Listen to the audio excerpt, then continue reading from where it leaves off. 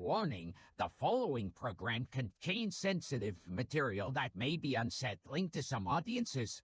The Pedantic Pedestrians are not responsible for any injuries or paranormal activity that may occur during the viewing of this program, including, and not limited to, whiplash, bipolar disorder, a sprained ankle, or demonic possession. Viewer discretion is advised. Two guns. Do you want to, encourage people to suspect the host?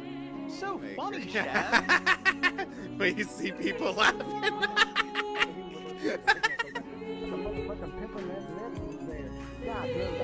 Like, pause it. What did he say? Whenever it sounds like he said.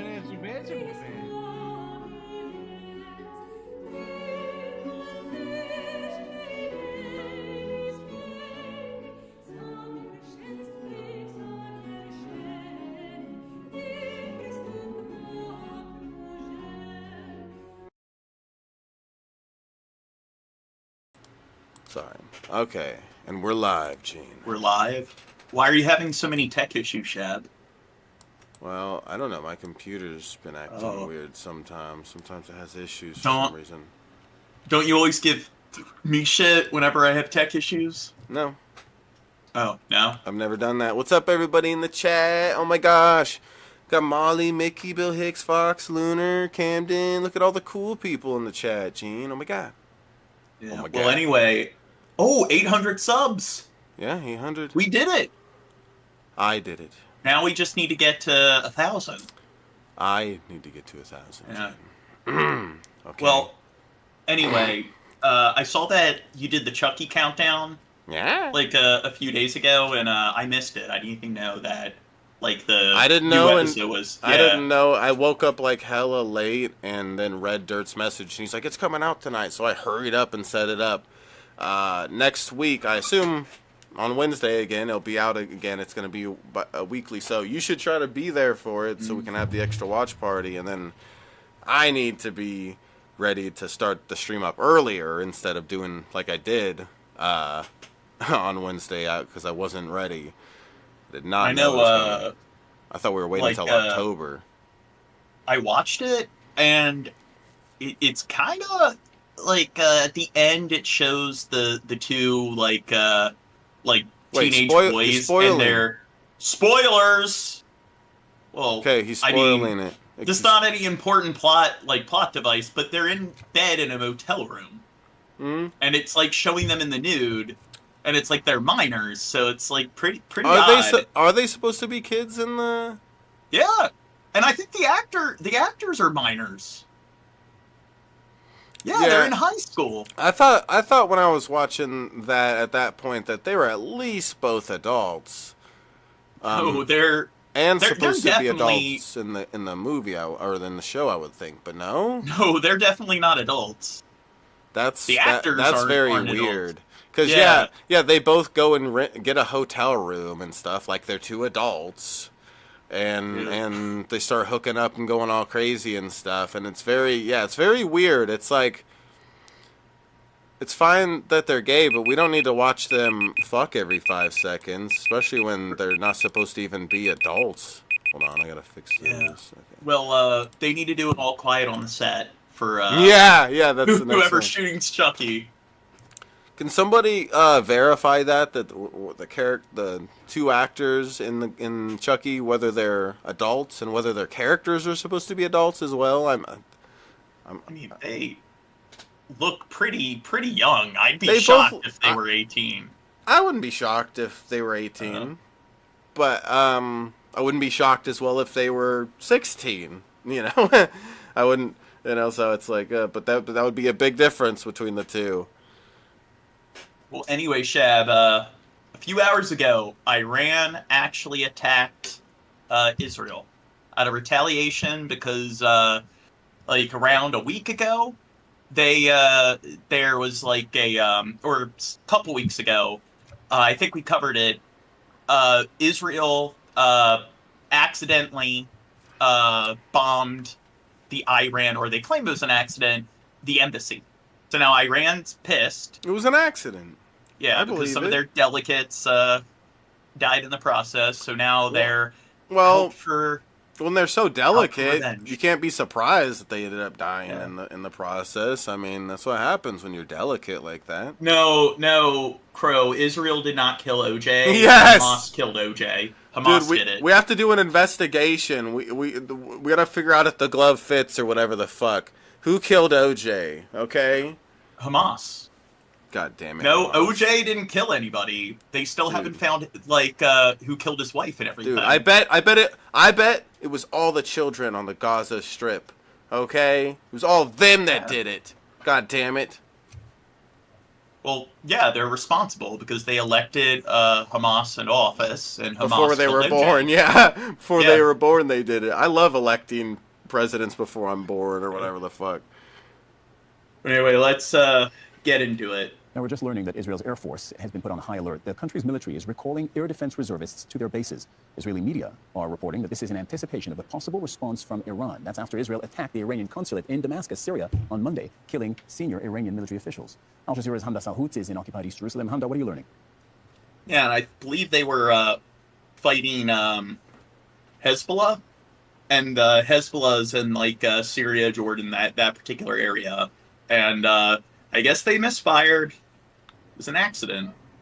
It was an accident. We're learning that after an assessment with the Israeli Army Chief of Staff and the Defense Ministry, the Israeli Army has decided to bolster its air defense array, meaning that they're going to be calling up reservists in anticipation for retaliation, but where it will be is not yet known. All of this comes after the Israeli attack on the Iranian missions in Damascus. And remember, just last week, Israel's Defense Minister Yoav Gallant hinting at these Israeli strikes in Damascus, though never claiming responsibility, saying that Israel is in active pursuit of Hezbollah, any Iranian proxies, wherever enemies may lie, whether that's Beirut, anywhere else in Lebanon, in Damascus, or anywhere else in the world. And it also comes after just a So, there's been multiple military conflicts throughout the last century where all of Israel's neighbors, so Jordan, Syria, parts of Palestine, and Egypt and so forth have attacked Israel.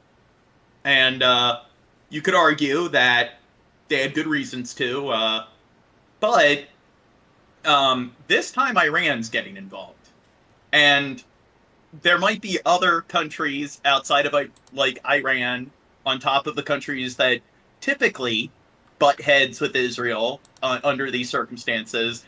Then you have Hamas, and you have the Houthis, you have Hezbollah here. So it seems like Israel's probably going to have to fight a five-front sort of war, which is probably why they're withdrawing a lot of their troops from the Gaza Strip, because several just this week it happened a few hours after our last stream, they withdrew pretty much all their troops from the southern from South Gaza. And one of the things they've been doing recently is they've been building and constructing a road that pretty much divides Gaza in two. And all of their forces are pretty much occupying northern Gaza. So what do you think they're going to do? Why do you think they're building, a road and kind of sequestering this one half of Gaza from the other half? Why do you think that's the case, Shab? Because they want to help get people to safety, Jane, obviously. They're trying to help people. Well, they're probably just going to annex northern Gaza. And you look at a map of Israel throughout the or I guess Israel and Palestine post World War II, and you can see how it's just notably been shrinking and shrinking. So now Gaza, that is smaller than Rhode Island and has 5 times the population of Rhode Island, it's one of the most densely populated territories on the planet. Now its surface area is going to be cut down by half. So that's half of 1/5 of Rhode Island. a few days ago. The Israeli Army Chief of And Staff there's authorized around 2 million people living in that densely populated region. new plans, he says, for bolstering these attacks on Hezbollah targets, he says, in southern Lebanon. So clearly an escalation in the region, as the Israelis say they are on maximum alert. Hamda, for context, when's the last time you've seen something like this, Israel recalling its reservists? I mean, how much can we read into this? It's certainly an interesting question because the northern front of this war, which hasn't really escalated into a full-scale war, the Israelis have said they were first on the defensive, but now they're turning to an active pursuit of Hezbollah and any sort of Iranian proxies. Previously, we have heard from the Israeli army that all of their focus was mainly going to be on defeating Hamas in Gaza, so really mobilizing most of their troops to the southern part of the country. However, they say that there are still around 80,000 people who have been evacuated from towns and settlements in the northern part of Israel. And Yoav Gallant has been saying this for months now, that the situation cannot remain as such, that there will be some sort of action by the Israelis to try and solve what they're calling a problem on Israel's northern border. But now the Israelis are saying that they're going to attack wherever they see fit, and they are expecting retaliation for that, which is why they are indeed calling up reservists. Israeli media reading into this as an escalation in the region, Cyril. All right, Hamdas Al-Houd, thank you very much for that snap reporting there on what we're just learning. Okay, next vid.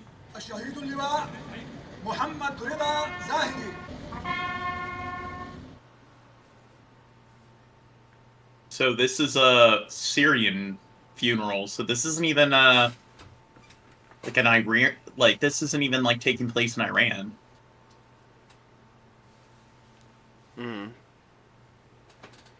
Tonight, the United States is preparing for a significant attack from Iran on U.S. or Israeli assets in the region. This is according to U.S. officials. The threat comes after an Israeli strike in Syria killed Iranian commanders earlier in the week. Edgar Tregatz has more. The United States is on high alert after Iran vowed retaliation for an Israeli strike that killed top Iranian military commanders in Damascus, Syria earlier this week. A senior administration official says the U.S. is preparing for a significant attack on U.S. or Israeli assets in the region. The source says senior U.S. officials believe an attack by Iran is inevitable. So this is already... So are we going to try to protect Israel from Iran, Gene? Yeah, I mean, Iran's brown attack people is attacking them first. But what matters is that they're brown people, Gene, right? Yeah, and that's definitely an important factor. Yeah, I mean, I don't know. I think most conservatives would look at the situation. Iran, Palestine, Syria, they're all the same thing. They're just a bunch of, like, Muslim brown people countries. I think a lot of Americans would, like, maybe especially conservative dummies, would when they think Iran, they think, like, brown terrorists kind of thing. That's just what they probably think. So when they hear, they probably see all Middle Eastern countries that aren't like so I guess maybe Turkey and Israel. So when they were prior to this fighting for Israel, like arguing for Israel, and then this happens, it's like, see, told you I was right. Look, and like it just helps solidify in their mind their opinion on it. Don't you think that a lot of people think that way? Yeah. It's like what I said before, like a lot of these people are talking about, oh, they're all brainwashed to hate like Americans in the Western world, and it's just well, it depends on what particular country you're in, because they all have varying different degrees of like government. And it's like in Afghanistan, where it's currently controlled by the Taliban. And last week we covered a story where they're interviewing a bunch of young boys and about like their ban on or banning women from working. And these boys said that they think women should be allowed to work. So it's like, are they radicalized by the government? And that's a nation that's currently controlled by the Taliban. And it's just, okay, you have Middle Eastern countries like Saudi Arabia, where like women aren't allowed to leave their home by themselves and they're forced to wear like a full body sort of burqa. But then there's like in Palestine and stuff, they're all like dressed like wearing your typical like Western clothing. Like most of them, you wouldn't be able to like tell the difference between, I mean, the average dressed American. They're even more like formally dressed. So you'll see, like, somebody with a hijab here and there, but in the end, like, the way they expect people to follow the faith, it varies depending on country to country. It's the same thing in Europe, where every single European country has its own culture. They're not, maybe Spain and Portugal are more similar with their culture compared to other countries, like the US and Canada have a more similar culture compared to, like, much of the globe, so you're going to have some variation. But in the end, they're treating, like, all of these, like, kind of Muslim Middle Eastern states as if they're just all the same. Everyone in them is just as equally, radicalized and everything. and they're all brainwashed to hate the West, which maybe in certain regions of the Middle East it's like that. But in much of the Middle East, it's like you talk to a lot of people and they don't hate people from America. They don't hate people from the West. They have issues with the government. And they should. But a lot of them are critical of their own government. So this isn't something where, yeah, you can just assume that everyone in the Middle East is just brainwashed and radicalized. But that's what a lot of conservatives do. Iran taking any action against Israel or against the U.S. would be very, very damaging. Israeli Prime Minister Benjamin Netanyahu says Iran has been acting against Israel for years, and they will act accordingly. We will know how to defend ourselves, and we will act according to the simple principle of whoever harms us or plans to harm us, we will harm them. This comes after fighting was heard near a key crossing between Now, Israel... didn't they kill a bunch of consulates and stuff in Iran? So didn't they, in a way, kind of harm the Iranians? And I don't think the Iran government is perfect. Like, you saw, like, they've been selling weapons, kamikaze drones, to Russia. And then recently you had that one woman that was killed by the police because she wasn't wearing her hijab. But people are going to look at that like, yeah, they're such an evil and terrible, like, country, but that's the government. And the United States, how many people are killed from police brutality? And then you had things like, do you know what Stuxnet is?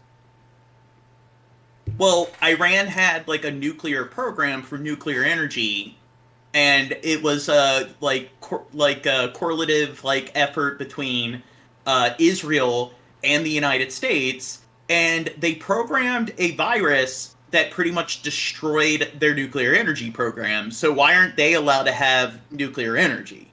It's just like, oh, they might, like, turn it into nukes. So you look at a lot of, like, kind of like the unethical things that our government does. But again, talking about how they're all radicalized, look at all the Iranians that were out protesting and speaking out against the government because they don't agree that all women should be forced to wear a hijab. What's that? We have 22 viewers, Gene. Ooh. Yeah. Because, well, how many viewers do you typically get on Fortnite? Like 50? Lately, I guess somewhere between like 40 and 60. More people care about Fortnite than they care about, like, all the children that are dying in Gaza. I have another 81,000 more subs than you, so it makes sense that I have a little bit more. Okay, I know. But that's cool. Everyone hit the subscribe button. We're getting closer and closer to 1,000 subs. But the point is, acting like they're a Borg in a hive mind, look at the backlash that you saw from the public in Iran, because they definitely, a large percentage of people, they don't approve of what their own government is doing, in the same way a lot of people in the United States don't approve of their own government. And northern Gaza. Ooh, Jules want you to show to reopen his, Erez he wants to see your hole, Gene. No, I'm good. After the Biden administration pressed Netanyahu to allow more aid into Gaza to curb the humanitarian crisis unfolding. We have to see a measurable increase, for instance, of trucks of aid getting in. We want to see additional crossings opened up, and the ones that are already opened up increasing the flow. The war between Israel and Hamas is approaching the 6-month mark as the death toll in Gaza since October 7th surpassed 33,000. I'm Edgar Tragus reporting. A new report overnight says the United States is now on high alert for an Iran threat in the Middle East. This comes in response to Israel's strike on the Iranian embassy or consulate in Syria. See, Razor makes good points. What's Razor that? in the chat. Razor said Trubisky brings up better points than Gene. Really? What are some of the better points? I'm an intellectual, Gene, okay? You just don't understand. Well, have you brought up any points that differ than mine? Yes. I'm pretty sure on this stream, like, Shab and I haven't, like, said anything conflicting. About it. Did the CIA warn Israel, or did President Biden warn Netanyahu today about an Iranian plan to attack inside Israel within 48 hours? I'm not going to talk about intelligence matters, Peter. I think you can understand. But they did talk about a very public and very viable, real threat by Iran to Israel's security. Let's bring in former Green Beret and leader of Task Force Pineapple. You know him and love him, Lieutenant Colonel. Task Force Pineapple. That sounds fucking badass, dude. That sounds stupid. I know. Fruity, yeah, fruity in more ways than one. Task Force fruit juice. First, what do you make of how this is playing out in the Middle East right now? Task Force carrot cake. Behaved over the decades, really, towards the United States. I mean, this is no surprise at all that we should be on alert from this. I think what I'm more concerned about is how the administration and how our government is actually addressing it. You know, scrambling to assure Iran that we weren't part of the attack and trying to actually distance ourselves from, you know, one of the greatest partners that we have in the world in dealing with terrorism. And that's what I worry more about than anything else. Is over the last couple of years, we've really demonstrated this systemic abandonment of our partners when it matters the most, and that's going to manifest and come home to roost at some point. Certainly, what it feels like. By the way, have you followed the ground operations at all? Get Fox News. That's what we're concerned with, is them distancing from Israel. In Gaza, we're gonna lose like our greatest partners, like in all the global affairs that help us out with having some kind of military stronghold in the Middle East. The way in which the Israeli military has attempted to safeguard civilians, I know they haven't been perfect, but absolutely, they're trying. Yeah, they are. They haven't been perfect. I like how much they're downplaying. Like all the genocide that's been taking place in Gaza so far. War is an ugly, messy thing, and certainly anytime civilians are killed, it's awful. And having seen that firsthand in Afghanistan, I can say that. But they are attempting, I think, to strike in a matter within the law of land. No, they're not. They've killed like over 30,000 fucking people. So do you agree with this, Shab? They've been attempting not to, like when they murdered 100 people in the Flower Massacre, when they were like all like attempting to like just they're all starving to death because of the famine, and the IDF claimed that they thought that they were attacking the aid trucks, and the aid trucks weren't even affiliated with Israel at all. Yeah, aren't there just like solid numbers that we could show to like? Well, how many people were dying, every year prior to this, or every month in Gaza, Afghanistan, and then how much died this year or whatever, or in the last month in Afghanistan, that was like 10 years, and I believe that, like, when you talk about civilian casualties, I don't think we should have gone to Afghanistan. I think the entire war was just one big boondoggle. It was a waste of lives, a waste of resources, and we didn't really accomplish anything. But when it came to the airstrikes and stuff in the Middle East, they don't come anywhere. Oh, Shab's walking away. What are you doing, Shab? Somebody was saying your mic's messed up, but I think they're trolling us. All right, everybody that's here, I'm gonna take a dab at 15 likes. So let's get to 15 likes, guys. Everybody, please hit the thumbs up button for us. I'll dab every 15 likes, I guess, right now. But I do think that when it came to the war in Afghanistan, there were civilian casualties, but they were there's probably less civilian casualties in the 10 years, the decade that we were our troops were stationed in Afghanistan, than the amount of there's 30,000 civilian casualties here. So I mean, there's no way to claim that they're exercising the right level of cadence. And I will say that with the United States, it's okay, they were engaging in, I think, that level of utilitarian sort of professionalism when it comes to exercising the strikes where they can minimize civilian casualties. Here, I don't think that's the case at all, and the numbers just show that. And it's things like if you're going to claim that they're not trying to harm civilians, they've been obstructing foreign aid trucks from coming through. And you know what some of the reasons why they'll turn foreign aid trucks away? Because AIDS is bad.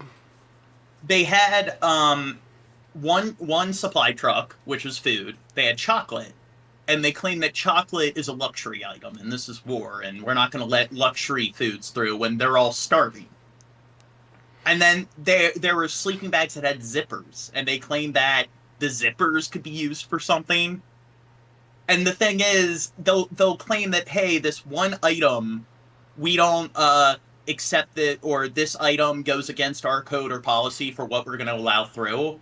So then they have to turn the entire truck around or turn the entire truck away when I guess like 90-something% of the items don't go against their code or something. And what are you doing, Shab? I don't know. Just looking at stuff. I don't know what you're talking about, Remy. But all right. I think Remy's just having an issue on his end. But yeah, they try to make any excuse they can to not give them food because they want everybody to die, including women and children, but they don't want to say that publicly. Yeah, and there's other examples, like they've had like medicine kits that have like medical like scissors and stuff like that, syringes, and they'll claim that, oh, this can be used as weapons. And that it's like they have one of the like strongest militaries on the planet, and they're claiming that they're afraid, like what? Like the Hamas militants are going to come at them with scissors? Mm-hmm. Warfare, as opposed to rolling in on October 7th and taking hostages and then holding those hostages in horrific conditions. And so I do believe that there is an attempt to do that. And if you look at what happened with the strike in Afghanistan following the Abbey Gate explosion, our government killed 10 innocent people in a very similar thing. War is ugly. Well, and then you look at the condemnation from this administration of that strike on Israel. Okay, Gaza. So he mentions, they killed 10 people in a mistake. They killed 100 people in just like abruptly, like who were like swarming these foreign aid trucks, which makes no sense. So in the night, like you're talking about, like in 10 years, it's like, hey, there's an incident where the logistics were poor, they misfired, they killed 10 people. That sucks. But throughout the span of a decade, it's like that's one of the most significant things you can point to. And then it's like they just accidentally killed a bunch of like Iranian like diplomats. Because they misfired, like they accidentally struck the Iranian embassy, and I think they killed around the same amount of people. So you compare it to 10 years of fighting in Afghanistan relative to like now it's only been like a few months, and or it's been like 6 months so far. So it's like the numbers are just very polarizing in terms of like the scale of like casualties and collateral, where it probably like drastically like overshadows the overall amount of casualties and collateral throughout the like 10 years in Afghanistan. And this is only 6 months. To wash their hands. Yeah, the duplicity is terrible. It's amazing. And that's part of what vets have to shoulder, and part of why you've written a play that has been on tour for years now, but it's coming to New York City. Tell us about your project. Yeah, actually, when I was watching your last segment, The War on Warriors, it really struck a chord with me because it is a play called Last Out, Elegy of a Green Beret. I wrote it about 6 years ago, and I wrote it because it seemed like Americans were just turning the page on the longest war in our history, and our veterans were starting to ask themselves, did it even matter? So I wrote this play, Last Out, Elegy of a Green Beret, to inform and educate Americans and politicians while also validating for the military community those who lived it so that they could see their story on stage, and then cast it with all veterans and military family members, and then to complete my midlife crisis, learned how to act at age 50.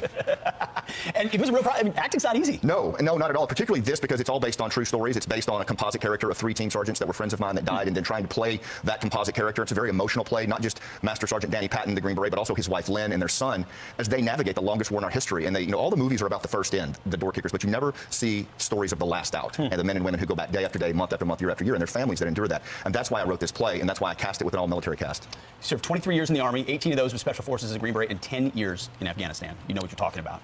And that's why this play is so powerful. When is it being performed here on Long Island? Well, it'll be here. Frank Siller with Tunnel to Towers is going to be bringing the play because he had heard about it, and he wanted to perform it for the first responders down at Ground Zero. So on Okay, so I'm looking this up, the amount of civilian casualties in Afghanistan. So apparently it's something. So between 2001, 2003, there was God, where is it? Like 3,600 civilian casualties. So that's in the span of a couple years, and there's been like 30,000 civilian casualties so far in Gaza. How much was it again? 3,600. So 3,600 in 2 years of fighting in Afghanistan, and then it's 30,000 casualties in 6 months of fighting in Gaza. That's a little bit more. Yeah. if you did the math Tuesday, there, this Tuesday. if they kept at that number for as long as Afghanistan, like 2 or 3 years? That's only 2 years. We were there for like 10 years or like even So that would be like 1,200,000. Or no, we were there for like 20 years. Yeah, but I mean, if they kept up at that rate, with the numbers you just explained, it would be 1,200,000, somewhere around there in 2 years. That's a lot of people. April 9th at the St. George Theater in Staten Island. We're going to perform it for. And yeah, it's pretty dishonest to be like acting like that this is just how war works. Yeah, unfortunately, civilians die. That this is an outlier, and this is significantly like more than the average. Israeli forces have left kindness, and this is what they've left behind. Yeah, look, Dirt's late. He said he fell City asleep. Unrecognizable after months of fighting. The Gazans who cautiously started returning today found nothing to come back. Yeah, so shortly after our last stream, it was reported that they withdrew all their military from southern Gaza. I came to see my house and the houses of my cousins. They are uninhabitable. Everything is destroyed. Nothing is suitable for living. I was taken aback by what I saw, and I'm going back to my tent. Israeli forces might have destroyed almost everything in sight here. What's so dumb is, like, even as like an American, Israeli troops had gone. This war is far from over. Even as an American, with how great our lives are compared to like this and stuff, we still have so much fucking problems and stuff. Life is just but look how horrible it is for people like this. It's crazy. Like that dude, he had a bunch of crap on his teeth and probably hasn't brushed his teeth in a week or something, or so many days or something, and probably just kind of can't or something. Probably can't even find some toothbrush and toothpaste or something. I don't know. Like, well, you can't even take care of normal necessities. If they let like toothbrushes through and stuff for foreign aid, then Hamas might use it. They might chisel down the toothbrush. As like a shank like in prisons, and then they're going to be coming at the IDF militants with toothbrush shanks. Gaza marks a new phase in this war. It doesn't mean the end of fighting in Gaza, though. If anything, it could prolong the war, because the Israeli government and the Israeli military are adamant. They are still, at some point, going to send forces into the city of Rafah. The Israeli town of Sderot is only a few hundred meters from the Gazan border, but a world away from the ruins of Khan Yunis. The audio's fucking up with this video. Through the binoculars, at a lookout post on the edge of town, Israelis come for a glimpse of what's left of their enemy. A little bit, I guess. Ami, a tour guide down from Jerusalem, is thinking of putting this on the tourist route. You've come up here, looked at binoculars into northern Gaza here. What was your thoughts when you saw what's left of it? I was a little bit, on the one hand, happy. On the other hand, disappointed. I expected to see more destruction. He was disappointed because he expected to see more destruction. The northern part of Gaza, in my eyes, has to be destroyed and has to be kept in Israeli hands. That's the price they have to pay for what they did in Gaza, for what they did to us on October 7th. So this bit here that we're looking at, you think should become Israeli territory? Yes, 100%.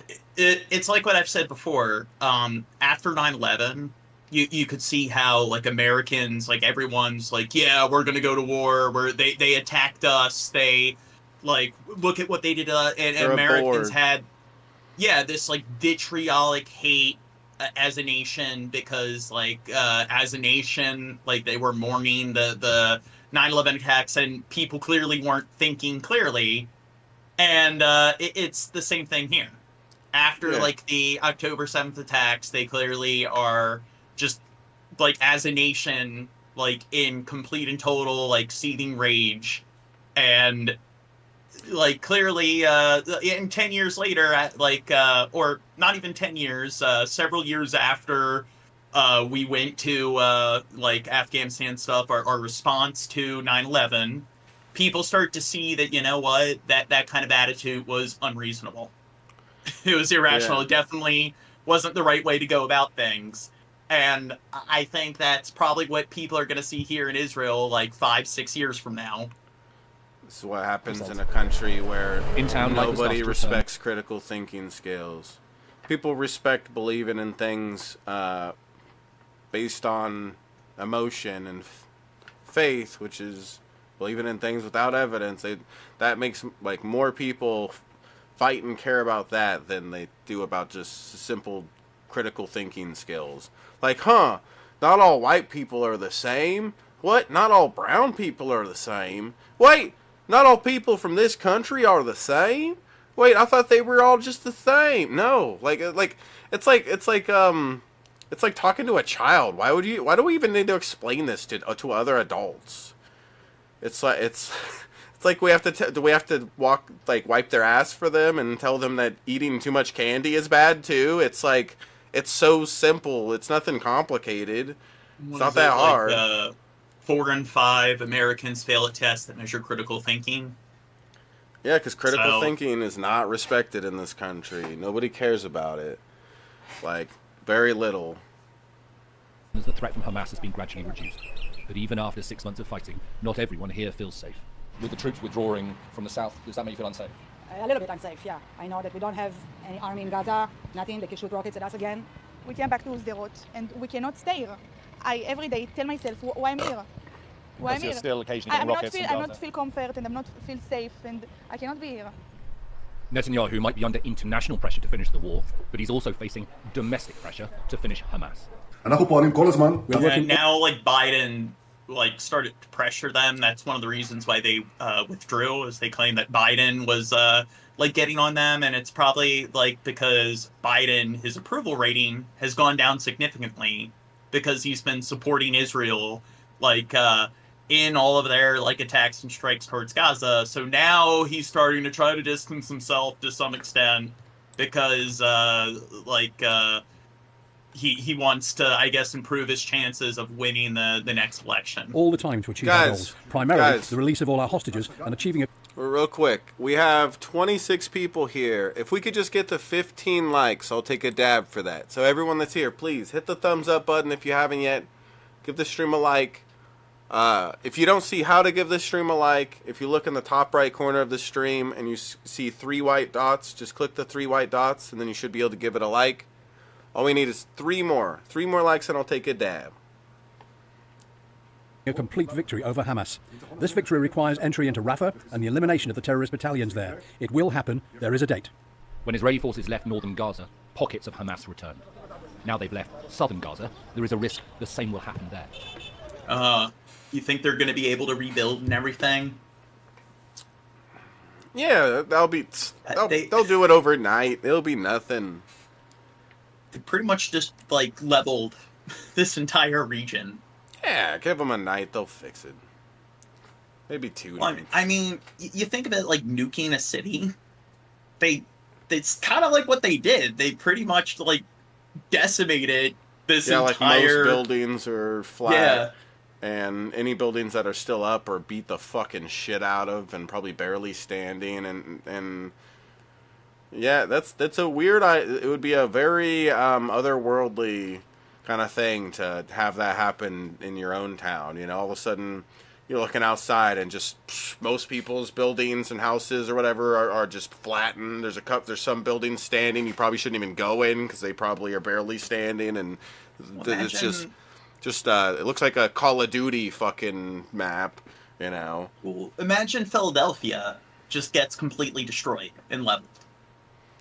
Yeah, it's crazy. Total victory. Oh, who's this? It's Dirt. Duh. Get with it. Really Dirt. Out on tour, whipping these gentlemen, fucking these whores. Whoa! That was a bad word. We're trying to run a gay guy family show here, you know? Trying to run a business. Yeah, we're trying to run a business here. Gorsh. We start in the Middle East, where it appears... Oh, okay, Israel never is mind. moving I to a take new it back. phase of I'm its sorry. military operation. Residents from the southern Gazan city of Khan Yunis have started to return home after the Israel Defense Forces say they have withdrawn all of its maneuvering ground forces, leaving just 1 brigade.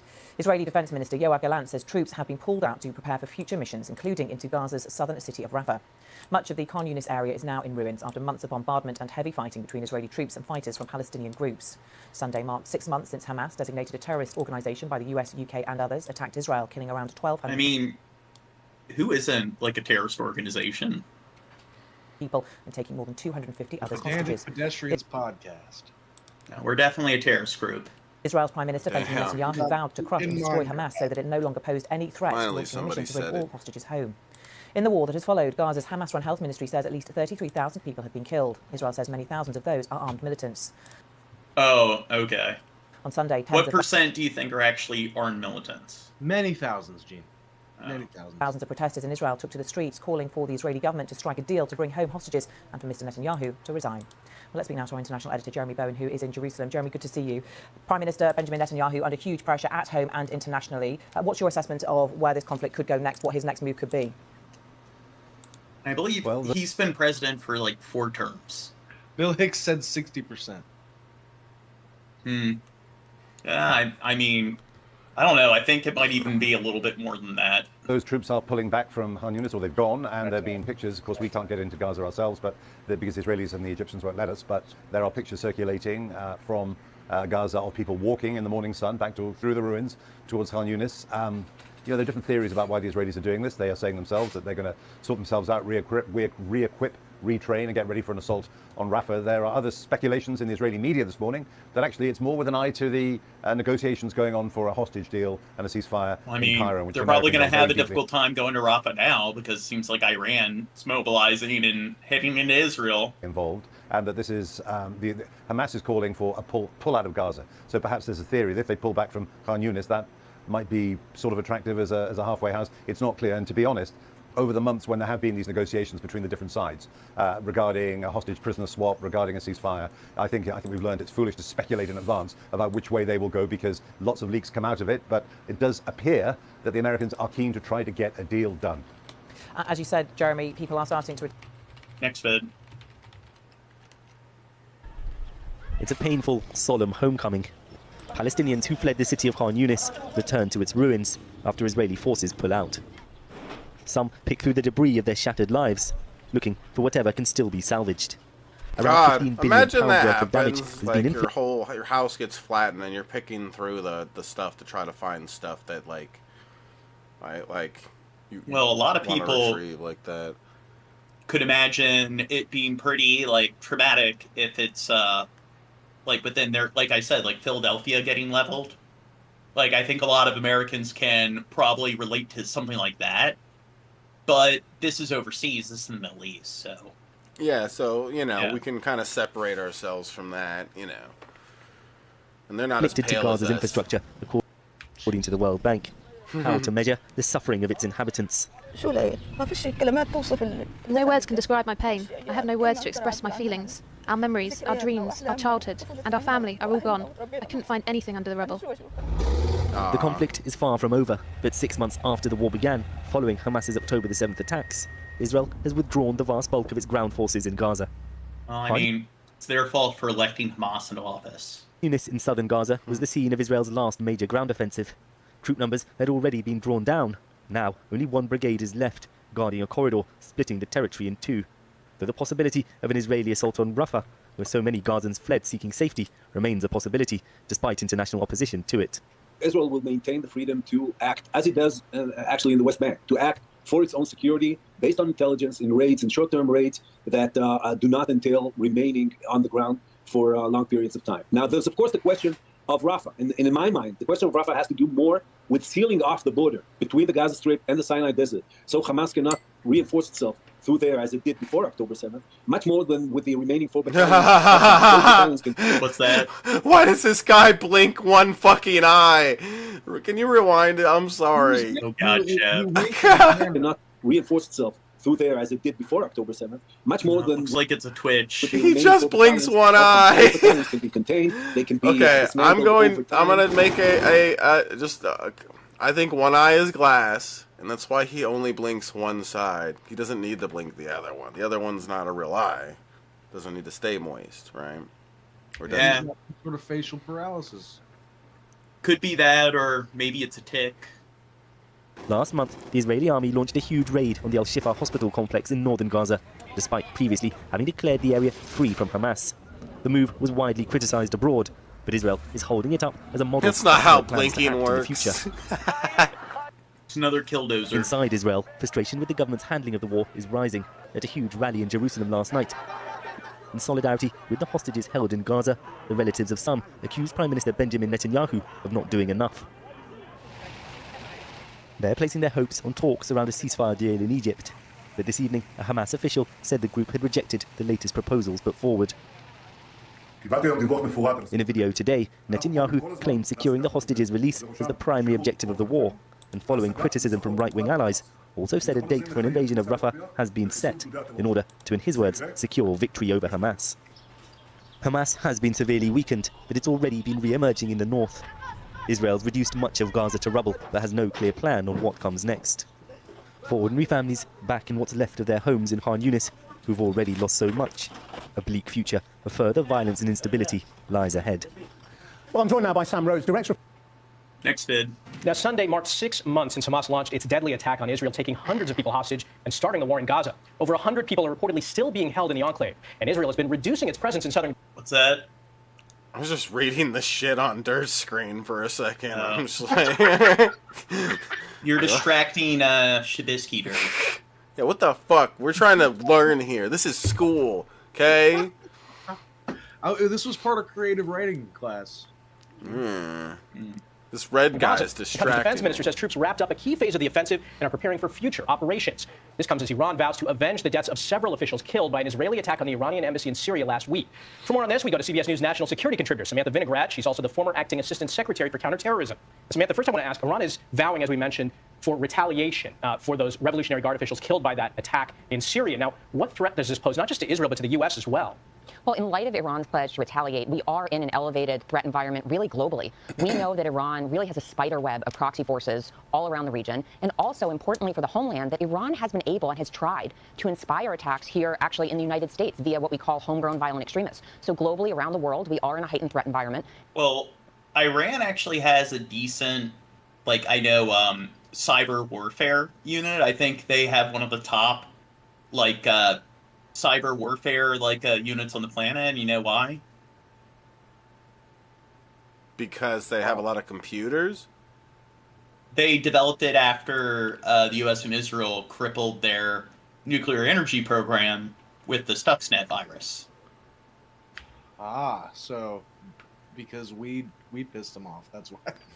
Yeah, and they're like, yeah, they've been hacking the U.S. banking system. They've been doing espionage hacking and stuff. It's like, well, we did the same thing. So it's another example where when they do it, they're like terrorists and so forth, but when we do it, it's whatever. It's we're our group. We're the good guys because So like I said, I'm gonna take a dab every 15 likes, so I owe a dab right now. So everyone make sure to hit the like button. I'll take another dab at 30 likes.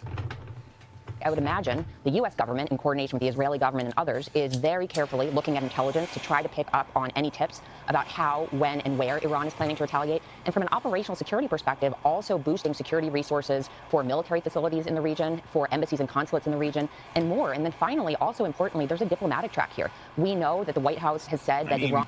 One thing Iran has really been, when it comes to their approach to warfare, they have, invested more, covert, surreptitious sort of, tactics. So, you got your kamikaze drones, they're, cyber warfare sort of unit. So they definitely don't, invest in the typical sort of, military, units and weaponry and so forth. So, I don't know. I think because you look at their military strength, it definitely doesn't compare to Israel. And in the past, when other Middle Eastern countries that have a similar kind of military in terms of strength definitely did not succeed when attacking Israel, and that's when they were allied with 2, 3, 4 other countries. Iran probably, I don't know, they might have some tricks up their sleeve here. Iran sent the U.S. government a message, and the U.S. government sent a message back to Iran basically saying, don't mess with us. So I would imagine there's more private communications probably happening as well. Sam, we know that, what are the chances that Iran commits one of these attacks directly. I mean, in the past, they've used these proxies in the Gulf and in the Red Sea. It is very unlikely that Iran itself will launch one of these attacks. The U.S. intelligence community assessed back in March that Iran and Israel both wanted to avoid a full-scale direct confrontation. I do not assess that Iran wants to engage in direct conflict with the United States, but let's be clear, Vlad. Iran is attacking us right now via its proxies. In the Gulf of Aden and in the Red Sea, U.S. assets are under Iranian proxy attack right now, so I would assess that Iran will continue to rely on its proxies, whether it be Hezbollah in Lebanon, Kataib Hezbollah in Iraq, or other proxies in Syria, to try to retaliate for the Israeli strike in Syria last week. We mentioned earlier that Israel's begun to pull some of its troops out of southern Gaza. Look at Iran. Hold on. Cheers, everybody, guys. Cheers. They're engaging all this proxy warfare with all these different terrorist groups. You don't see the United States negotiating with terrorists. Hezbollah in Iraq. Gulf of Aden and in the Red Sea, U.S. assets are under Iranian proxy attack right now, so I would assess that Iran will continue to rely on its proxies, whether it be Hezbollah in Lebanon, Kataib Hezbollah in Iraq, or other proxies in Syria, to try to retaliate for the Israeli strike in Syria last week. We mentioned earlier that Israel's begun to pull some of its troops out of southern Gaza. Now, during a phone call last week, President Biden told Prime Minister Benjamin Netanyahu that U.S. policy on Gaza would depend on Israel taking steps to reduce civilian harm. Now, I want to take a listen. Here's what the National Security Council Coordinator for Strategic Communications, John Kirby, said on Face the Nation on Sunday. I mean, Biden clearly cares about the civilians there. It's not like he cares about his, polling numbers and everything. And I do think Joe Biden, if people didn't care that about the civilian casualties, and if the average person actually was pro, what Israel was doing, he would be completely fine with this. It's clear that, what he really cares about is just his own personal gain in numbers. We just talked about them pulling troops out, what that means. They get to decide how they prosecute operations. We get to decide how we're going to react to that and how we're going to administer our own policy with respect to Gaza. We make those decisions, and the president was clear with the prime minister. If there's not changes, if things don't get better, then we're going to have to make changes of our own. Now, is this reduction of troops connected to pushback from the U.S., and what's the tension like between the two leaders right now? Well, the forces that left southern Israel, ostensibly, according to John Kirby, left southern Israel to recuperate and refit for the next stage of military operations. That could be because Bibi Netanyahu is planning some sort of operation into Rafah, but we also know that Israeli officials are expected to come to Washington in person to discuss a potential operation in Rafah, and the goal here is to convince the Israeli government not to launch a full-scale ground offensive. There are other operational options for Rafah to like airstrikes. Try to clear out any Hamas terrorists that remain there. And that will be, I believe, what the U.S. government will lay out for the Israelis when they come to town. The president telling Bibi Netanyahu that there may be conditions on... Here's the thing. They're saying that they're a terrorist group. It's just they're the government of Gaza. So it's like, even if you don't agree with what they've done, it's like, when I don't know, is Russia, is the Putin administration or whatever, is that a terrorist group? So, well, I mean, when do you consider a government to be just, I don't know, some corrupt authoritarian government, and when is the government a terrorist group? Well, might makes right, John. So, of course, only the most bloodthirsty and vicious terrorist groups become the armies you're supposed to praise and worship. And I mean, the Hamas militants, it's wouldn't it be saying that any, is North Korea and their military, or do we call those terrorists? I mean, couldn't you sit there and classify any military as a terrorist organization? Yeah. I don't know. It seems a bit inconsistent. Well, yeah. U.S. support for Israel going forward. A terrorist group is someone who... it's for political reasons. They try to scare people or whatever, intimidate, for political reasons. So when we're or ideology, it's they want to incite fear due to I don't know, so if a group of vegans blow up a building because of veganism, and it's out of hey, this is a meat processing plant, so we killed all these people. It's a political thing, though. That's part of the definition, from what I understand. If you look up, that it has to be with one for political, to make some sort of political change or whatever, to control something politically. Yeah, which is what the government is doing, obviously, whenever they fight other countries. Is the CIA it's a political thing. A terrorist group? Because you look at any sort of intelligence agency in any country, and they'll go in and do like certain operations, like espionage work. They'll assassinate certain leaders. France has been doing that in like much of Africa. Like if an African Franc country, one of their previous colonies, if one of the leaders doesn't abide by what France wants, they'll have their intelligence agency, their version of the CIA, go in and help like overthrow that leader and stuff. So it's like, is that not some kind of like like when they engage in like provocateur work? Is that not terrorism? I do think is an inflection point in our bilateral relationship, and clearly something that Bibi Netanyahu heard and digested very quickly. All right, Samantha Vinograd, always great to have you for your analysis. Thank you very much. Let's go now to Israel, where tensions are high, with its Iron Dome missile defense system already being tested today, with rockets being launched by an Iranian proxy group. CBS's Deborah Patta joins they're us investing from in the Iron Beam. When are we going to see that? Tel Aviv. Good evening, Deborah. Good evening, Nora. The Iranian-backed group Hezbollah fired a barrage of missiles from Lebanon into northern Israel earlier. This is We should talk like that, Gene. Dude, Good this is evening. like the light show. We should start talking like that. Good evening, Gene. Good evening, Shabisky. So what's on the what's? Good evening, Doug. Start with the weather. Yeah. Apparently, journalists are like trained to speak that way. I Oh, guess yeah. Like they're not even real humans, almost.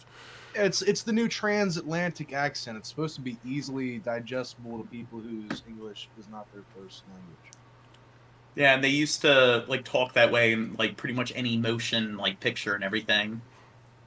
The Israeli Defense Force says most of the missiles were intercepted, the rest falling on empty land with no injuries. Israel remains on high alert, bracing itself for the possibility of an attack by Iran in retaliation for the bombing of its consulate in Damascus. A former Mossad official, Sima Shine, told us that there is a real fear that the region could be on the brink of an expanded conflict. She believes the attack could either come from a number of Iranian proxies in Lebanon, Iraq, or Yemen, or directly from Iran. And if it resulted in mass casualties, this would have the potential for significant escalation. Nora?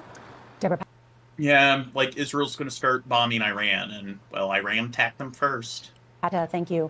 American government workers based in Israel have been ordered not. Other nations within the region surrounding the Gaza Strip are coming to aid in their time of need, John. Back to you, John Morgan. Back to you. Well, I mean, why are they helping a terrorist group?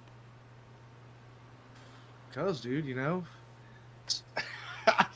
man, They're terrorists. Just using this T word so much today. Not to travel outside of major Israeli cities, as tensions between Iran and Israel and the U.S. are at perhaps their height. Look, it's a terrorist. The Islamic Revolution in 1979. For the latest Run! He's got a flag! Mario, good morning. Bring us up to date on the latest. Good morning, Francis. That's right. On Thursday, the U.S. Embassy in Jerusalem issued a security warning, warning American citizens in Israel to pay extra caution, as it said security incidents may take place or happen without a warning. It also, as you mentioned, instructed U.S. government officials and their workers and their families not to travel for personal reasons outside of the greater area of Tel Aviv and Jerusalem. Now, people in Israel have been growingly concerned following a warning by the U.S. that Iran may retaliate against that airstrike against the Iranian consulate building in Damascus, Syria last week with a significant attack within Israel. But at least according to Reuters, who spoke to an Iranian intelligence official, Iran, whatever response Iran is going to give, may want to avoid a further escalation in the region and may not act hastily. Also, Reuters is reporting that a U.S. official said that the U.S. still believes that Iran, or expects that Iran will attack, but in a way that will not drag Washington into a wider war. Now, on Thursday, the White House also said that it told Iran it was not involved in that airstrike in Damascus last week and warned it not to use it. Maybe the U.S. needs to get involved. Because there's all this like tension between all these other nations in this part of the globe, and I mean, we got to help everyone out. I mean, we spend all this money on our military. Maybe we should use our military to, I don't know, help police the region. There's a pretext to escalate the conflict in the region.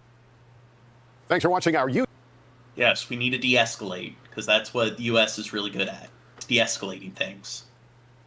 Our own like personal like local police are really good at de-escalating things, and our military, which is the global police, is also really good at de-escalating things. So like P. Diddy in the chat, which you know is like Much of my the world favorite. is on alert tonight for He's like my favorite rapper, P. Diddy in the chat. He said, "I have a feeling Shabisky caused O.J. Simpson's end." No, Hamas did it. that may be true, P. Diddy, but let me tell you something, okay? If the glove don't fit, you can't do shit, okay? I ain't going to jail, okay? I probably did kill him. I do a lot of killing. No, whatever. Shap's the one that actually killed OJ's wife because they still haven't. He's found to be innocent. So, well, that means that whoever killed his wife is still out there. Yeah, they never tried putting the glove on me. Into that glove, like exactly, like they're still like out there or whatever. There's a killer on the loose. It's true. It's true. It's probably the Zodiac killer. You're a Zodiac. Or what if OJ Simpson is the Zodiac killer? Yeah. Well, anyway, I got pissed off the chat. Dude, I got a shit. Oh, dude. I shouldn't have came back. I should have just let this happen. We should piss and shit. Okay? All of us. Let's all piss and shit. You know what? I like that idea. Let's show John that we don't need to leave our chairs to piss and shit. Let's just rise up together as a family, shit our pants, and piss ourselves right now. All right? Everyone, I hope you're following along. Feel free, viewers at home. Oh damn! All right, here's all right, guys. I said earlier I'd take a dab every 15 likes. How about this? When we get to 25 likes, I'll take a dab for that. So we need like 9 more likes right now. So everyone, hit the like button if you haven't yet. Give the stream a like. Let's get to 25 likes, and I'll take a dab or do. Oh yeah! Drop price for a low rate. Yeah, I'm amazing like that. Take a For dab. a one-time payment of 10 likes, you too can make Shabisky take a dab. Adorb? I don't have a dab. I'm puffing this joint. Got me a little pre-roll. Wow, you're gay. Wow. Vape. Can't believe you. It's one of them carts. Them weed No, carts. Oh, it's not like weed. Wow, you're gay. No, it's weed. It's a gay guy. Okay. Ghost Train Haze. What? Train Ghost... Hey, what? Soul Train Haze. What? That's Ghost crazy. Haze? Cocaine haze? I want some of that. That sounds awesome. Purple Nurple Skirple. Whoa. Alright, so... Read that right now, Shab. What's the strain? I've never had a strain in my life. You never had a strain you love? I don't know which one it is. I don't know. I just open one up and stuff. Well, here's what you should do, Shab. Next time you buy a new slab of wax, it usually comes in a big little chunk. I know you pull it out of the packaging, or it sometimes comes in a chunk. If you get crumble, maybe this might not work. If you get shatter. When you take it out of the paper, you lose that label. So just pull out that slab, grab a nice Sharpie marker, and write it just directly on the slab. So that way you'll always remember.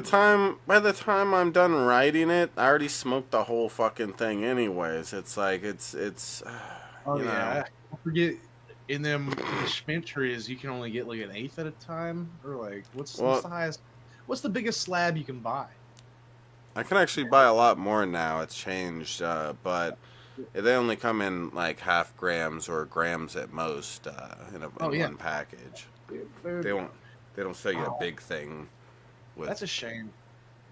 There's not, dude. The feeling of opening a whole slab and unwrapping that sucker, it's a good feeling. I can't believe you're robbed of that in your shitty tourist state. Yeah, they need to sell me like 20 grams for $50 or something. Yeah, that sounds fucking great. Do it. Give me it. They need to give me the Shabisky discount, right, Gene?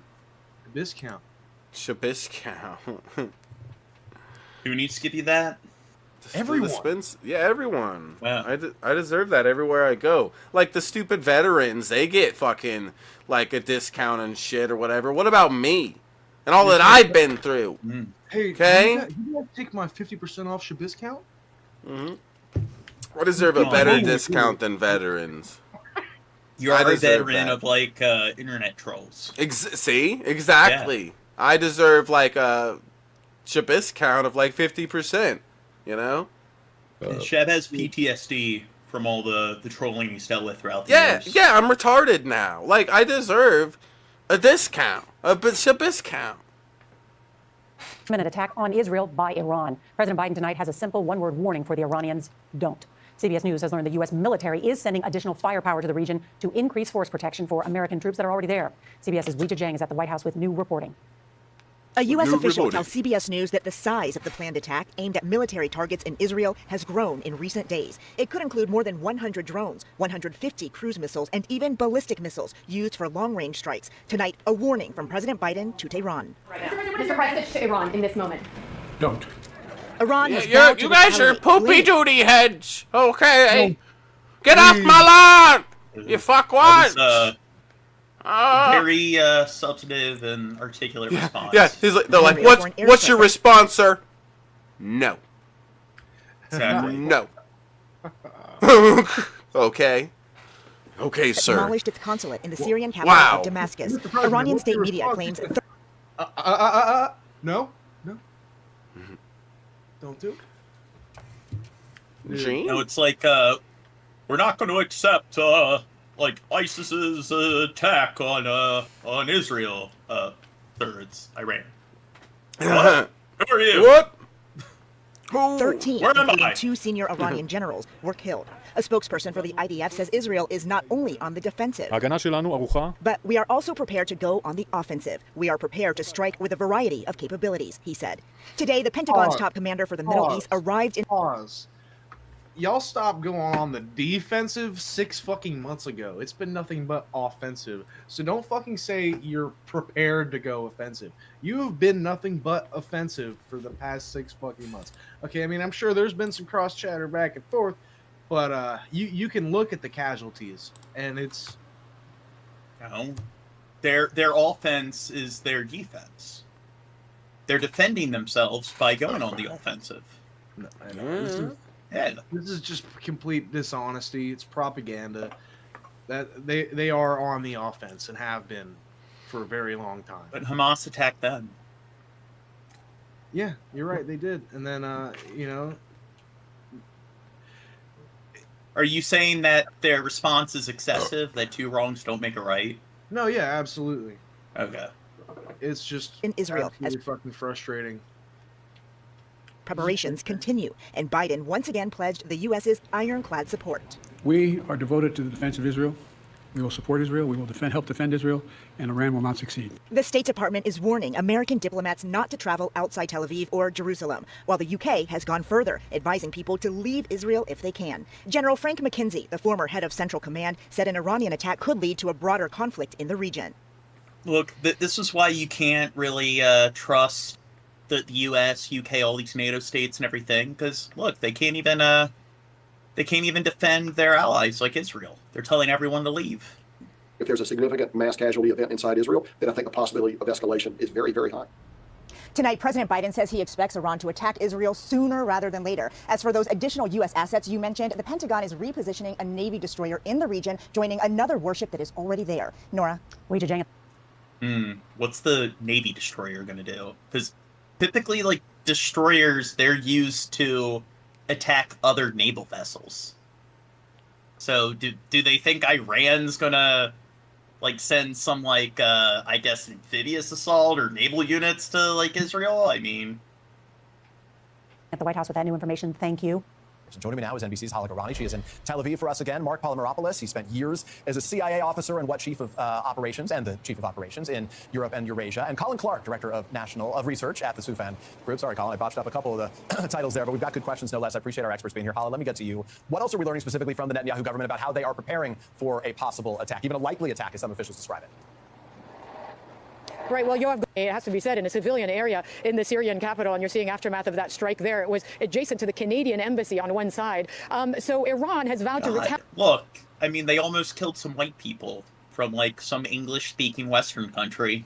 The question is, of course, when and how. How, if it goes against intelligence or military targets, it's not like the U.S. where you have U.S. military targets peppered around the region where it could go, for instance, take aim at an airbase in Syria or in Iraq. See, this is why, like, Syria, Hamas, all of them are such a problem, because Israel needed to go on the offense to defend themselves, and they almost killed some Canadians. And Canadians are like, they're white and they speak English. I mean, some of them speak French, but... You. Yeah. this would have to be, presumably, on Israeli territory, Peter. And if that happens, Israel has said that it will retaliate in kind, meaning it will retaliate against Iranian territory. And of course, I don't have to tell you that that would mean a very, very... Okay, so now Iran, they're in like Syria and Jordan attacking them, and now Israel's talking about how, hey, if you attack us, we're going to attack you. And like, oh, I don't know. Do you think this is going to be like the Middle East, like their World War? It's the Second Congo War, that was referred to as Africa's World War, and that was the deadliest military conflict since World War II. And it pretty much resulted, like, similar to World War I and World War II, where, of course, there was fighting all over the globe because of their colonies, but within Europe, it was pretty much all the European nations attacking each other. The Second Congo War, or Africa's World War, was all the countries in Central Africa attacking one another. So, do you think maybe this could escalate into a similar scenario? Yep. Yeah, I'd say it's looking pretty bad. Looking pretty bad for that region of the world right now. You know, I'll say this, John. I wonder if in the future they'll say World War III started in 2001. I wonder, Gene. I don't think that will be the case.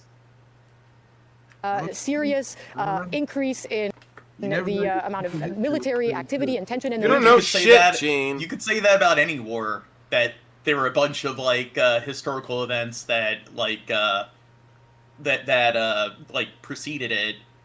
So I don't know, like you had the Sino-Japanese War that preceded World War II, and that was something that you had like the Opium Wars against Britain and China and shit, and all that stuff led up to Japan like attacking like China, and you could say that all of that like predated what was the start of World War II, at least on the Eastern Front.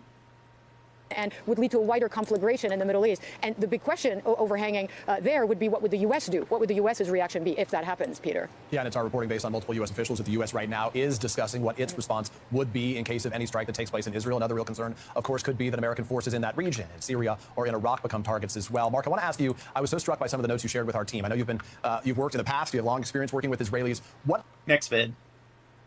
But first, U.S. officials say Iran is on the brink of launching an attack on Israel. A direct attack on Israeli soil would be a major escalation in an already tense region. Israel's war with Iranian-backed Hamas has lasted more than 6 months. Iran had promised to retaliate for a strike nearly 2 weeks ago that killed multiple Iranian military officers in Syria. Iran blames Israel for that strike. The U.S. is watching closely. They were Iran militants, and Iran's going to attack them. So what if it was necessary? They were there strategizing how to, like, attack Israel. And President Biden has issued a warning. Here's CBS News senior White House correspondent Weijia Jiang. A U.S. official tells CBS News that the size of the planned attack aimed at military targets in Israel has grown in recent days. It could include more than 100 drones, 150 cruise missiles. They already went over all the stuff. Yeah, but I didn't pay attention the first time. So, well, take some Adderall. Against travel to Israel. The State Department is warning American diplomats not to travel outside Tel Aviv or Jerusalem, while the UK has advised citizens to leave Israel if they can. Deborah Patta is in Tel Aviv. This was the night sky over northern Israel last night after Hezbollah fired a barrage of missiles. Fireworks! The Israeli Defense Force says most of them were intercepted and there were no injuries. And this morning, Israel retaliated by Why are they striking a Hezbollah intercepting the military post fireworks? in southern Lebanon. I don't know. I don't get it. Because they're just trying some to have a good Israelis time. might get hurt. Because of Striking fireworks? a Hezbollah military post in southern Lebanon. Israel remains on high alert for a possible Iranian attack, but in Tel Aviv there was little evidence of the tensions. This, after all, is a country used to war. But if there's a direct attack by Iran resulting in mass casualties, this could significantly escalate the conflict, former Mossad official Sima Shine told us. Is this the most worried you've been? Yeah, I think this is the most worried. I think it's on both sides, in Israel and in Iran. You know, at the end of the day, no one wants a full-scale regional war. For Prime Minister Benjamin Netanyahu, the focus on Iran has diverted attention away from his plans to invade Rafah, where more than half of the 2.3 million Palestinians in Gaza have sought refuge. Yesterday, leaflets were dropped over Rafah calling on Palestinians to provide information on the hostages who've been held captive in Gaza for over 6 months. We want a deal. We're exhausted. Yeah, so you have their neighbors, like in Lebanon, Syria, and stuff, that are kind of butting heads with them. And of course, Hezbollah's there. But now Iran might get involved, and then there's the Hamas militant. So it's kind of turning into a three-front war for Israel. Said Shirokida, we want peace for everyone. And everyone living in this tent city is terrified that if there is an invasion of Rafah, they will have nowhere else to go.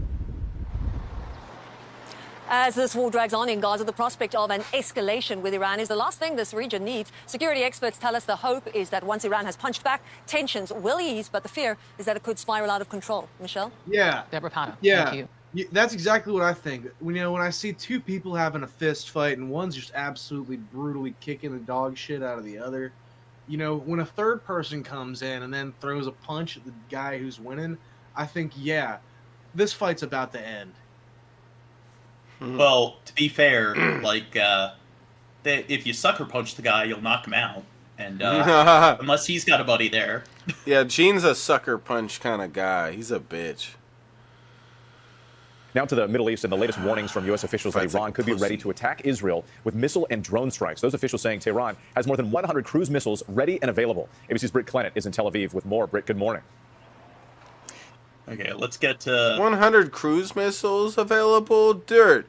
They almost play Call of Duty as good as Danny. Holy shit. That's good. That's good. They got some strafe. I mean, they're still not on Danny's level. About a major development in the Middle East. Just a short time ago, Israeli officials confirmed that Iran has launched dozens. So this has happened just a few hours ago. Of weaponized drones at targets inside Israel. U.S. officials also confirmed the attack has begun. The move fulfills Iran's promise to retaliate against Israel, accusing it of bombing Iran's embassy in Syria earlier this month. The attack killed several top military officials. Right now, President Biden is rushing back to the White House from Delaware for meetings with his national security team. Just yesterday, the president once again vowed to support Israel against an Iranian attack. And the U.S. has warships in the region to protect Israel and American forces there. Let's get right to Richard Engel in Jerusalem. Richard, weaponized drones, these could take some time to reach Israel. This is a slow-motion attack that Israeli officials say is underway right now. They say that the drones were launched from inside Iranian territory. They need to travel from Iran all the way to Israel, and that could take many hours. It's unclear what kind of drones they are, how fast they are flying, but the expectation in this country is that it could take 4, 5, or even 6 hours before they enter into Israeli airspace, making it quite easy for Israel to shoot them down. Israel has been prepared for this. So, what do you think? Do you think they're like Iran, their military and stuff is just that incompetent, or do you think they have? Are those drones supposed to be like a distraction? This kind of attack. The Israeli intelligence community has been issuing warnings. The U.S. has beefed up its defenses. The commander of CENTCOM is here. Diplomatic personnel from U.S. embassies have been told not to leave major cities, including Jerusalem and Tel Aviv. But the big question is, are these drones on their way now to Israel, according to the Israeli military, the only part of this attack? And in a statement that was televised here in Israel, a military spokesman said that this attack is underway, that the Israeli public should take it seriously, that if the air raid sirens do go off, suggesting they might not go off if these drones are destroyed before they enter Israeli airspace, that people should take cover, stay there for at least 10 minutes, and that if there are other attacks, that the public will be informed. Richard Engel in Jerusalem, thank you very much. That concludes this NBC News special report. We will have much more on our streaming network, NBC News Now. Good evening, I'm John Yang. Tonight, Iran's much-anticipated attack on Israel is unfolding slowly. Israeli Army spokesman Rear Admiral Daniel Hagari says dozens of drones have been launched from Iran and were most recently seen over northeastern Iraq. Did he say much anticipated? I don't know. It just comes off like, yeah, everybody's just been waiting for this new album to drop, this highly anticipated attack. Well, it gives us something to watch. Mm-hmm. Yeah, that is weird language to use for that. Like, highly anticipated is something I think of as like he's saying, like something nice and cool that's coming out. Like, oh my God, there's this new phone coming out. Or something like that. It's like, oh, there's this new fucking bombing happening where a bunch of people are dying. Oh, we're so excited. What? I mean, just gonna, I guess, add more action to the news and stuff. I mean, yeah, action to our lives. Our boring lives. For several hours. Israel's been on high alert for days. Military defenses have been beefed up. Israeli airspace is now closed. And officials closed schools for tomorrow, the beginning of the Israeli school week. In Washington, President Biden cut short a weekend at his Delaware beach home. The kids are probably like, yes, no school. To the White House to meet with national security officials. U.S. and Israeli intelligence have been warning for days that Iran was preparing an attack. They say it was in retaliation for a suspected Israeli strike on an Iranian diplomatic building in Syria, which killed senior Iranian. What if? Against Okay. this backdrop, Iranians. I still want to do this, Gene. I want to like do a thing where I like burn an American flag, and then I just go through and just burn them all. What do you think, Gene? And then I can burn a Bible, like for a YouTube video. You know, I could do it to like celebrate 100,000 subs. If I hit 100,000 subs, I could be like, "Hey guys," and burning every country's flag. Burning every country's flag, and then I'll burn like all the main big religions. Maybe for the books, the 24-hour stream, that could be one of the goals once we meet. Yeah, every $50 we burn another thing. It's like, yep, there's another flag. Maybe Yay! Like, when we get to $100, you'll go out and film yourself like burning a bunch of Bibles and U.S. flags. Yes. This is what's gonna get me to 1 million subs after the 100,000 sub mark. Just don't light your house on fire. Well, I'll probably do that. That's probably why the main reason it's gonna blow up the video and stuff. Probably not even the other stuff. Yes, an Amazing Atheist did some stuff like that, but who cares? Shut up! Don't bring that up. Special forces seized a cargo ship indirectly owned by an Israeli-born billionaire. Iran said it was taking the ship to their territorial waters. A Mideast defense official shared cell phone video appearing to show commandos rappelling from a helicopter. The ship's operator says it has a crew of 25. It happened in the Strait of Hormuz, which connects the Persian Gulf. Now, we've been seizing ships from, like, Russia. Yachts from, like, Russian oligarchs, billionaires. So, I mean, this is another example where, like, oh, God, they're overstepping. They're seizing a ship from Israel. And we're kind of doing the same thing. I mean, we kind of all agree that Russia, for the most part, is on the wrong side of history, attacking Ukraine. But you could easily argue that Israel is on the wrong side of history, what they're doing in Gaza. So why is it okay for us to seize ships from, I don't know, oligarchs of some kind of corrupt government, but then why is it wrong for them to do it? Gulf and the Gulf of Oman. On Friday, the ship had been seen off the coast of Dubai. Israel says it's an act of piracy and has called for sanctions. And tensions were high on the west. Yes, we got to sanction them. Is it turned up all the way on your end? Found the body of Just wondering. Yeah. Okay. Everyone that's here, if you haven't yet, make sure to hit the like button on this stream. Right now I'm seeing like 17 likes. If we could get to 25 likes, I'll take another dab for that. So everybody hit the thumbs up button on this stream. If you don't see how to give this stream a like, if you look in the top right corner and you see 3 white dots, just click the 3 white dots and you should be able to give this stream a like. Do it. A missing 14-year-old Israeli boy who the military said was the victim of a terrorist attack. It was his disappearance that sent Israeli settlers rampaging. There's the T word. Wait, let's hear. What was the terrorist attack? And tensions were high on the West Bank. The Israeli army found the body of a missing 14-year-old Israeli boy who the military said was the victim of a terrorist attack. About all those kids. So there are so many examples. Like, we covered that video when Shab wasn't here because he was too busy with Fortnite, where they were going in and like stealing. They were filming and putting on TikTok, but they were raiding, pillaging people's houses. There's been scenarios where they're like ganging up on people and beating the shit out of unarmed like Gazans. There was the Flower Massacre, where they killed like 100 people. And you see plenty of examples. Like, there's a guy throwing rocks at, like a tank, and they just shot him and killed him. It was, like, an older man. And it's just, okay, like, it's wrong that they killed this boy, but how come we always call it an act of terrorism when it's, like, I don't know, some, like, Islamic faction or nation or militant group, but then when the IDF does it, why don't we call it terrorism? Well, if I could be the devil's boopikit here, all right? Yeah. I don't think they said that. I think they said that it was a terrorist that did this act. I don't think they called it a terrorist act in this news thing we just watched. I don't think they called them killing the kid a terrorist act. Yeah, but they're saying, well, not a terrorist act, but they're saying the terrorist did it. Yeah. And I'm saying that whatever.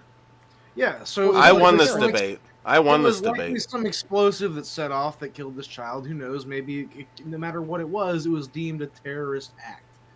So, was it? Yes, they said it called a terrorist act. Okay, maybe I misheard then, or maybe I won this debate. I don't know. Whatever. That said Israeli settlers rampaged in Palestinian villages yesterday. How setting about homes on fire? How come when Israel drops one bomb and tens, big handful of children die? How come that's not a terrorist attack? That's just a regular old attack. Well, people. Oh, go ahead. I was just saying. I guess that's a regular old attack. But people will make the argument, oh, well, that's like people dying in the crossfire, military like warfare. But it's like, what about cases where it's clearly an unarmed like kid, or it's people that clearly they're not militants and like Israeli soldiers are killing them. And there's like plenty of data that shows that they're purposely bombing certain like civilian areas where like there's no sign at all that there are any Hamas militants there. So when they're purposely killing civilians, and there's plenty of cases where you're in denial, you're just white knighting Israel if you say that there aren't plenty of examples of them going out of their way to kill civilians. Like, that definitely, you can't make the argument there that there are people dying in the crossfire. They're being murdered. And it's like, why isn't that an act of terrorism? They're angry and mad over the October 7th attacks. So it's just, well, maybe it's not to incite fear. It's out of anger and stuff. So maybe that's why it's not considered terrorism. Gotta love semantics. Definitely the Palestinian people aren't angry at all. Yeah. Palestinian man and wounding more than 24 others. The unrest continued today, and Israel has sent more troops to the area. In Australia, a lone attacker stabbed 6 people to death at a popular Sydney. Oh, I actually have videos on that, but you gotta love spoilers, guy. Yeah. Direct attack from Iranian soil towards the state of Israel. Breaking now, Iran has launched more than 100 drones toward Israel. That's according to military officials. It comes after Tehran vowed to retaliate for Israel's attack on Iran's embassy compound in Damascus. The Biden administration expects Iran will also launch dozens of cruise missiles and dozens of ballistic missiles targeting Israel. Officials say the U.S. is prepared to help defend the state of Israel. President Biden is meeting with principals of the National Security Council today. The administration is not expecting Iran to target any U.S. assets in the region. Oh, here's the light show.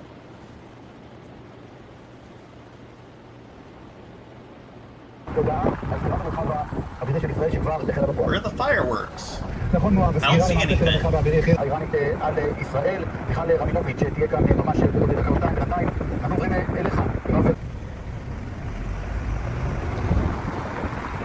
Oh, here we go.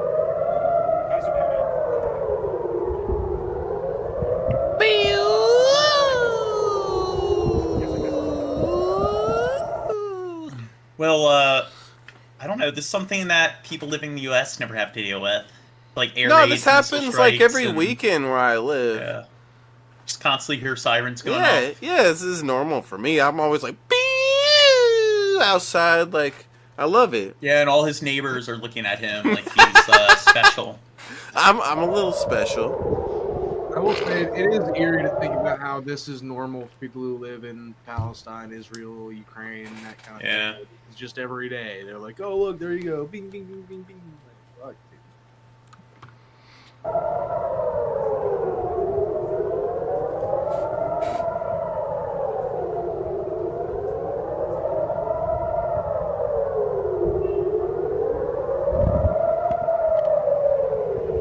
Next vid. Welcome back to CBS News. I'm Lana Zach, and we continue to monitor Iran's retaliatory strike towards Israel. U.S. officials say that the U.S. military has shot down some missiles that were headed towards Israel, and we continue to monitor. The U.S. is there. Our folks on the ground, the situation in Tel Aviv, Israel, where you can see fairly clear skies, not a lot of reports of sirens or activity there. We have heard from our Robert Berger, who is in Jerusalem, that they have seen something more similar to what you see in Bethlehem. That happened just moments ago. Those shooting stars as they appear in the sky, activity from the Iron Dome that's trying to take out. I think it's a bunch of Western propaganda. I think these literally are shooting stars. And they just filmed it, and then they like edited in a bunch of siren like sounds and everything. What a bunch of bastards! It's UFOs, Gene. They don't want you to know you're living in Star Wars right now, Gene. Iran's Well, I guess territory. the drones are, well, I guess they're identified flying objects. No, Jane, that's a TIE fighter. They're IFOs, not UFOs. That is significant because it has never before happened, as we understand it, that Iran has directly attacked Israel. I want to bring in Charles Faint now for additional analysis. He is the chair for the study of special operations and deputy editorial director for the Modern War Institute at West Point. Thank you for being with us. So, first of all, what is your first reaction to these strikes? And when you see these images, tell us what you understand is happening. Like, I was excited. Hey, Lana, thank you. Yeah, it was this is, much as you mentioned, anticipated. an situation with the attack directly coming from Iran. In my experience, first reports on things like this are often highly erroneous. So I think it's smart for the world to wait until dust settles a little bit to see not only what was targeted, but more importantly, what was struck. This was an interesting move by Iran. The flight time, 4 to 6 hours for these missiles and drones in some cases, gives a lot of time for those weapons to be intercepted. And that might have been... See, like, they did not expect anybody, like, any of these drones to get through. They're moving so slowly and everything. It's taking them hours to get there. This is an act of terrorism. They're just doing this so the sirens go off to incite fear on the Israeli people. Like, any moment, they could be struck by ballistic there's missiles. launched, and it took 48 hours to get there? That's how Not long 48. Didn't they say 48 hours? I think it took like they were saying 4 to 8. 8 hours. Okay. That's still a long Iran's time, intent but and I thought it was have this huge 48. show of force as a deterrent to future Israeli and U.S. military operations. However, if they were to time this attack with something massive from Hezbollah, who has, as we know, thousands of rockets, that could be a devastating and overwhelming situation for Israel with Iron Dome and other missile systems in the area. So it'll be interesting to see in the literal light of day in the coming days. That's what I think the drones are there for. I mean, because they're moving at a pretty slow pace where they can be detected. It's like they're probably there to eat up the resources of the Iron Dome. It can only shoot down so many objects at once. So they're probably there just to eat up the fire so ballistic missiles can get through. What was targeted, what was Luke struck, and Skywalker can get the opening to get into the Death Star. You got to find that perfect niche moment when right between the Iron That's Dome. a very bad It's the greatest, Gene. Look, it's Star Wars. It's not an analogy. It's reality. It's happening right there. Yeah, you don't know shit about Star Certainly want Trek. to talk to Fuck you more you, about Gene. Israel's potential. Dude, Shab, the only 2 Star Wars films he's seen are the 2 Ewok movies. He's never seen the first 3 Star Wars films. Yeah, those are his favorite Star Trek movies. Yeah. Yeah, it's true. I love action, them. but I want to follow up on Battle something of Endor. that you said about the potential for additional attacks from Hezbollah or another proxy for Iran. We received that statement from the Iranian mission to the United Nations saying that the matter is now concluded. Do you take them at their word on that? So this was a course of action that a lot of security analysts predicted might happen. Iran had to, in their opinion, do some type of big response to this action by Israel. So by doing this and then saying it's over, basically taking their ball and going home, they're signaling that it could be a de-escalation. But as we often say in the military, the enemy has a vote, and Israel will also decide how to respond to this attack on their homeland. And that could take any number of forms. We could see assassinations inside Iran. We could see mass... Well, I mean, you could argue that, hey, if they kill Israeli citizens, the citizens shouldn't die based on the acts of the government. But here's the thing. These Israeli citizens, they elected Netanyahu into office. So they're all partially responsible. They're cyber attacks, we see airstrikes. Exactly. All options are on the table for Israel, and a large part of that, Lana, will depend on how successful these Iranian strikes were against Israel. And Charles, given the point that you were making initially, that they were already at the ready. The supreme leader of Iran had telegraphed that they were going to take retaliatory action, that what they chose to launch, at least from what we've seen so far, were some of these slower moving drones that took, as you said, between 4 and 6 hours to make it to Israeli airspace. And many of which, yes, 46 hours. Many of those were actually shot down en route to Israel, not only by the United States, but also by Jordan. What do you think a likely response from Israel could look like if the damage is not in fact severe? So any number of things could happen. I think at a minimum, we would see some cyber attacks, something to deliberately and directly target the regime. I don't think that future strikes against the IRGC are off the table from Israel, especially with the most recent one that they did. The main individual that was targeted was admitted by Iran to be one of the chief planners of the October 7th attacks. So those things will continue. What we'll also see is things that we've already seen from Iran, the seizing of a merchant vessel in international waters today that was affiliated with a wealthy Israeli. And that's a further signal of their ability to impact world markets. So it'll be interesting to see what develops between these two nations, Lana. Yeah, that action taken in the Strait of Hormuz. Next vid.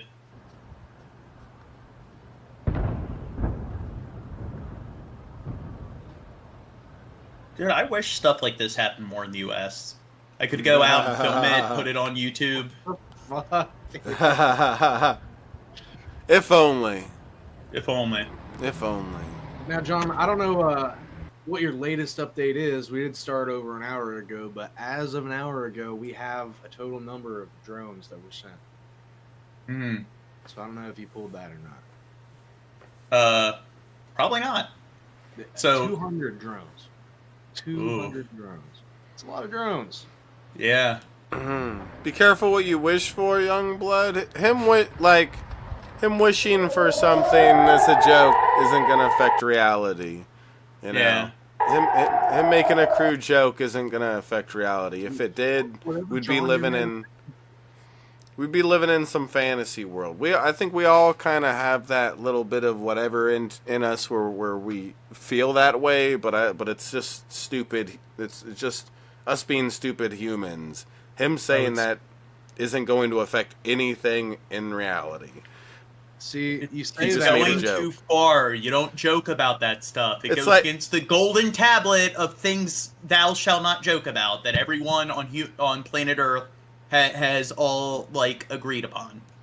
Y'all are laughing now, but when the drones start coming for America before the stream ends, we'll see who's smiling. Whoa! Okay, everyone that's here, make sure to hit the like button. Give the stream a thumbs up.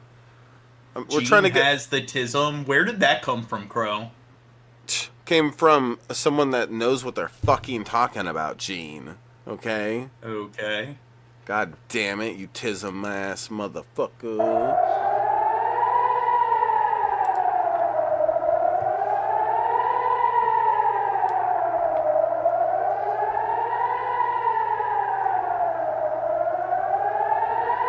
That building looks neat. I like the way that's built. You see Isn't on that the kinda screen cool? right now some of that activity that's happening over Israel. These are shots of Bethlehem and the skies over Bethlehem late in the evening into the early morning hour. Phone in the air raid single, fucking trying to do it for the vine, bro. Hell no. My ass would be ducking and covering and taking shelter. Dude, I would out there. I'd be live streaming or like just chilling out there. What's going on, you guys? Yeah. Like when a bomb hits, I'd rush over to that area. Be like, "Look what happened, guys! Oh my gosh! There's some content over here. I could barely breathe. Look at it. It's so crazy, guys. That looks like a body. Let's get it. Oh my god! Let's get it up close. Yeah, I'll do like Logan Paul with it. Whoa! Look at the guy. Whoa! He's dead, man. The weekend at Bernie's. Bro, the body. Bro, people die, man. For that reporting from Tehran. Hamda Salhoud joining us from Tel Aviv. Hamda, what are you hearing on your end? Samir, hi. There is active interceptions happening here in the skies over Tel Aviv. There are sirens ringing all over Israel. There are projectiles flying in the sky, but it is a little bit difficult to point out what it is. There are explosions happening right there up. Our cameraman is getting those shots for you, but there are sirens blaring all over Israel, and it looks like there is air defense that is also coming from the opposite direction as well. Where we're standing, we have not yet heard any sirens just yet, but there are flashing lights. As you can see, active interceptions right now. Projectiles here falling from the sky behind these clouds. It's quite an active situation. There have been a lot across the country, but there are also other air defenses that are near other airfields for this type of reason specifically. And the Israeli army said that they would deploy those resources when it came to a situation like this. The Israeli army has never been faced with this type of weaponry that has entered its airspace, and as a result, they have closed their airspace. They have landed all civilian flights. The airspace is completely closed. There was roars of Israeli fighter jets in the air earlier in the evening, and it's part of this multi-layered defense mechanism that they're talking about in order to shoot down these drones and potentially these ballistic, perhaps cruise missiles. Did you say that, in the last hour, the U.S. has deployed drones? Because this has been going on in the last several hours. No. Iran deployed 200 drones to Israel. Yeah, that's what we've been covering. Yeah, that's what. But I didn't know if you had a number or a figure on how. Well, they stated it earlier. 200? Like 100, 200, yeah. That are also coming. That's why you asked, Gene. Pay attention. Hamda, we're also hearing, and this is according. Trying to get the facts out there, Gene. You dumb need to pay bitch. attention. You need to pay attention.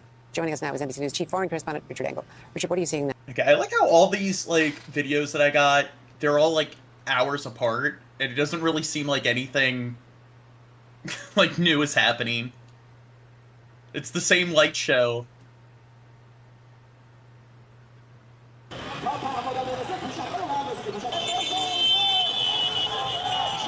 Here we go. celebrating.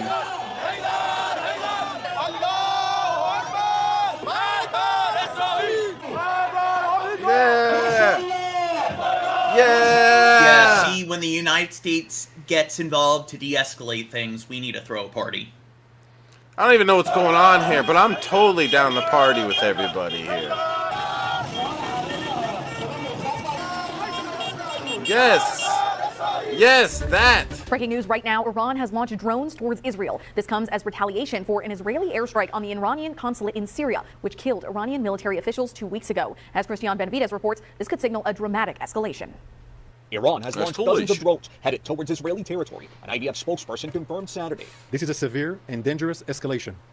Our defensive and offensive capabilities are at the highest level of readiness, ahead of this large-scale attack from Iran. Earlier, Prime Minister Benjamin Netanyahu, in an address to the nation, said, "Our defense systems are deployed. We are prepared for any scenario, both in defense and attack." U.S. officials believe Iran's attack could include more than 100 drones, 150 cruise missiles, and even ballistic missiles used for long-range strikes. President Joe Biden, who was in Delaware for the weekend, cut his trip short to head back to the White House to meet with national security officials, despite recent disagreements over its response in Gaza. At a press conference earlier this week, the president said the U.S. stands with Israel. We are devoted. I love how he walks. We will support Israel. We will oh my God! To go back to Grandpa walking. Go back to that. Look at Chad being ageist. Earlier this week. Yeah, right. Like no. Back more. We gotta watch Grandpa. If he's not careful, he might fall. In Delaware for the weekend. Here's Grandpa walking by to meet with national security officials, despite recent disagreements over its response in Gaza. Look at me. At a press conference earlier this week, the president said that I'm gonna go into the other room. He does look like a silver alert. He looks like an old ass man that has a. I don't know. I'm such a dickhead. He looks like he's been in a Alzheimer's home for 5 years. Yeah. He's wandering into the neighbor's house right now or something. Oh, watch over. Gets lost in the garden, and the Secret Service, they need to declare a code silver. Code silver. The president's wandered off again. We are devoted to the defense of Israel. We will support Israel. We will help defend Israel, and Iran will not succeed. Iran is looking to retaliate after an airstrike on the Iranian consulate in Syria 2 weeks ago. 7 military officers were killed. General Frank McKenzie, former head of Central Command, says there's real concern an Iranian attack could lead to wider conflict. If there's a significant mass casualty event inside Israel, then I think the possibility of escalation is very, very high. Israel has limited gatherings and is recommending its citizens to stay near safe rooms and shelters. Christian Benavides, CBS News. Officials across the country are reacting to this attack. Within the last hour, Governor Sarah Huckabee Sanders sharing her support for Israel on social media. This is a CBS News special report. I'm Weijia Jiang in Washington. A major new escalation in the Middle East. Tonight, Iran launched an unprecedented attack on Israel. It involves dozens of drones launched from Iranian territory. A first. This is in retaliation for Israel's bombing of Iran's consulate in Syria earlier this month, which killed a number of senior leaders of Iran's Islamic Revolutionary Guard. Earlier today, Israel shut down all school activities in anticipation of an attack. Yes, no school. Okay, doesn't seem like anything new is taking place with this, so it's kind of odd that I try to get videos where one 5 minutes ago, one 4 minutes ago, or 5 hours, 4 hours, 3 hours, in descending order, in order to see hey, what's progressed, but yet they're all the same story.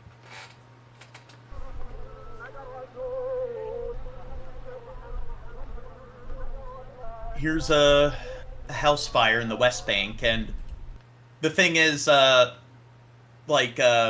attacking Hamas is in Gaza. So the other half of Palestine, which is not connected to Gaza, is the West Bank. What's that? You know what I mean? Shut the fuck up. But Whoa, wait, who's this guy right here where Shabisky used to be? I mean, that kind of looks like Shabisky, but the Shabisky I know wears his hat backwards. Whoa, who's this guy? Who's this handsome young fella? I'm called Vanilla Ice. Yeah. I'm one of those dumb rapper motherfuckers. That's me. Dumb ass baby. Oh wow, Shab, you should have seen these two fucking weirdos who were just... Yeah, Shab's doppelgangers.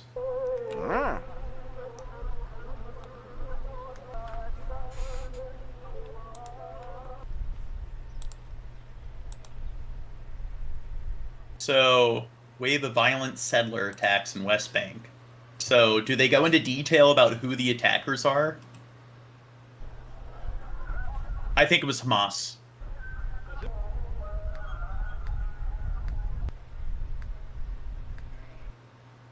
It's great coverage. Yeah, that one really wasn't much for there. Yeah.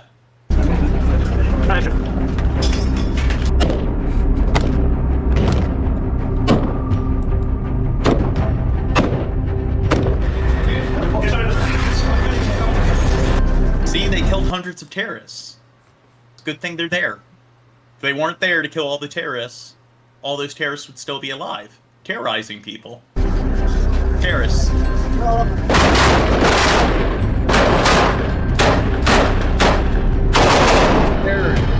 Yeah, now 500 terrorists are dead.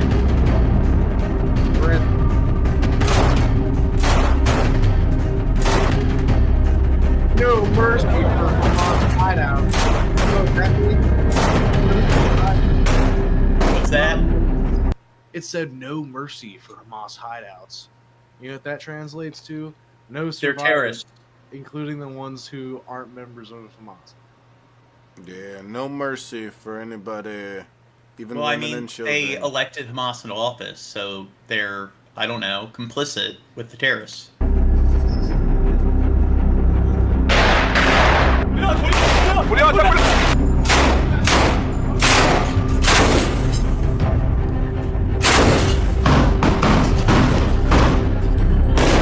I mean, see, if they just dropped a bomb in the region, they could kill them all. Well, they could kill them off, like, in one go and stuff, so I don't know. They seem to be putting a lot of their soldiers' lives at risk.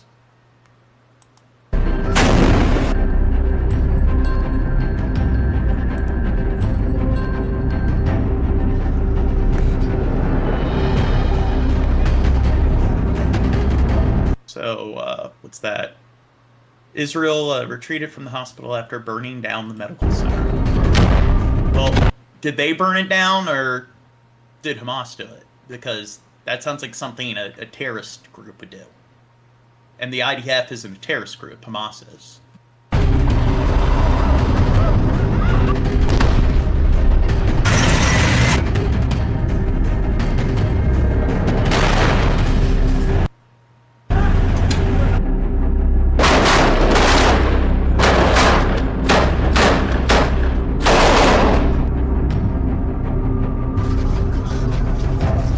Wait, I think I've seen this. Yeah. This footage of the guy walking right here that we've seen it like 10 times. I think I may have seen this. Yeah, he's a Hamas militant. He's a terrorist. It's just they like to reuse the same footage over and over again.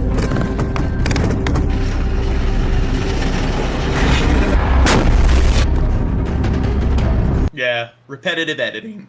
Oh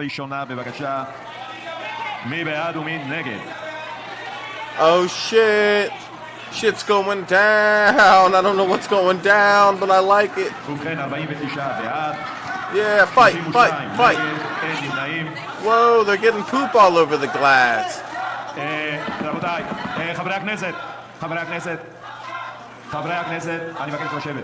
Why was their hands so messy when they wiped it against the glass? Because they're engaging in an act of terrorism. They were eating some popcorn for butter. They got poo-poo on their hands. They got diarrhea on their hands. Smear yellow paint in Parliament as they... Which Parliament? No, I think it was diarrhea. Israeli Parliament. Israeli protesters and Israeli أنا وصل رسالة للعالم. أنا كنت أتفرج عليك إنه أنت كنت توصل رسالة للعالم إنه كنت توصل رسالة للعالم وصل لي رسالة إنه أنا بدي أسافر بدي أتعالج أنا مريض أنا حالتي صعبة بدي أسافر زي ما بتوصل رسالة للعالم. أنس الجزيرة أنا كنت أتفرج عليك أنت كنت تقول أنس الجزيرة شمال غزة كنت توصل رسائل للعالم وصل لي رسالة واحدة إنه أنا بدي أسافر برا بدي أتعالج بس لو إنه تذكرتين أنا ووالدتي نسافر برا. إيش صار معك؟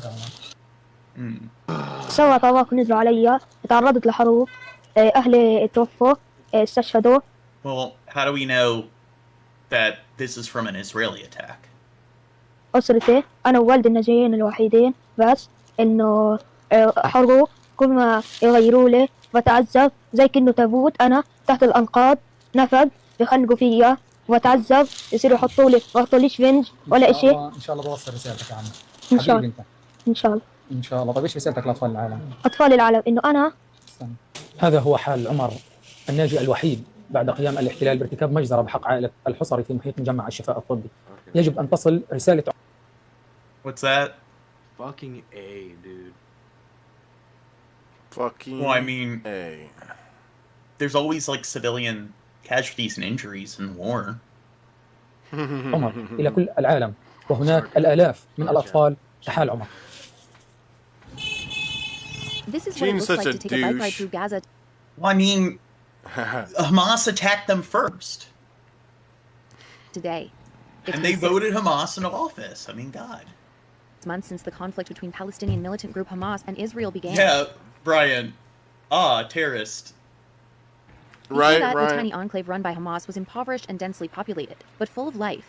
Reuters took bicycle rides along Gaza's ruined streets to gauge the destruction left by Israeli strikes, launched after the October 7th Hamas attack. A young boy sits on a pile of rubble holding a broken mirror in northern Gaza. People walk carrying bags of food amongst the destroyed buildings in Gaza City. And men sell desserts on a crowded street near the border in Rafah. Israeli airstrikes have killed more than 33,000 people in retaliation for Hamas's attack on Israel, which left 1,200 dead and more than 200 people taken hostage, according to Israeli tallies. Over 2 million people lack medicine and food, and the United Nations has warned of a looming famine. Many live in shelters or tent cities after moving from one part of the enclave to another, trying to escape the relentless bombardment. Israeli officials say they have increased aid access to Gaza, but that they are not responsible for delays. They say it's the responsibility of the UN and humanitarian agencies. Israel has also accused Hamas of stealing aid, a charge Hamas denies. The Israeli military says. Well, I mean, hasn't Israel been stealing aid? They were trying to get like chocolate through, and it's a luxury item. All these starving like children and stuff who are malnourished, who are fucking skeletons, they don't need these luxury items. It has dismissed 2 officers and reprimanded 3 others after deadly airstrikes on aid workers in Gaza. Fox's Greg Palcott with more from London. The Israeli military took steps on Friday to hold itself accountable for the deadly strike on aid workers earlier this week. 2 officers have been dismissed and 3 others punished following drone attacks that killed 7 workers delivering food to starving civilians. Hamas and its allies say it was a deliberate attack, but in a new report, Israel found it was a, quote, grave accident. Mistake stemming from a serious failure, and the entire decision-making process will now be re-examined. Why did you pull the trigger thinking this was Hamas? It was a mistake when they shot and killed 100 people who were swarming these aid trucks and stuff because they're starving. That's a thorough investigation done by a values-based organization that is holding oopsie Excuse me. to a very I high know standard. we're all adhering to the Geneva Convention and whatnot, but have you read the oopsie clause? They call it the oopsie loophole. Actually, they didn't make a mistake. Hamas did it. It was released just hours after Israel's Security Cabinet approved a series of immediate steps to increase the flow of humanitarian aid. The Biden administration welcoming that announcement while also remaining skeptical about conditions at the Gaza border. These are positive developments, but the real test is results. And that's what we're looking to see in the coming days and in the coming weeks. The report and the increase in aid shipments could be part of a broader push by Israel to soften its stance in Gaza following a series of public disagreements with the White House, which is now floating the idea of decreasing military assistance to Israel. Yes, DLC. Shabisky did it. We need to see certain changes, and if we don't, then we'll have to consider changes to our own policy. But it's not about leverage. CIA Director William Burns is expected to travel to Cairo this weekend for a new round of talks regarding a ceasefire and the release of hostages. In London, Greg Palcott, Fox News. April 1st, 2024 will forever be remembered as a night of bloodshed and horror for Mohammed Zanin. In this exclusive NBC video, obviously this isn't the World Central true. Kitchen employee at the Al-Aqsa Martyr Hospital in Deir el-Balah. Obviously this isn't true. It happened April 1st. This is obviously a troll. Okay. Goes from body to body, his voice shaking into a cell phone. It's a The foreigners, joke. all of them are dead, he cries. He recognizes Palestinian Saif Abu Taha. He was my friend. Passports on the bodies of the deceased identify the victims of the Israeli strike on the relief convoy, including Australian national Zomi Frank. You might think it's weird that they're recording a moment like this, but it's actually Ashton Kutcher, and this is the... Dude, everyone tell me in the chat, am I a douchebag for making jokes like that? Go ahead. Yeah, you don't joke about this stuff. Go ahead. This is serious. You're not allowed to joke about this. In the same way E equals MC squared, or like force equals mass times acceleration, everyone knows that what you're doing goes against the proof. It goes against this objective, unequivocal, like law of reality. Lol. This is stuff thou shall not joke about. You tell him, Jane. Exactly. Much of the footage is too graphic to show unblurred. The injuries so catastrophic, there was no hope for the victims. The following morning, our cameras follow the bodies as they're transferred south to Rafah. Allahu Akbar. The prayer for the dead, the look of consternation and disbelief on the faces of the relief workers. How could this happen? World Central Kitchen says they had told the IDF where they were and that their vehicles were clearly marked. No one expected this. Mohammed Zanin helps load the bodies of the 6 foreign nationals onto separate ambulances. Their names handwritten in both Arabic and English on plastic tarps. Damien reads one, Jacob reads another. Their passports in a Ziploc bag, one damaged by the force of the explosion that obliterated their convoy. The vehicles cross into Egypt. How pale are the humanitarian workers? Because, I don't know, their skin's the wrong shade, then maybe, you know what, they were just undercover Hamas militants. Disguised as aid workers. Border gate that has not allowed nearly enough aid in, and that made the world can't. No. Central Kitchen see deliveries necessary. A final mission that cost 7 dedicated humanitarians their lives. Hala Garani joins us tonight from Jerusalem. Hala, as far as assignments go, it doesn't get more grim than what Mohammed had to do there. IDing his co-workers after that attack. He was there every step of the way. Has he spoken out? Is he still working? I mean, his name's Mohammed. Amid this dark time for the World Central Kitchen?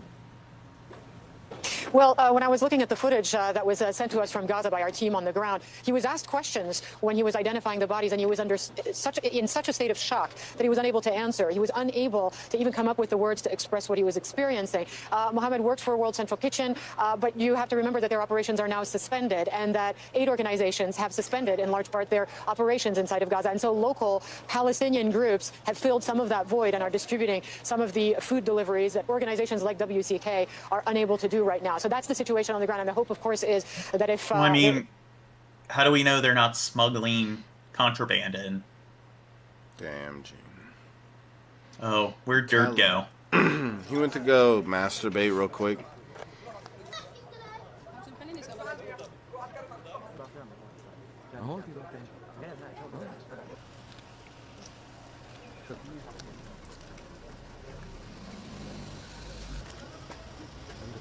I don't know. Like, this shot doesn't look that bad. It's like they got plenty of like intact civilian infrastructure. انتهت انتهتوا من تحت ضربكم جماعة أولاد جماعة إسبانيا كل هذا الحيط والحيط الخارجي بيحمانا من الرصاص طلع الرصاص يضربوا عليك يضربوا عليك. حملات الاعتقال طالت حتى الآن حوالي 8000 مواطن من الضفة الغربية والقدس وال48. طبعا عملية الاعتقال نفسها تخللتها أعمال وحشية، أعمال عنف وحشية طالت الأسير وأسرته. Star subscribe. Thank you, Star. Ooh, 811 subscribers. No, 812 now. But also, let's get the 25 likes, guys. At 25 likes, I'm going to take an extra dab. So everybody hit the thumbs up button. Give this stream a like.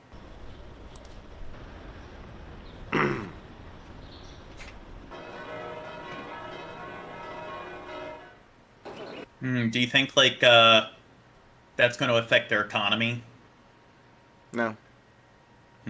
What did it say? The figures. It says a third of businesses in the territory have either closed or reduced production, or a third of jobs have been lost. Daily losses run to 25 billion. So, yeah. I believe during the Great Depression, it was something like 15% of, like, the country was, like, unemployed. So this is 1/3. Or that works. So that's something where a lot of people might think, like, oh, it's only 1/3. That's pretty significant when you're talking about, like, how much it affects a country's GDP.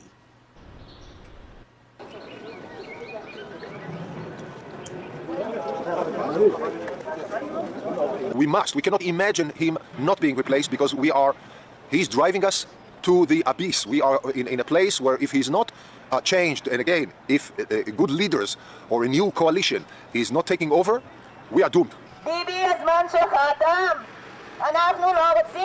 I'm doing what I've been doing for the most. Dude, look at these terrorist apologists, these terrorist sympathizers. The last 4 months, I'm asking politely to Mr. Netanyahu to go away. We don't have patience anymore. I don't know. It's not etiquette to ask people to do something with a megaphone. We have our kids. We don't know what is happening there. Families of the 7 World Central Kitchen aid workers who were killed in an Israeli drone strike this week are calling for an independent inquiry into the attack. The Israeli military announced Friday that... Okay. Go back. Yeah, some of these guys do look pretty white, so, yeah, now this is, like an important issue. They announced Friday that 2 officers, a colonel and a major, have been dismissed after an internal investigation concluded that the strike was a serious violation of the military's procedures. Israeli prosecutors have been given the findings to determine whether there should be criminal prosecutions into the killings. Holly Williams has more from Tel Aviv. It was a terrible chain of errors, and it should never have happened. The IDF takes full responsibility for this regrettable loss of life. The Israeli investigation found its military mistakenly believed that Hamas militants were inside. Untold thousands of civilian casualties, but a couple of white people died. It's such an incredible loss of life. I mean, they're like from our part of the world, within our borders. The World Central Kitchen vehicle, after misidentifying an aid worker likely carrying a bag as a militant with a gun. They targeted that car with a drone at 11:09 p.m. Some inside it fled to the second car, which was also hit by a drone 2 minutes later, and the same thing happened with the third. An attack lasting 4 minutes, killing all 7 aid workers, and in breach of the Israeli military's standing operating procedures. The soldiers conducted the strike without any awareness that these were in fact WCK vehicles. Yeah, it's an accident. Signs all over the vehicles, right? It said World Kitchen. What if they weren't able to see them? At the time, they So were it's like certain shoot first, that ask they were questions later. targeting Hamas. The coordination plan agreed to with World Central Kitchen was not properly passed down the military's chain of command, according to the investigation. Hey, what is it? Carlos says that it was on purpose, no aid for their enemies. That's well, no. It's not aid. They're trying to bring like zippers through, and like surgical supplies and toothbrushes and so forth, and that's contraband. They're trying to stop like I don't know, things that Hamas could use against them. And they couldn't see the group's logo on the vehicles at night. In a phone call between President Biden and Israel's Prime Minister Benjamin Netanyahu on Thursday, the president told the Israeli leader the humanitarian situation in Gaza is unacceptable, saying U.S. policy on Gaza will depend on Israel taking steps to reduce civilian harm and addressing the safety of aid workers. Shortly after that, Israel said it would increase aid deliveries to Gaza, including through the Erez crossing. Now, haven't they been saying that like for the last 6 months? That they're gonna try to like improve on like letting aid workers in. Doesn't seem like they've really made great strides in that area. That's the main checkpoint in northern Gaza that Hamas attacked on October 7th, closed since the beginning of the war. U.S. officials have told CBS News this was not the first time the Israelis fired. Damn, this bitch is stoned. Dude, this is my kind of bitch right here. Fuck Wow, yeah. Chad, that's inappropriate. We're talking about something really serious. We don't joke about this stuff. Turning overseas now to Iran, reportedly readying its response against Israel for striking its consulate in Syria. ABC's Britt Clennett joins us live from Tel Aviv with more on that. Good morning to you, Britt. Good morning, Janae. Yeah, Israel is on high alert. The U.S. Damn, warning an Iranian another attack on Israel could bitch. come as soon as this weekend or next week. This morning, threats of an Iranian attack on Israel Everybody's escalated. stoned. A U.S. official telling ABC News Iran could retaliate as soon as this weekend or next week, following the attack on an Iranian consulate building in Syria. Okay, we already. Next. Yes. Okay, let's just get to the next topic. Prove it. Okay, here we go. 6 killed as man goes on rampage with knife in Sydney shopping center. Wow. This is We can see somebody this is there in Sydney, a green and Florida, yellow where Australia football. Where Red Eye's from. Sydney, Florida. Hearing screams, sensing panic, shoppers began filming on their phones. People below are stumbling, dodging this man and his large knife. Now, Mid-after, if everyone had a knife, then maybe these 6 people would be alive. noon at the mall on the first day of school holidays. Most run away from the danger. Some run towards it with whatever weapon they can find. See, who needs a knife when you have a hole from a velvet rope? Yeah. Make her wonder. Do you think maybe they're from Hamas, the guy with the knife? Suddenly, a lone police inspector sprints into frame. She was armed, and when the attacker lunged at her, she opened fire. Just as we were coming around the corner, there he was. He just came in and just started floating towards us, and all I heard was put it down. And then is that blood? She shot him. his wine all the way. She didn't shoot him. Well, oh my god. Do you think they used excessive force? No. He was on the rampage. No. Yes. When he's killed 10 or 6 people, it's like, you know what? over exaggerating the numbers. Yeah. Doesn't bother me that his blood got spilt after he killed 6 people. I don't know. Doesn't bother me. Emotionally, Shabisky, I feel you, my dog. You know, it's my personal opinion that man should be tried for his crimes. And, you know, if the cop has a long-range weapon while this man has a simple little point and poke. Well, he killed 6 people, so I do think... Yeah, he sure did. And, you know, they could probably very easily have brought him down with a taser, put him in handcuffs, and let him rot for his crimes. I guess. Yeah, but I don't know. Like, I don't know. Maybe she had to do, like, what if one more person would have died if she wouldn't have just did that? Yeah. Like, better him than... It was murder. Better the guy that killed 6 people than another innocent person. I don't know. I get it.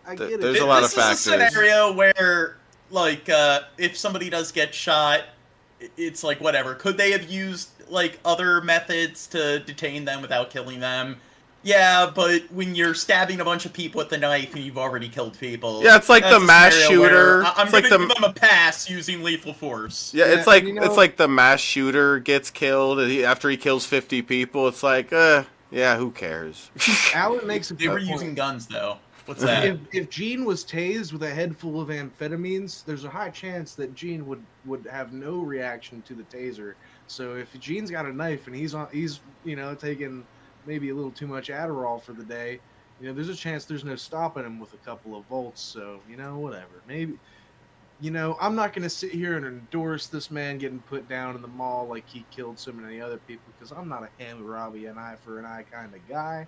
But you're right. I'm not going to badmouth. There's a lot of factors here, but I bet if you were in that situation where you were a security guard and you knew that 6 people just got murdered in your mall, and this is the guy in front of you, and he's gonna, like, you might like I wouldn't blame you for pulling out a gun on the motherfucker. Like it's a very crazy situation.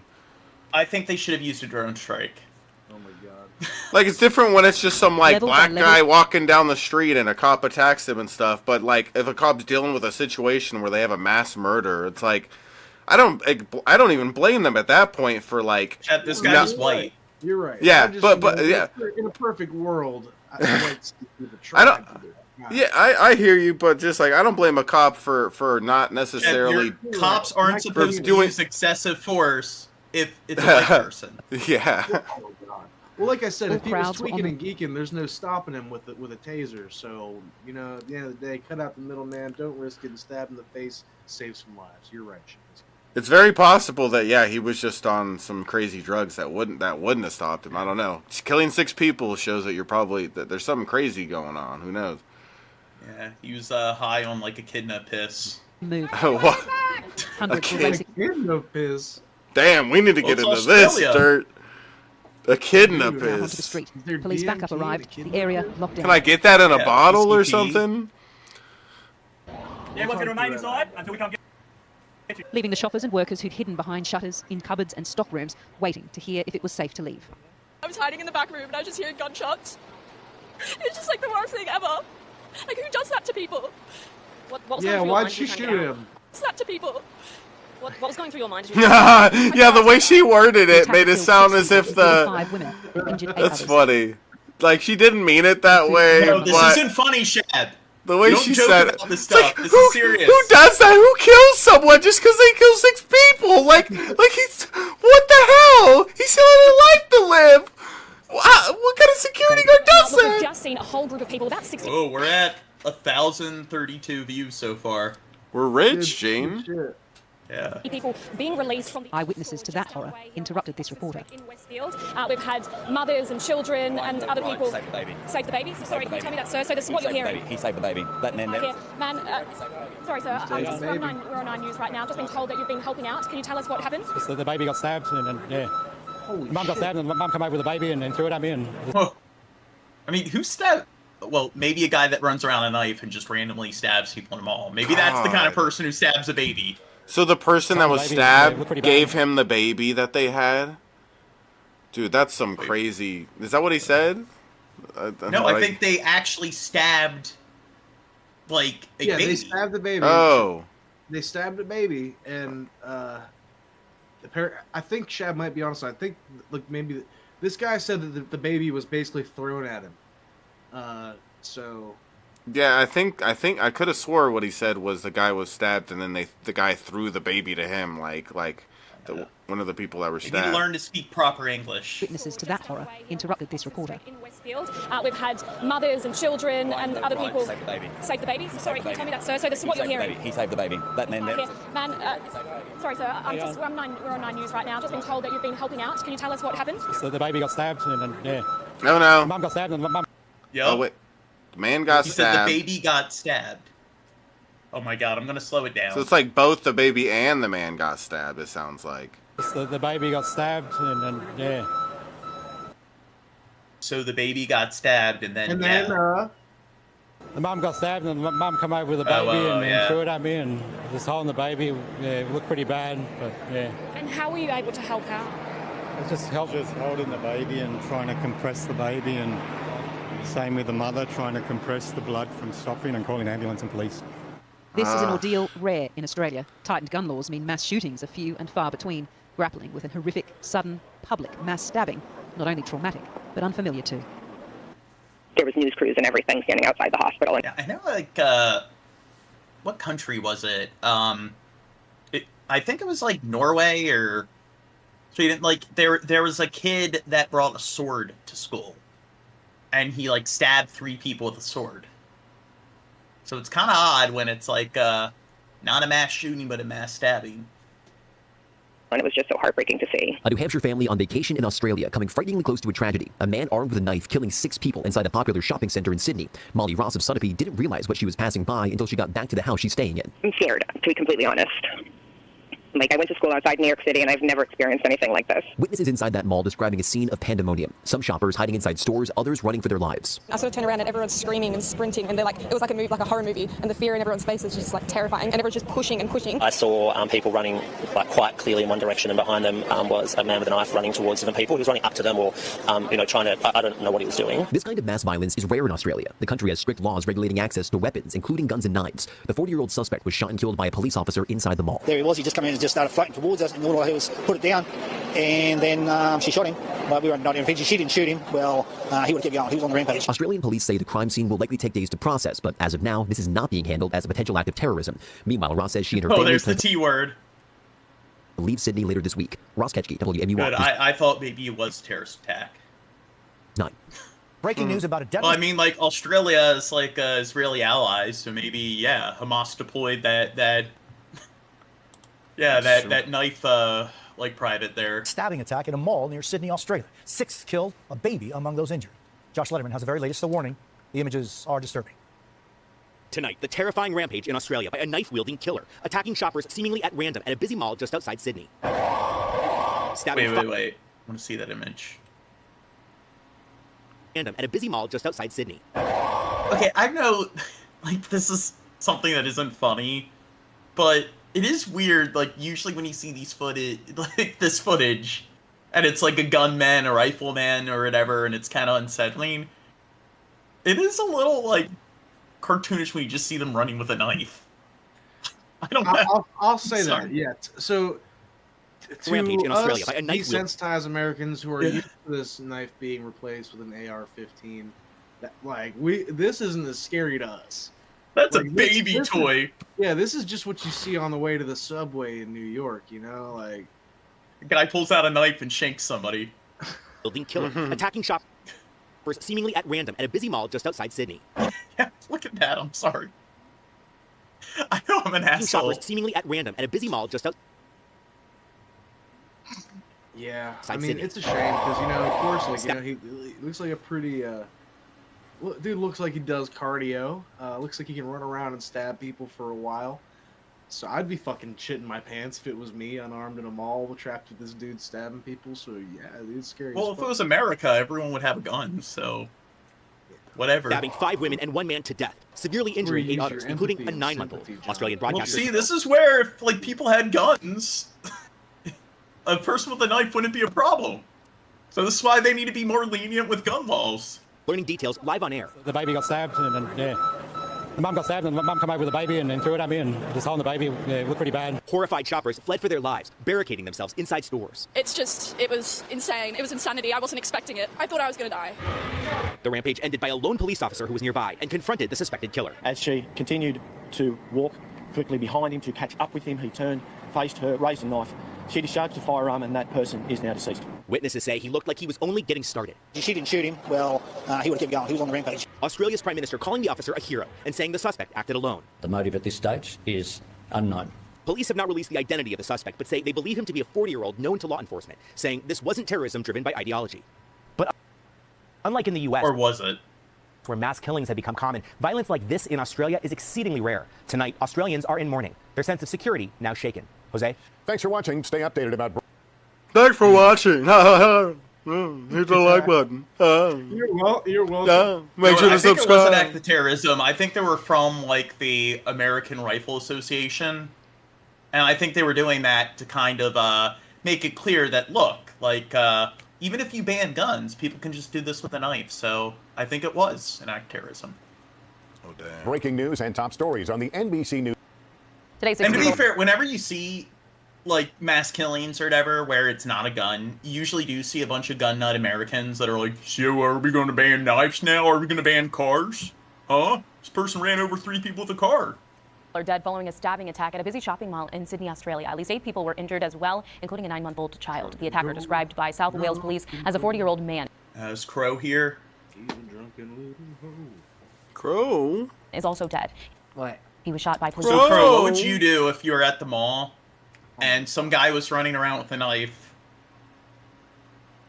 I would go about my day. Well, it's America, so whatever. Run on over to Journeys, get your shoes. Yeah, walk past the guy with the knife. Someone else will take care of it. Yeah, walk by the guy with the knife. Excuse me, sir. Excuse me, I'm just trying to get some shoes. Oh, you almost got me They are there. not treating it. Wow, that They thing's just said run, sharp. run, someone's being stabbed. Well, I just literally 2 minutes before that, we were sitting right where it happened, where the first lady got stabbed. Police say the We're gonna be canceled. I'm sorry. Well, yeah, we're awful. Dude, honestly, that's the worst part about this podcast for me is we do cover some grim ass shit, and if it's We not gotta you use guys, humor. if it's not you guys, it's the chat, and I'll sit here and I'll be laughing during the most grim, fucked up shit. So fucked. we're making Whatever. horrible. We're a dark jokes. humor podcast. We've made our bed, and here we are lying. Injured, including the infant, are being treated in Disclaimer. hospitals, but at this hour, their condition is unknown. Investigators know Drunken they are not Crow. ruling anything out when it comes to a possible motive. Did you hit the like button on the stream yet? No. We need 5 more likes, and I'll take a dab, guys. Everybody, hit the like button. Give it a thumbs up. 5 more likes. What? We finally get to a story that's not about murder. Oldest living conjoined twins die at 62. Not about murder, still about death, though. Oh, yeah, fair point. Imagine living like that. Now, have you ever seen them before or whatever? Because I've seen No. them. I've never in seen quite them. a few interviews. No. Yeah, they're I don't think so. Craniopagus twins, and it's kind of. I think the one is like a country singer. What? Yeah. Yup. No, there they are with their guitar. No, there she is with the guitar. I said they. Yeah, don't assume their gender, Gene. Well, I think they do identify as she, but Well, I said a gender neutral term, Gene. Okay. Yeah, he's being inclusive. Yeah. He's using inclusive language. Yeah, I'm woke. Okay. I'm woke. I'm woke. Well, more proof that Russia's wartime reach extends well beyond the front lines in eastern Ukraine. For the first time ever, Denmark plans to draft both men and women into military service. It's only the third European. yeah. See, look at how backwards we are. We don't draft those. Wait, do we draft people? Haven't done that since Vietnam. Country to do so, following Norway. You might. In We got a Sweden, healthy beginning in dose 2026. of patriotism running through our veins that keeps young and stupid people. Sorry, young and people eager to cash their only endorsable socialism. Well, I mean, We got a lot of that. I don't know if there's a shortage of it now. I think I don't know. The government wants to call up 5,000 co-ed conscripts a year. And the government says the decision is in reaction to the war in Ukraine and the Russian threat in Western Europe's backyard. Here's the Danish Prime Minister, Mette Frederiksen. I didn't know Denmark had compulsory military service where everyone has to serve 2 years in the military. I know Switzerland has that. Israel, of course, has it. But Speaking earlier today. Protecting your country is one of the most honorable things you can do. That's why the government is proposing that we expand conscription, making the responsibility greater and the tasks more numerous. And we're proposing full gender equality. We have no doubt that increased gender equality will create a more modern and diverse defense that reflects the time Gender equality we live in. Well, I'm joined now by Anna-Sophie Alarm. She's a Danish lawyer, author, and journalist, and she joins us tonight from the... no, if you're going to let women in the military, you shouldn't allow them to drive any of the jeeps or the tanks. capital of Denmark, Copenhagen. It's good to have you with us. Maybe if you could put us in the mind of the Danes. Explain to us why making the military service more co-ed, why is that so important right now? Well, we are in the middle of an effort to really reinvigorate, or even maybe reinvent the Danish defense forces. There's been cutbacks for years. There's been a lot of different scandals and trouble within the Danish defense forces. And they also have the problem that it's very difficult to keep their personnel. We have a lot of people leaving again. So this is... Wait, now, that's something that's been going on in the U.S. Younger generations just aren't patriotic. They don't want to join the military, and bunch of douches. A lot of it is younger generations in the United States. They're becoming progressively more cynical of government, institution, and so forth, and for good reason. And I'm kind of glad that patriotism is dying off, and it shows that each decade the younger group is progressively becoming less and less nationalistic, and they are supporting things like globalism and individualism, and that's probably where things should that's probably where we should go. In fact, you have to see this as the government's effort to really try and create something entirely new. So it's not just also the female conscription, but it's a much longer conscription than before. Before it was 4 months, now it's going to be 11 months. And also quite a big boost of money also going into the defense forces, about 6 billion euros over the next 5 years. And I'm wondering why Denmark has had a problem with retention. I mean, why have people been leaving the military? I think it's many different things. They hate their country. Some are organizational, some has to do with salary, opportunities, leadership, but it's quite significant out of a body of maybe 7,000 to 9,000 staff, not conscripts but staff. 2,000 in 2022 left. So it's quite a return of people that you have to get in and retrain, etc. And of course, new conscripts does not fix that problem, but it's a new start. You know, we said earlier in the program that this decision is in reaction to the Russian invasion of Ukraine, the Russian threat to Western... See, younger people these days, they're just a bunch of pussies. They want to, stay at home and, I don't know, just, learn Be shit a on the internet YouTuber. and so forth. Yeah, be, a YouTuber. They don't want to, join the military and learn how to use a rifle and so forth. Europe, but your foreign minister has said that, and I'm quoting here, Russia does not pose a threat to Denmark. Is he right? I think that is also political. We want to. I love his rap music. It's what is it? James in the chat says, vet here. Even those with many years want to get out because we don't get the help and the pay is ass compare to what we go through. I make more money out than in. Yeah. So, and I mean, like, a lot of people who serve in the military, they deal with, like, PTSD afterwards, and the long-term burden of all, like, the emotional distress and harm that it causes probably isn't worth the little pay that it provides. And then they really target younger people. Like, they target high school kids to try to get them when they're young once they get out of high school. And I don't know, it seems like 18, 19-year-old kids, kind of, they're not even old enough to drink. maybe I don't know, it's kind of manipulative to go after such a young, young audience.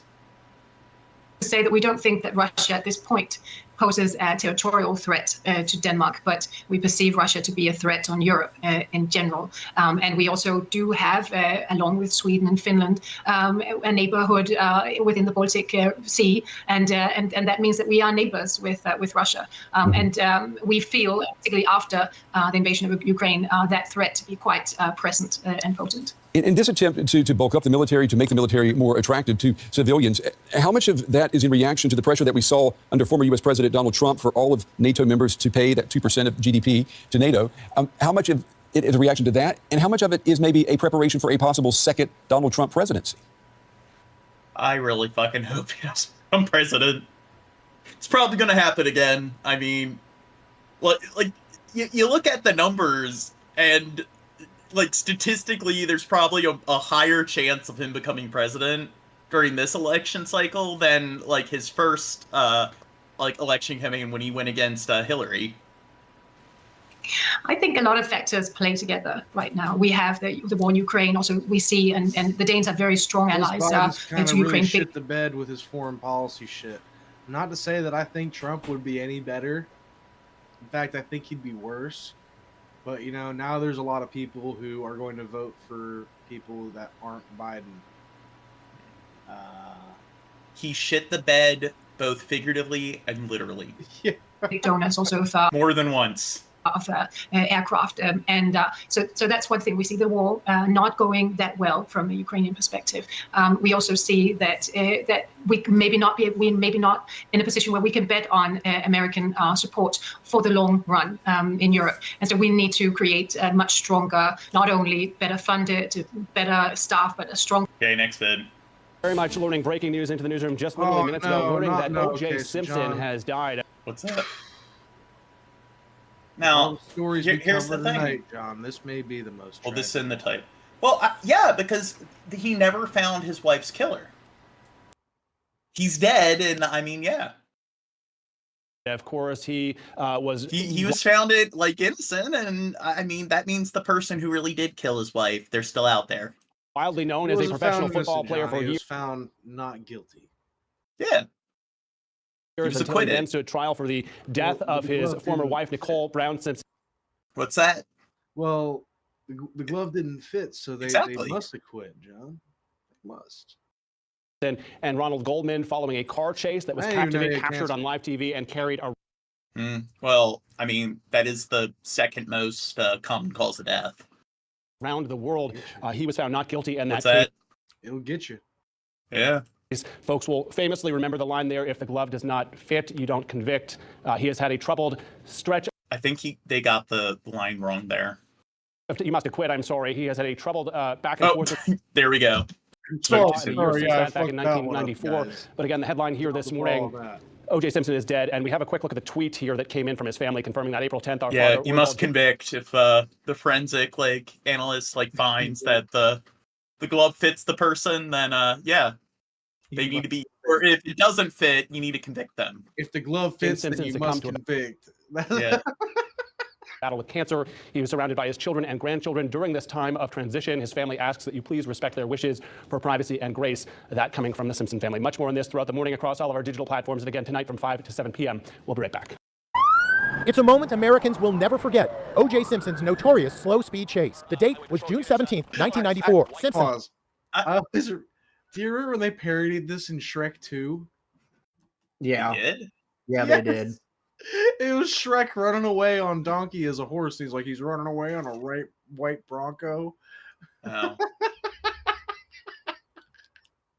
Yeah. Every time I see this, I think of that.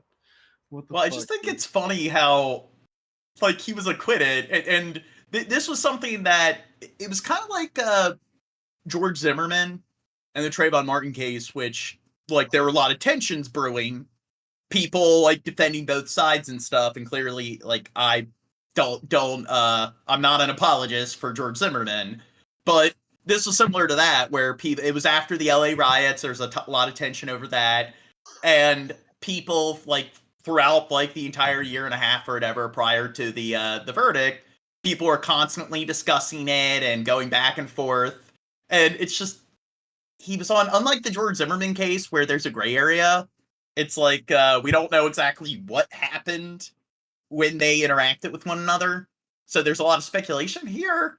He was in a police chase. He's in a fucking getaway vehicle. Was supposed to have turned himself in that day after the murders of What's his... that? I was gonna say, I thought you told me Trayvon was asking for it. Nah, I didn't say that. Oh, okay. I must have got you confused with somebody else. Whoa. His wife Nicole and her friend Ron Goldman. Instead, there was this. This is O.J. Simpson's vehicle. 90 million people Is watched that as true, Simpson James? was driven in the around chat? Los Angeles. This event skyrocketed the price of the Ford Bronco. Is it a Ford Bronco? Is it Ford? I don't know. I'm not a fucking car guy. Many came out to witness the extraordinary chase in person. Some even offered support. His best friend Al Collins was at the wheel communicating with police. This is AC. I have OJ in the car. You got to tell the police to just back off. He's still alive and he's got a gun to his head. Most people assumed Simpson was going to kill himself, especially after Kim Kardashian's father, Robert, read what sounded like a suicide note. Everyone understand, I had nothing to do with Nicole's murder. Don't feel sorry for me. I've had a great life. So whatever happened to the world's most famous white Ford Bronco? 22 years after the chase, Inside Edition found it in a garage in Central California. Simpson's former manager was storing it there for safekeeping. This is where O.J. Simpson was crouched in the back seat behind Al Cowlings as they led police on that slow-speed chase. O.J. Simpson was holding a gun and was threatening to kill himself. Zoe Tur was the helicopter pilot who shot the iconic video. Were you shocked at how that became an iconic moment? It was the perfect, storm, the intersection of celebrity and crime. To see him on an LA County freeway running from police like a common criminal. Now, who do you think really killed his wife? We'll never know for sure. Now The Zodiac Killer. The only person who Was was actively shocked- searching is dead. Now, what the Zodiac Killer, was that in the 70s? Yeah, I think late 60s, early Yeah. 70s. Wonder, like, OJ, could he be the Zodiac Killer? Let's see. I'll see how old he would have been this early. Shocking to say the least. The Bronco has now found a permanent home at the Alcatraz East Crime Museum in Tennessee. It's a big wow moment for anyone coming to the museum. So many of our guests share stories of where they were when they were watching the chase. Oh, They he was absolutely born knew in we wanted that O.J. Simpson 1947, with- John. Hmm. He could have been. He could have An been. artifact from a slow-speed chase we will never forget. This is O.J. Simpson's vehicle. O.J. Simpson's final days were spent at his Las Vegas home as a steady stream of friends came by to say farewell, and they were sworn to secrecy. He insisted that everyone who came into his presence surrender their phones and sign a non-disclosure agreement. A hospice bed had been brought into his master bedroom.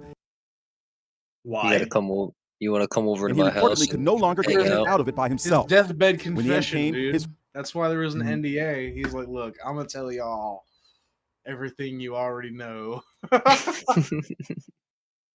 4 children were by his side: Sydney and Justin, his children with Nicole Brown Simpson, and Jason and Arnell, his older children from his first marriage. Fill it up good. Justin and Sydney were just 8 and 5 years old when their mom was murdered. Sing the song Under the Sea. Home videos show them enjoying a happy childhood. The family attended Simpson's movie premiere for the comedy Naked Gun 33 1/3, 3 months before Nicole was killed. Sydney is now 38, Justin is 35. They live in Florida and both work in real estate. Sydney now goes by the name Sydney Simpson Brown. She's added her mother's last last name. I, OJ, take you. I wonder what their opinion is, if they think, because I know a lot of adult children will cut off their parents because they don't like how, like, after one of the parents passes away due to just natural causes like cancer, they don't like that the other parent got married so quickly.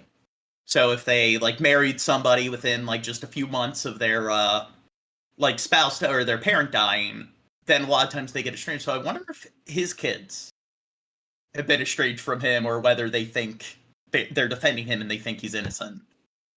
And here's more home video we found in the Inside Edition vault. O.J. Simpson and Nicole Brown Simpson's 1985 wedding. The best man was Al Cowlings, the guy who just 9 years later would be behind the wheel of the Ford Bronco. It gives me great delight, OJ and Nicole, to pronounce you husband and wife. That's Cowlings leading the cheer. The newlyweds seem very much in love. Nicole rubs Simpson's arms and they share a kiss. When Nicole was slain, she left behind a trunk filled with mementos and family treasures. And her sister Tanya gave Jim Murray a look inside. It's the watch she wore the night she was killed. For Tanya, the watch is precious and painful. I get the visual of her. It just kind of brings me back there that she actually died in this. Also in the chest, a single earring. Its match is buried with Nicole. I really wanted to leave Nicole something in her casket, and so I gave her the other earring. Meanwhile, Simpson's friends are mourning him today at his favorite bar. Every Whoever Sunday killed her is a fucking monster. I was with him watching, football. Ashley Myers says Grape Street in Las Vegas was Simpson's second home. There's nothing that you could say to him that would ever faze him, and there was a lot of obvious negative comments. He always handled it in a very kind and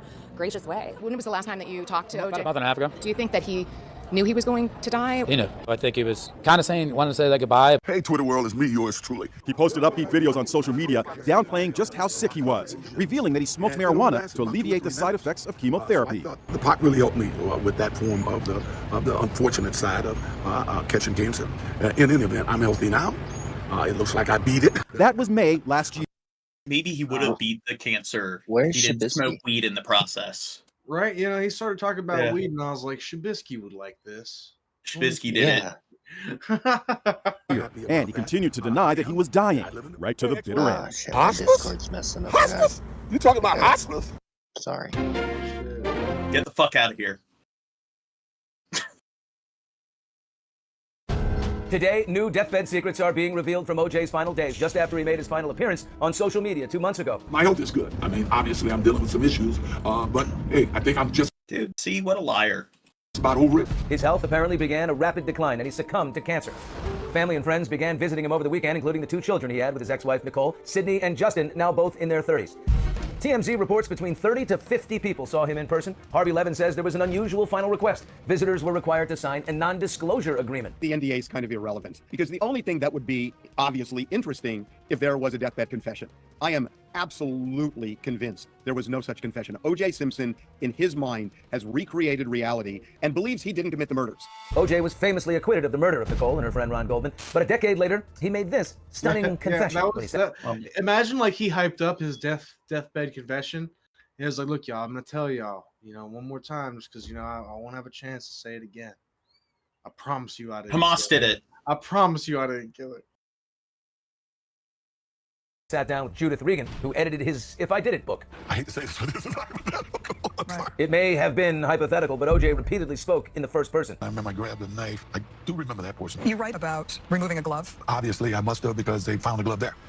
In a strange twist, a judge ordered rights to the book awarded to the Goldman family to help satisfy the $33.5 million. Maybe they did it and pinned the blame on OJ just so they could sue him and, make a bunch of money in the lawsuit. Oh my God. I think I cracked the code. $1 civil judgment What? against OJ, with interest in Yeah, eventually he was framed. Exactly. I mean, look at how much money they made afterwards. to more than $100 million. So whatever happened to OJ's multi-million-dollar fortune built on football, endorsements, and movies? O.J. Simpson has always had money. He was really good at hiding it. And he certainly did a good job doing that from Fred Goldman because he was making money that Fred Goldman could never get at. So TBD on what, if anything, the Goldmans can recover. What they cannot recover is their son. This case is the one that singularly stands out in my mind. Famed crime journalist Pat LaLama worked with Harvey side by side as the trial unfolded. It was about race, wealth, influence, domestic violence. That famous word, privilege. Privilege. During the trial, former extra Yes. Most. Oh, wait. Didn't mean Sydney to do that. and Justin, now both in their They're talking twin about confessions. privilege, black privilege. when he sat down with Judith Regan, who edited his If I Did It book. I hate to say this, but this is What's that? What do you mean, John? I hate to make you elaborate on that shitty throwaway statement. Well, she said it was about race. And his race is he's black, so she said it's about privilege. So I don't shoot the messenger. That's what she said. Spoke in the first person. Maybe she's a racist piece of shit. I do remember that portion. You write about removing a glove. Obviously. With interest, it eventually ballooned to more than $100 million. So whatever happened to OJ's multi-million-dollar fortune built on football, endorsements, and movies? O.J. Simpson has always had money. He was really good at hiding it. And on what, if anything, the Goldmans can recover. What they cannot recover is their son. This case is the one that singularly stands out in my mind. Famed crime journalist Pat LaLama worked with Harvey side by side as the trial unfolded. It was about race, Gonna say it wealth, again. influence, domestic violence. That famous word, privilege. Privilege. He threw in privilege, huh? Oh, maybe he's the racist like pig. During the trial, former extra correspondent Phil Schumann was working for Pat's competition. He spoke with Melvin. What do you remember most about that experience? The thing that I've never forgotten. Oh, class privilege. Maybe Bill Hicks makes a fair point. We missed that when they talked about domestic violence and like wealth and stuff. Maybe I am the racist because it was just the R word that stuck out to me. Knowing is Melvin is. I was in the courtroom on the verdict day, and I was sitting right behind the Goldman family. And Kim Goldman, when they announced the not guilty verdict, let out just this wail, this cry, this of anguish that I've always remembered. It was so powerful. But Fred Goldman had an interesting quote. It was, "No great."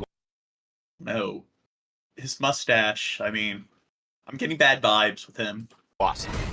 Like that. Throw a mustache like that. He's John. got the little tuss at the end, so like what like villains do where they like twirl the mustache and stuff. He was coming up with some Machiavellian scheme. Can you grow a mustache like that, John? I don't know, maybe. You should try. O.J. Simpson. Will your dress code allowing you to grow a mustache, John? Age of 76. Yeah, I don't think they care about facial hair. Yeah, dude, get you a mustache. I do have to put my hair in a ponytail or whatever whenever I go to a meeting and crap like that, and they make me wear a fucking suit.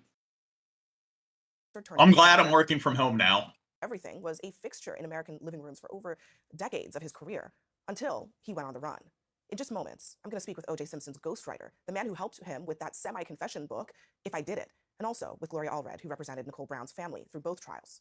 But first, Simpson's slow speed sprint Where'd from police Shab go? wound its way. I don't know. So feels Through like LA it's and been unwound. forever since Shab's been gone. Well, you know what? O.J. Simpson has always been a hero to Shab, and he just can't really cope Yeah. with the death He can't of one take of his, it. You know, he one had of to his stand there. icons. He couldn't sit through the OJ segment without bawling his eyes out. The myth around that man, giving the country a glimpse of a jealous domestic abuser who police immediately suspected of brutally killing his ex-wife Yeah, the myth behind this man that he murdered his wife. and her friend. Okay, I'm going to have to interrupt this call. I understand we're going to go to a live picture in Los Angeles. Is that correct? Okay, this is Interstate 5, and this is courtesy of This is the fucking 90s. KLR, one of our LA affiliates. Police believe that O.J. Simpson is in that car. Okay, police believe he is in that vehicle. Let's pick up what the KCAL broadcaster is saying. At this point, that the officers would do just about whatever they do in any type of a Now pursuit. they're telling me that they believe that this vehicle is registered to Al Cowlings, one of O.J. This kind of broadcast, it does seem a bit antiquated for the 90s. I mean, I don't know. Like, I think of the 80s when it, like, I don't know, when it comes to the presentation here. Friends, a teammate at Southern Cal. And they believe that Al Cowling, who's the other person they're looking for, who was with O.J. earlier today, they believe that this is the car. We do not know this is the car. Those are those cars following what is presumed to be the car. See, they didn't know. O.J. Simpson, now a fugitive from justice. The car is traveling at normal speed. The police reports that O.J. Simpson is in the passenger seat and apparently has a gun. Get a glimpse. California Highway Patrol has now confirmed to CNN that it is definitely Al Cowling's vehicle. John, just so you can see it, you should look up the Shrek parody. Okay. Well, not on stream because... And they're almost certain. Well, I don't know. DreamWorks is in the passenger seat. Yep. Pat, we're just now crossing the 605. California at the Highway Patrol is also 91. telling So we're CNN, starting and I'm to get repeating up this to you as I hear it Long in my Beach area, earphones. actually northeast Long Beach. But again, O.J. appears to be holding a gun to his head. Look, you can't see whether he's got a gun or not. It's just like, I don't know, maybe they were fabricating it. Are you just going to believe whatever the media tells you?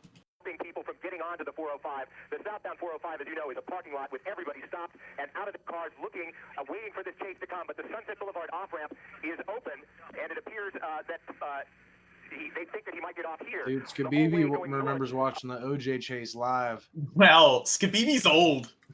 This was 1 year before I was even born. You old fuck. Oh, I'm sorry.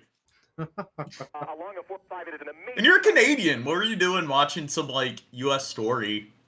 See, it shows Canadians are just obsessed with America. They wish they were America. Along the right-hand shoulder, people have pulled over, many of them carrying signs such as signs reading things like "Save the Exactly, 100% fake. Go OJ." People are literally cheering him on as he travels northbound on the 405, and we can only assume that he plans to get off. Wait, like Bill Hicks says it was his friend that was driving that said he had a gun to his head. Maybe it's the other way around. Maybe it was OJ's friend that committed the murder, and they were the one holding the gun to OJ's head. At sunset and go towards perhaps his home. Craig, where is O.J. Simpson now? That I cannot tell you. I'm about a block away, and I have no monitors, but I can only assume he's inside the home. They did agree to allow him to speak with his mother, but there's one question that is resolved here, and that is certainly that he is in police custody and unharmed. Chab is black. What a day. What a day. Where'd Negan go? I don't know. Negan leave because I wasn't here? I mean, that would make sense. Was fucking up. They got mad. Chab. They got mad that we were like saying that OJ, making jokes about OJ being guilty, and they said that yeah, they know for a fact that OJ is really innocent and everything. Well, yeah, you only think he's not because he's black. One of the witnesses racist. Exactly. In that trial was Pablo Fenves. He was Nicole Brown Simpson's neighbor, and he testified that he heard her barking dog the night of the murder. Thank you for subscribing, Gompy. Coming from somewhere. Yay! How many subs are we at now? 818. No, 818. Oh, okay. Now, I did say, like, I'll eat 1,000 subs if we get 1,000 subs. What does that even mean? What does that even mean? To the south of where I live. And I was aware of it for maybe 5, 6, 7 minutes. Was there something unusual about that dog barking that drew your attention to it? Now, do you think it's possible for somebody to eat 1,000 subs without dying? Not within... Like 1,000 foot long subs. Maybe within a year, yeah. No, I'm saying like in one go. Within the span of... I think he'll die, maybe, possibly. Yeah. Rupture their stomach like in the movie 7. Guys, all we need is 3 more likes, and I owe a dab. Come on, let's get to the next dab.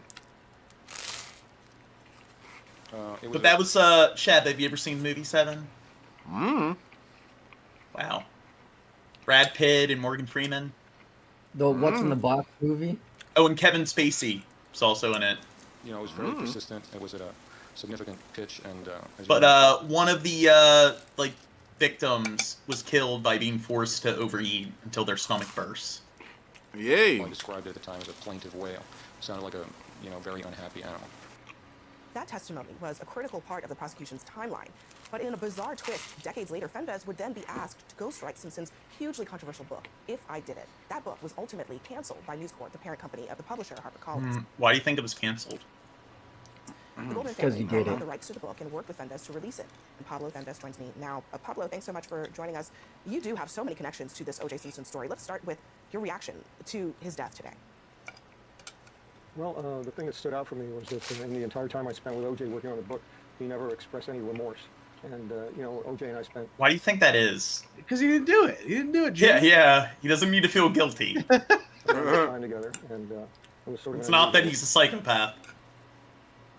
Relationship since I had testified against him, as you pointed out. But I didn't feel a great loss. I actually felt more for the Goldman family and the Brown family and for his children. Dude, I would be scared to be in the same room with O.J. Simpson if you're one of the people that testified against him. Because of this, checkered history to put him on. That testimony that... Maybe this guy's a fucking psychopath. There was really a critical moment in this trial. But then for you to 10 years later actually even become a ghostwriter, why would you agree to do that? Well, what happened was I got a call from the publisher, Judith Regan. She she said she had this project with OJ, and I said, I testified against him. I'm completely the wrong guy for this project. But, I'd done a number of bestsellers for Judith, and she trusted me. And she thought that if anybody was going to elicit an actual confession out of OJ, I might be that person. So initially, I said I didn't really want to go into business with him. And the legal team over at HarperCollins sent over documentation, and I saw that the deal was made with his children. And I figured, well, if they get a little something out of this, it's not a bad thing. So I signed on and got on a plane to Miami. Look at this self-justification. Yeah. He said, the first thing he said to me was, the opening words, we shook hands, and he goes like, have you ever heard of a man being put away for murder by a wailing dog? And so he was basically saying, I know who you are, and I remember who you are, and we sat down and had lunch, and got off to a slow start, but things took off from there. Do you think that was maybe one of the reasons why he agreed to do it? What was in it for him to have you, someone who testified against him, as his ghostwriter?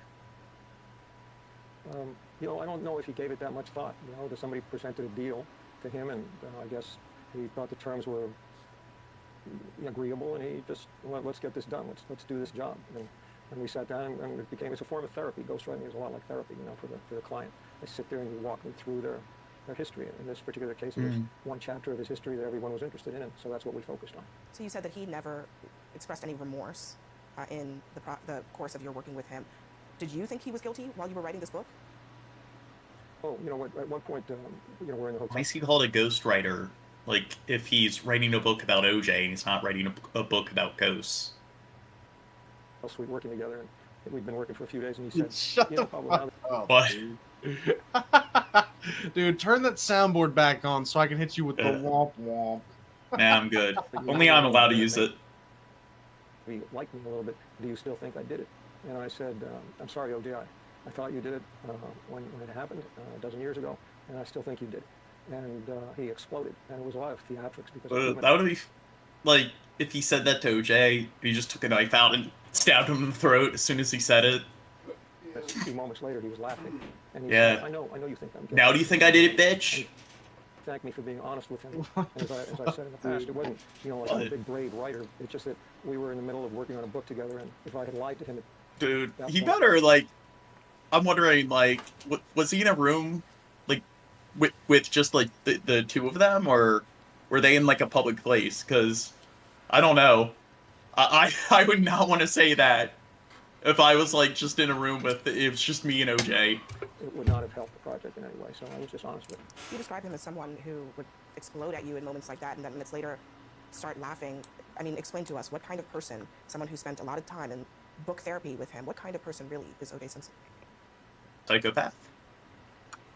Well, for a while I thought a terrorist. Maybe there was a lot of cognitive dissonance there, and that maybe he really didn't think he had done it.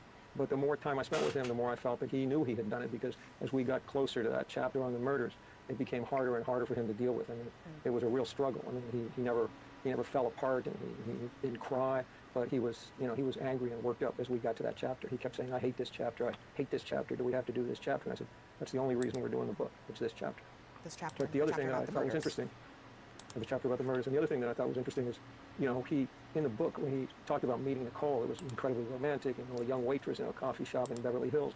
And then, as we got deeper into sort of the marital issues and the abuse, he was just getting angrier and angrier, and, saying they turned me into the poster boy for wife abuse, and he basically was murdering her character in the book. Everything that went wrong in the marriage was her fault, and there was this sort of weird. Do you think murdering your wife is abuse?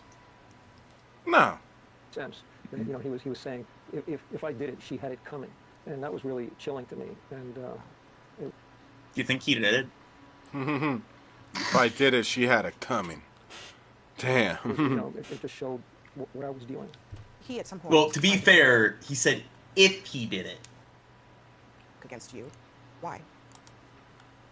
Well, I thought that was, I'm sorry, I found it kind of amusing. If I killed my wife in Minecraft. Broke the news about the book, and suddenly there was a, like a storm, and the Goldmans were on. Yeah, see, before the internet age, that instead of saying in Minecraft, they had to use the if.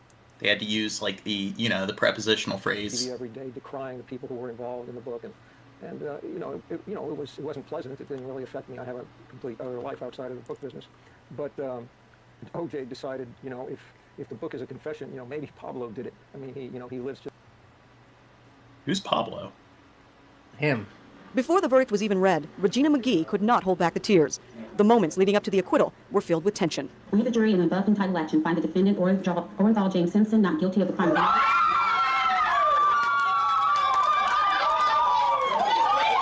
The overwhelming reaction within the predominantly African-American neighborhoods of Southeast San Diego was consistent. You cannot convict on a reasonable doubt. You have to have good, solid evidence to make a conviction. Hi, we heard about OJ, yeah. I've been watching them every day since the trials on the TV. I'm so glad, he's not guilty. It really wasn't a race thing to me. Many felt Simpson could be guilty, but justice was served. So I'm relieved for him. I'm happy for him. Not because he's black, but wrong is wrong and right is right. To many we spoke with, O.J. Simpson is a perfect example of a man innocent until proven guilty. For the people who live in the communities of Southeast San Diego, the not guilty verdict. What do you think of their reaction? Any thoughts? Any commentary? They're true OJ fans, and I like them. I believe they believed he didn't do it. Looks like they live in a nice neighborhood.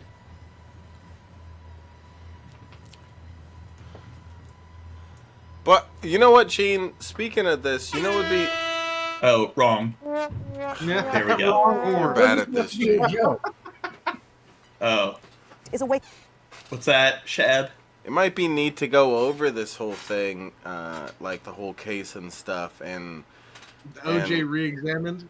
Yeah, because, I don't know. It seems everybody is so sure that he did it, but I don't know much about the case at all. I just know that I was born into a world where everybody, most of people are just like, he did it, obviously, but I don't know much about the case. So, I don't know. Maybe those people, maybe you're all a bunch of dumbasses. I need to look over the case. Yeah, see. People are just being conformists. They're just jumping on the misinformation bandwagon. I like it, Shab. It's balls in your court. Next episode of High Crimes, O.J. Simpson. Yeah. Call. Sending a message to every Chad, American. If you actually want to go in depth with it, I think they made a series on HBO or some shit with fuck, I can't remember his name, but yeah, they made a series about it, the trial anyway. That might be interesting. Reassuring. So well, they found all his like DNA forensic evidence, like all pretty much show that he did it. Many others. I was hurting whether they went guilty or not guilty. I was feeling the emotions. It was just a feeling inside how scared everyone was. Many say race was an issue in this case and should have been. We must be somebody. And when the situation came up and it looked like someone always trying to find something wrong with us to hang us for everything. One word keep coming to mind. That's the same word they are. That's great. great. That's funny, Chad. Yeah, I think it's funny how she plays the victim game with it. Like, I don't know. I don't know much about the case. Skep said the evidence was pretty damning. It sounds like these people. I don't know. I still want to look into this. Yeah, all the people that were saying that they like OJ and there was whites and Mexicans and all sorts of people. Okay, you backpedaling. You need to stop being racist, Jim. He said Mexicans. Here, Mexicans. But like. No, it sounds like they're too focused on the race part maybe and not about what really is evident and everything. I don't know. It's all about him being black. It's not about there being a case against him or anything. This guy is like this guy is like the opposite of a Hitler stash, you know? Yeah, it's the space. I like it. Yeah. Don't get me wrong. It's definitely a style. It's an anti-Hitler stash, is what it is. I like it. It's stylish. He looks like one of those in the ears, dude. Yeah, I should do an anti-Hitler stash. I look so fucking stupid if I did that. I can't pull it off like him. Okay, he looks like a cool jazz musician or whatever's. You know, I just look like. No, whoa, why Jazz Shabisky? We need Gene to be here for that. What, he has that cool hat. He's got the cool stash. He's got it going on. Hat, dude. You know, I was too busy complimenting the hat. I mean, the stash, but the hat, dude. If I was an old ass lady, like. If I was an old ass lady, dude. I don't know. He looked like a snack to me. Okay. What do you think, Drunken Crow? Would you fuck him if you're an old ass lady? No. Wow, what a maggot with an F. I saw the name come up in chat recently, and I remember you brought him up. Was it last night? I don't remember. The last time we talked. Cuba Gooding Jr. Did you know he was implicated? His name was brought up in the P. Diddy shit. Oh, that's interesting. Yeah, dude. That's the first time I heard his name in years. Yeah, dude. Look, Shab's pretending to be shocked because Shabisky's implicated in the P. Diddy shit. You know? Yeah, Look, I definitely didn't go to his... more than they're letting on. I didn't go to his parties. Yeah,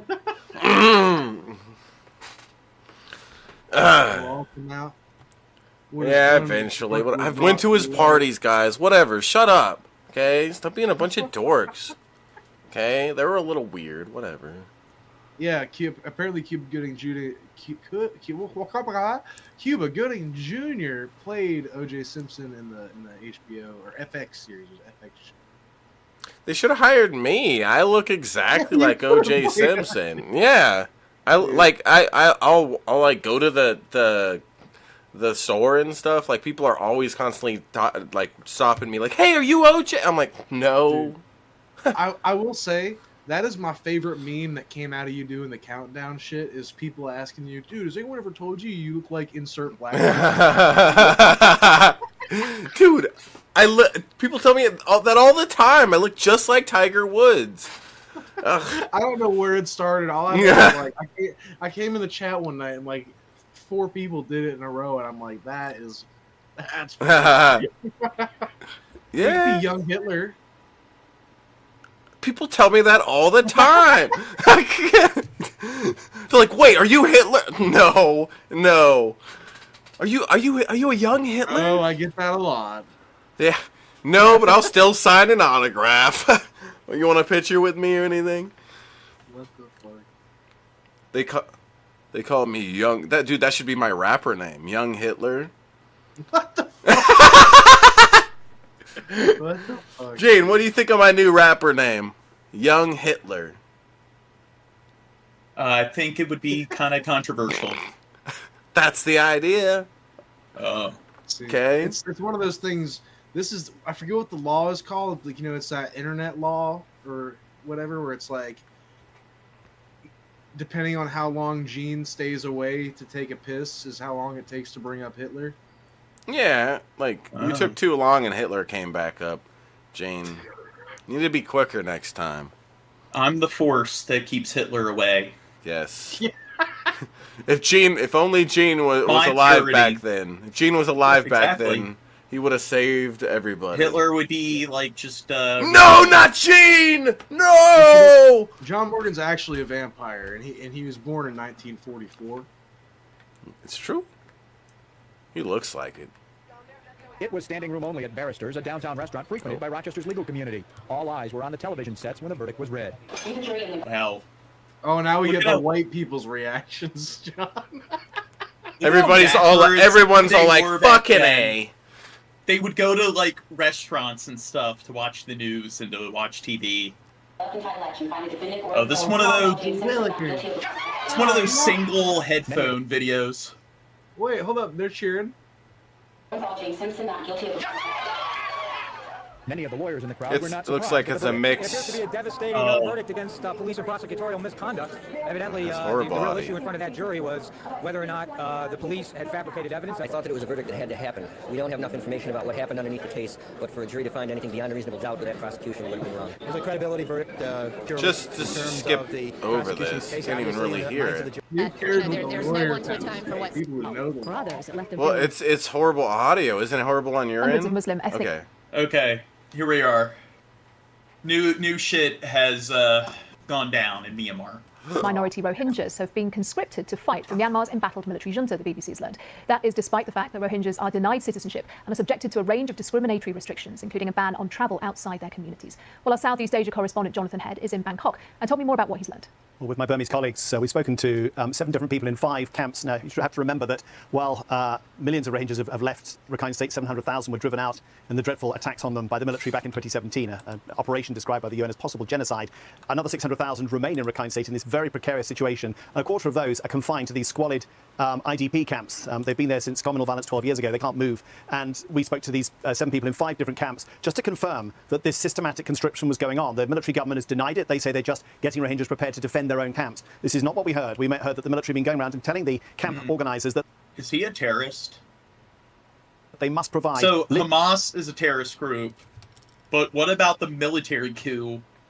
And they're conducting airstrikes on like civilian villages, and they're going in and they'll go in, round up like most of the village, and then shoot them in a firing squad in front of the other half of the village, and then light the village, like all the like houses and structures on fire to incite fear because they're engaging in acts of sedition against the government. So is that terrorism?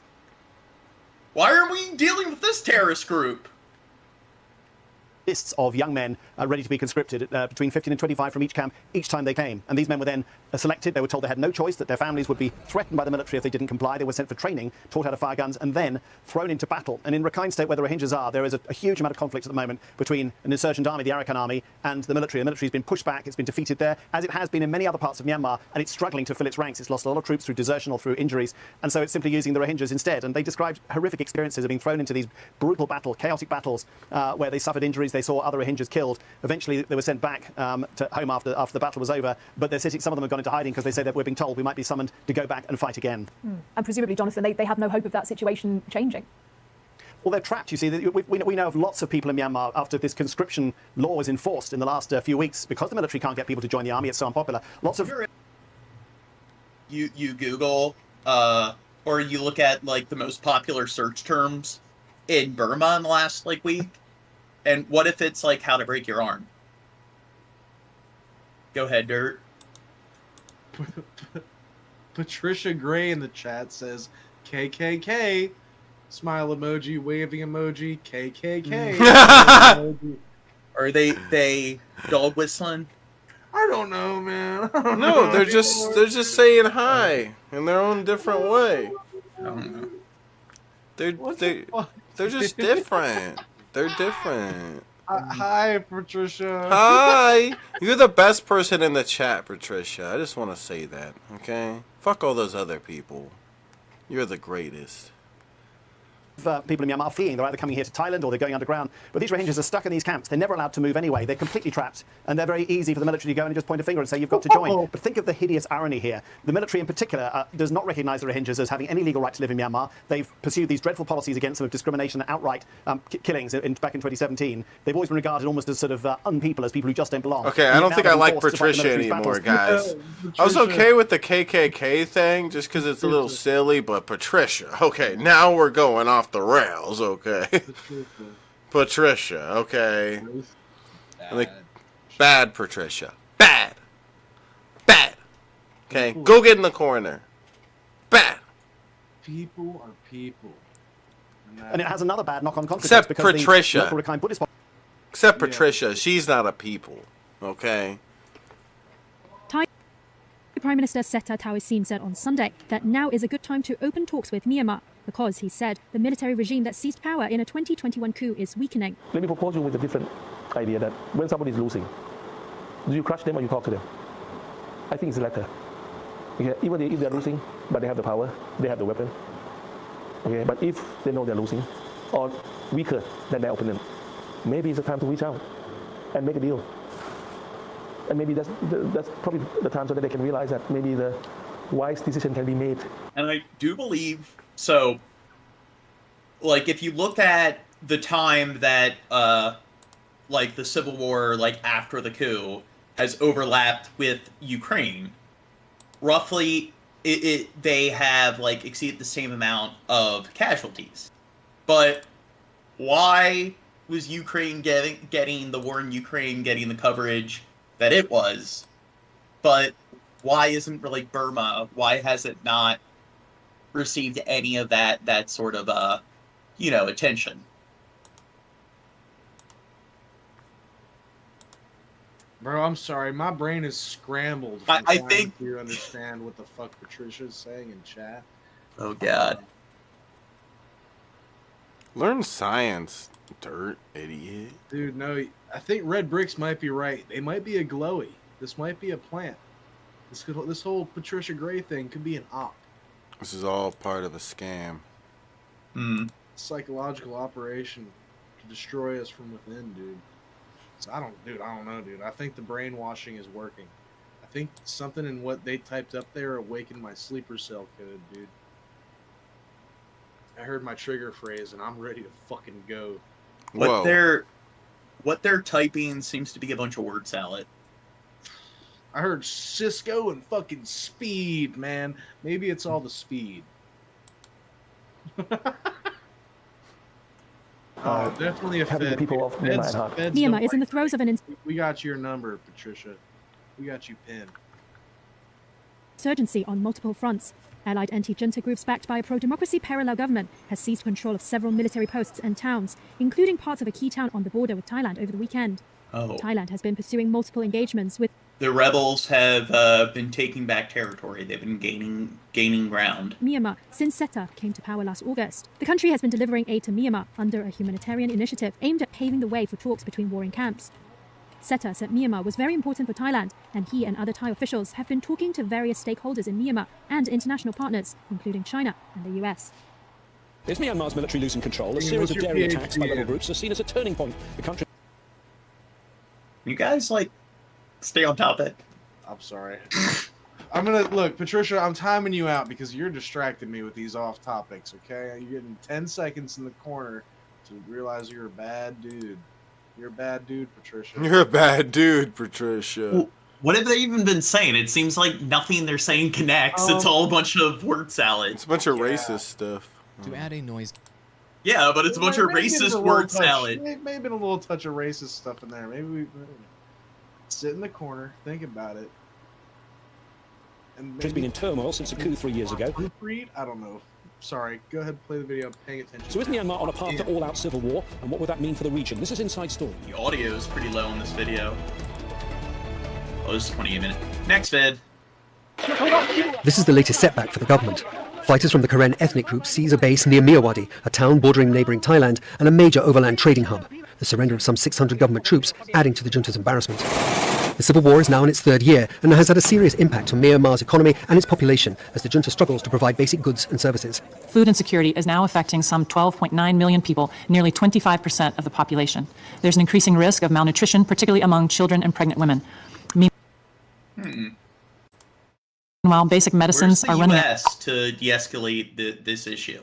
And the health system is in turmoil. When you're trying to de-escalate an issue, John.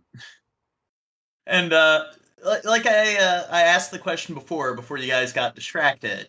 It's throughout the span of time that this conflict's been going on, they've accumulated roughly the same amount of casualties throughout the time span that you see with the Ukraine.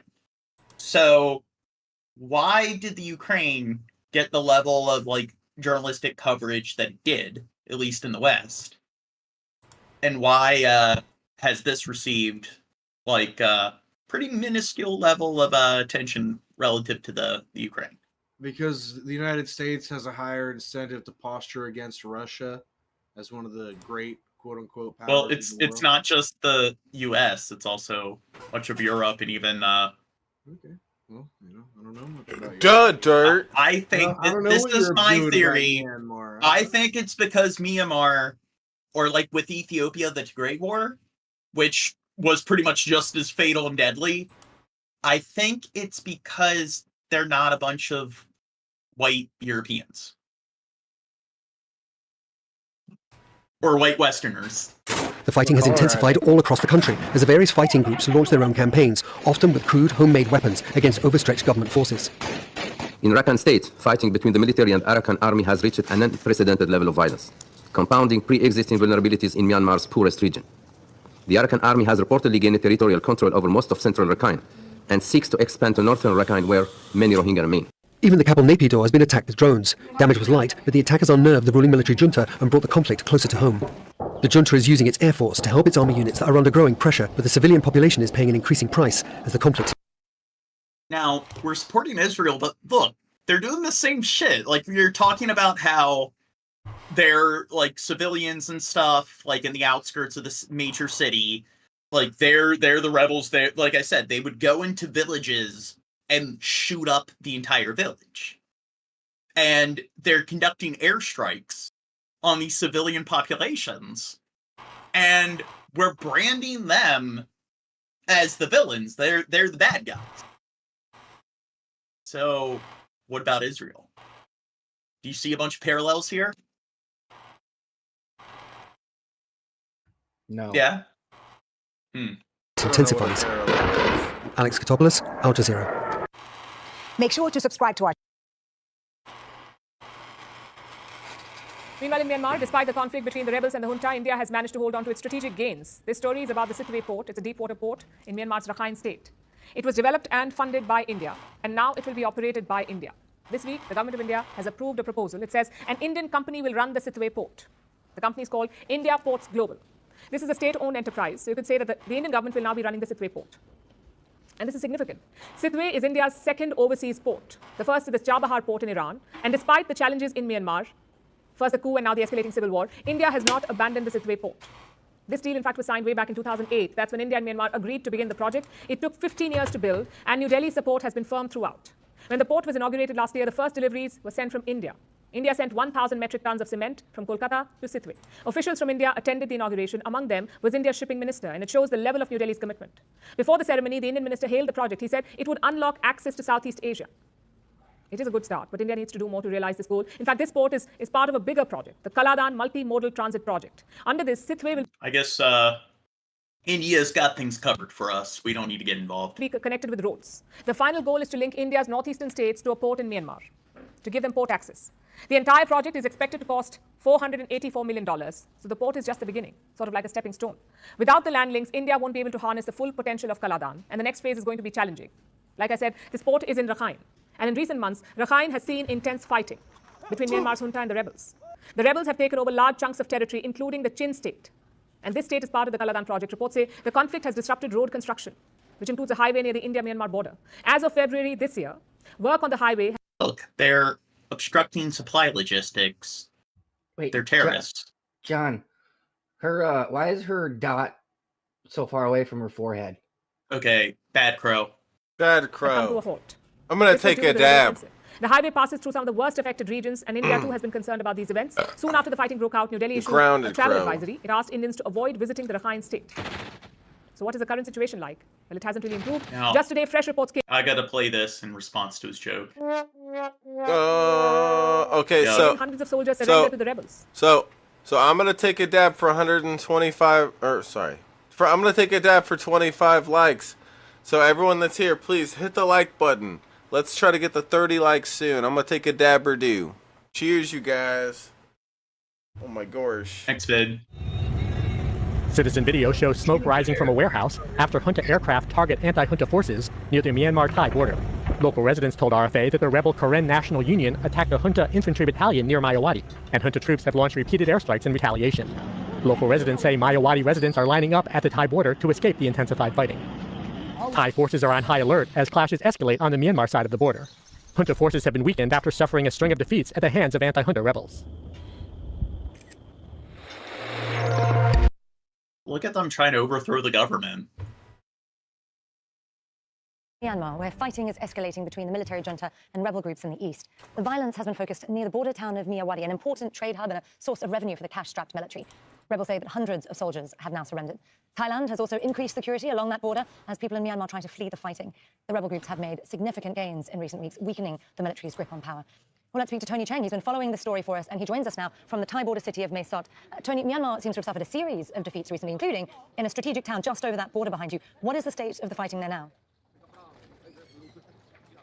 Well, I think it's not a defeat yet. We understand there was fighting from early this morning that continued throughout the day, fighting so fierce, in fact, that it could be heard on this side of the border in Mae Sot until about 4 hours ago. Then it seems to have ceased. We haven't heard anything since we've been here, but security is very tight. The Thai is clearly taking no chances. We've got a lot of Thai military presence, a couple of Humvees just 100 meters down the road with big machine guns, a grenade launcher on the back, lots of soldiers on foot.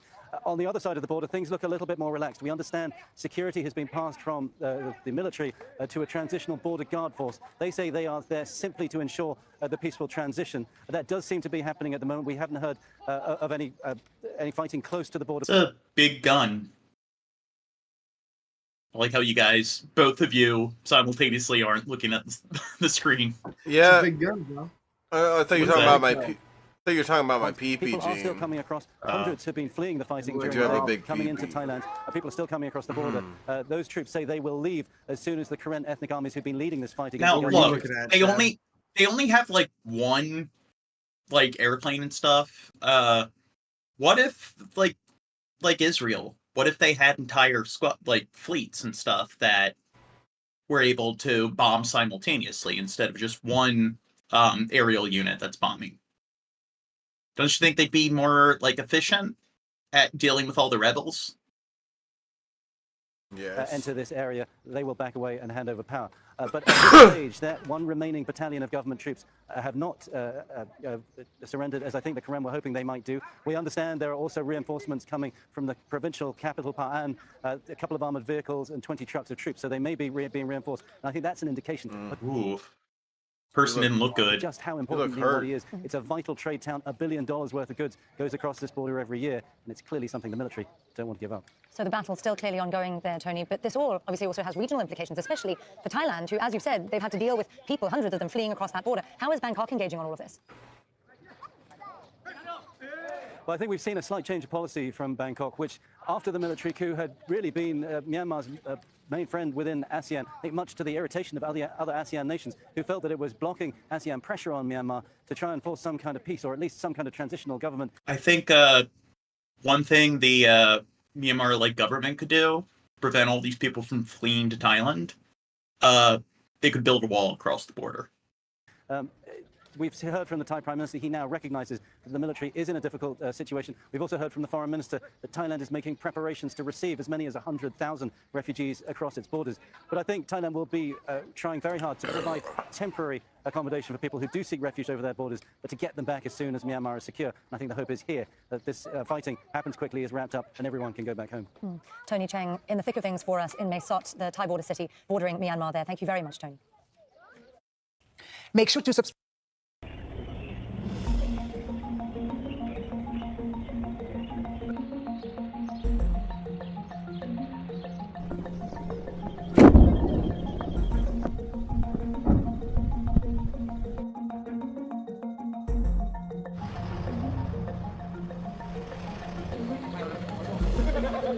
Residents checked by Thai military. I mean, You need to make sure it's not cocaine. These are a bunch of cowards. Look at them fleeing from war. They're not staying to fight for their country.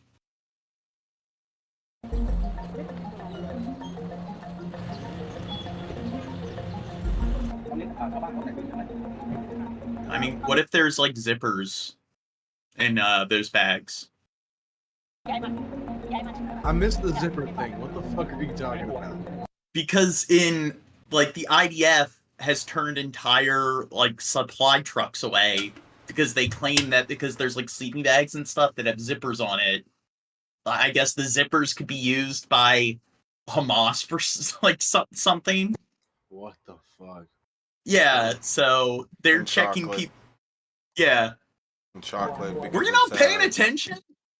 It was in the I think you weren't there. Yeah, I came 30 minutes late. It was late.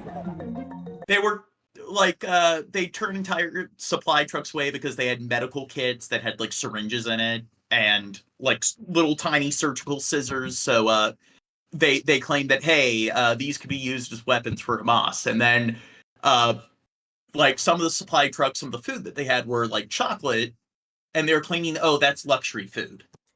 Yeah, wow. So just don't bother handing it out. What the fuck? And a lot of these trucks would have large amounts of care supplies outside of just the chocolate, or the toothbrushes could be filed down to be used as shanks by Hamas. So it's hey, because these toothbrushes are in the truck, we're gonna have to turn the entire The toothbrush thing was something we made up as a joke, but the chocolate and the zipper thing is supposed to be real. Yeah, Gene. Yeah. Okay. Supposed to be.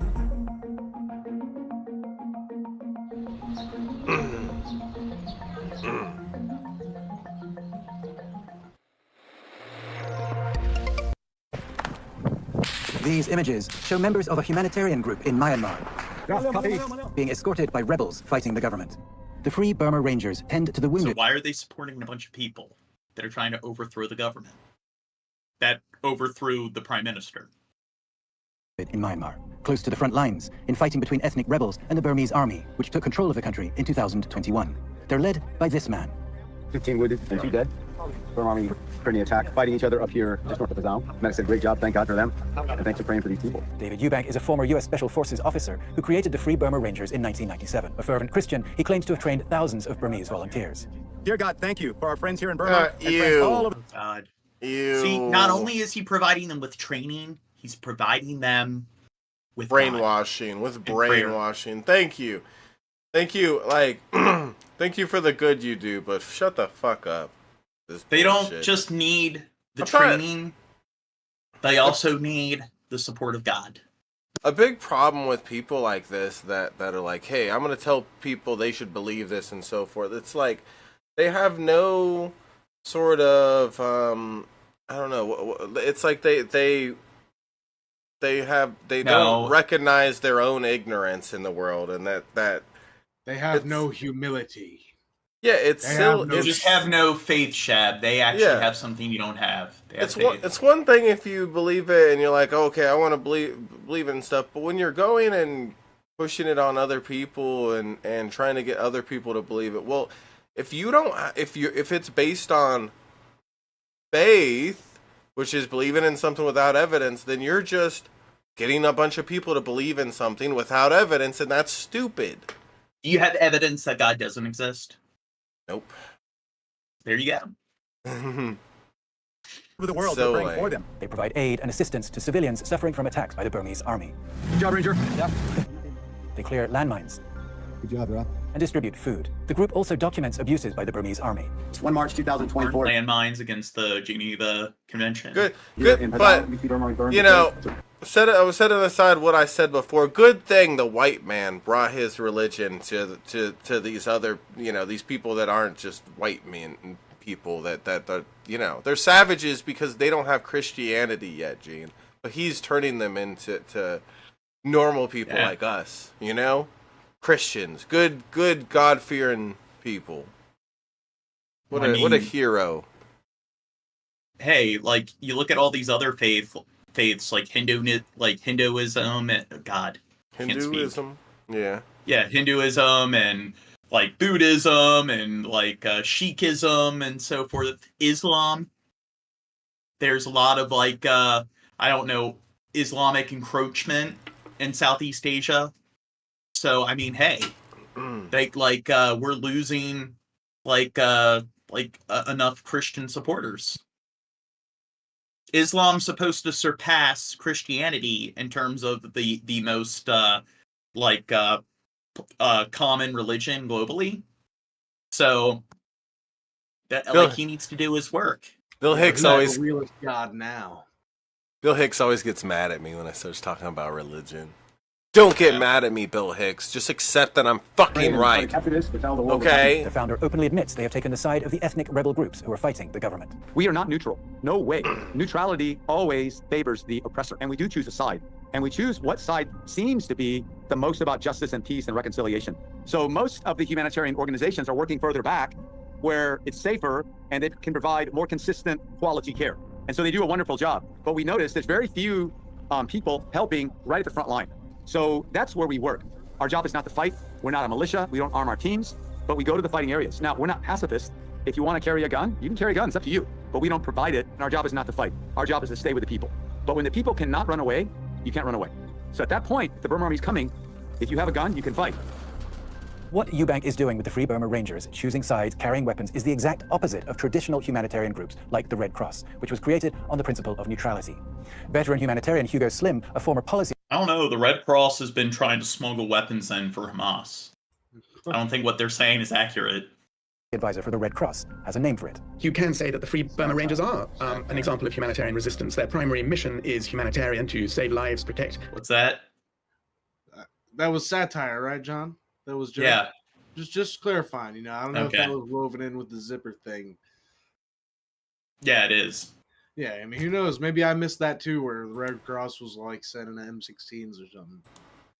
People treat the wounded, etc. And they've taken sides. They're very clearly fighting against the military dictatorship. I mean, the chocolate could be used as like some kind of chemical weapon, because what if Yeah. some of the IDF soldiers are allergic to chocolate? They might try to like spike it in their food supply and stuff. Or, you know, if saying the IDF rolls in, plunders someone's house, pillages it, they find that chocolate in the candy bowl, they eat all that candy, they get a tummy ache.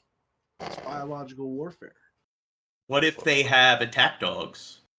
And yeah, the attack dogs are used to sniff out like the Hamas militants. So like dogs are allergic to chocolate. Or not allergic, but chocolate's poison to dogs. So In Myanmar. Very often in a war, if you're not neutral, you can reach places much quicker. When I worked with the Red Cross, I took neutrality incredibly seriously. The Red Cross and the Red Crescent are right to hold tight to neutrality for their work, but not everybody has to. Other humanitarian groups we spoke to share Slim's assessment of the Free Burma Rangers. They might be controversial, but they get the job done. only every humanitarian aid worker had a gun. And some chocolate.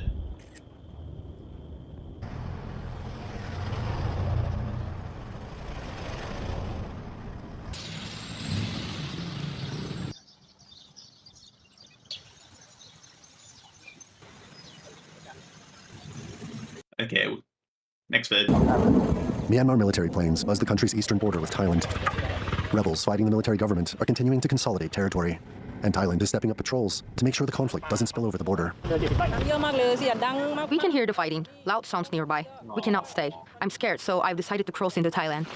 Myanmar's military junta has suffered heavy losses, including hundreds of military posts and several towns in border areas since October last year, when a powerful alliance of ethnic militias abandoned an informal ceasefire. The losses include territory in the north along the border with China and India, including northern Shan State and in western Rakhine State, where rights groups accuse the junta of forcibly recruiting more than 1,000 Rohingya men and boys since February. And in Karen State, rebel troops say junta soldiers have surrendered in Mayawadi, a strategically important border town into Thailand. I think we all know that the current regime is starting to lose some strength. Okay, let me propose you with a different idea that when somebody is losing. Now, do you think if a bunch of Americans rebelled against the government, do you think they'd be efficient enough to actually No. Why not? Well, does the term January 6th ring a bell, John? Well, according to certain people, they came very close to overthrowing the U.S. government and completely annexing the U.S. We could have done it if we wanted to, but that was all. If they were just a little bit, quicker, they would have toppled the entire U.S. government. Does that remind you of anybody, Shabisky? I don't know, Jim. You crush them or you talk to them? I think it's the latter. Sheb's gonna get mad at me. He's gonna give me a talking to once we're done with the stream. Myanmar's military seized power in a coup more than 3 years ago, ousting the democratically elected government of Aung San Suu Kyi. Now, junta forces are struggling with poor morale and have introduced mandatory conscription to try to boost their depleted ranks, a policy which has led to thousands of young. Well, Bill Hicks, according to certain people who've gotten mad and cussed me out on my own stream, I was being stupid for not seeing the fact that they almost took over the entire U.S. and they were close to overthrowing the entire U.S. government. I mean, it's happened with less people. Yeah. Just let that sink in. Wasn't there someone that was Thailand is sending during January 6th? Wasn't there someone with a taser ended up tasing himself in the balls and dying? Propaganda. Humanitarian aid into Myanmar and says it's ready to accept up to 100,000 refugees, something which is becoming more likely as Myanmar's civil conflict deepens. Randolph Nogle, TRT World. Thai army vehicles appear outside the border crossing into Myanmar early on Thursday morning. Reports from across the river that the town of Myawaddy had fallen. I mean, we have seen the reality on the ground that, I don't know, Bill Hicks, maybe. These couple of days, the fighting continues still now as we speak now. The fighting still continue, and even though the Myanmar is not broken 100%, but I can say now from as my witness here, more than 90% already broken. On the other side of the bridge, soldiers from Myanmar's Battalion 275, 200 had requested safe passage into Thailand. Military fatigue swapped for civilian clothes. Waiting on the banks of the Moi River, Thai soldiers watched and waited. Planes in the air, the sound of airstrikes in the distance. The Thai military are still on high alert. They believe Myanmar has already fallen, but the remaining Myanmar junta soldiers are right here across the border, and if there is any more fighting, this is where it'll happen. On the other bridge in the centre of the Thai town of Mae Sot, hundreds of refugees poured across the border from Myanmar. Now that ground forces have left, they fear bombardment from the air. Since they were fighting, there were fighter jets bombing the area. They might have dropped into civilian areas accidentally. People might die. That's what worried me and made me flee. I don't dare to stay. This Spider-Man hat. There was fighting at Battalion 275 and fighter jets bombed at Well yesterday. I was scared with this kid, and my sister told me to flee to this side. Inside Myanmar, streets deserted and shops shuttered. Pickup trucks with armed men patrol the streets. No insignia on their uniforms, but they say they'll vacate the border when the Karen army and their allies arrive. With the Myanmar military pushed out from this region, it's not clear who's in control. Tony Cheng, Al Jazeera, on the Thai-Myanmar border.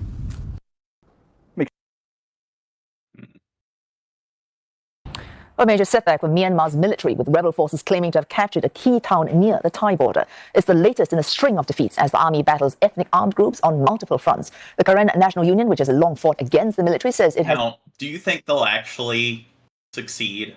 Because it seems like in all these wars, it just keeps oscillating back and forth, and it just never ends.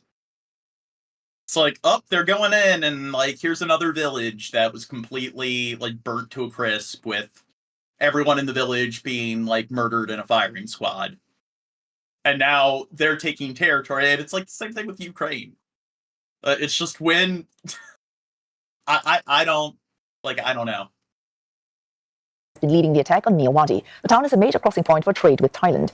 Around 200 Myanmar military personnel withdrew to a bridge connecting the key trade hub to Thailand following a days-long assault in the area. The attack has prompted thousands of civilians to cross the border into Mae Sot in Thailand, fearing for their lives.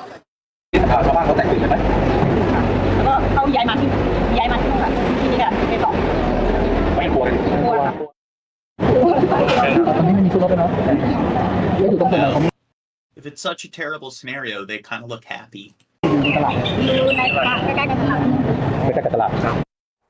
Well, May Wong is standing by just across the border in Thailand's Mae Sot. I mean, we're just hearing that. Did you get any kittens to go with this carnage, man? Nah. Damn, this has been a particularly bleak one. What? What, John? What? There's been no reprieve. Just constant death, murder, destruction. I guess that's just life nowadays. It's just reality. It's what it is. Myanmar's ethnic Karen guerrillas. Oh. See, like, that's what we're doing to Karens. We're just deporting them to Burma. Sending the Karens to Myanmar. Like guerrilla Karens. So they're like, we put them in the cities and stuff, and they just drive all the locals, the government crazy. All the rich people in the cities. You know, I guess ethnic Karen, Karen. Yeah.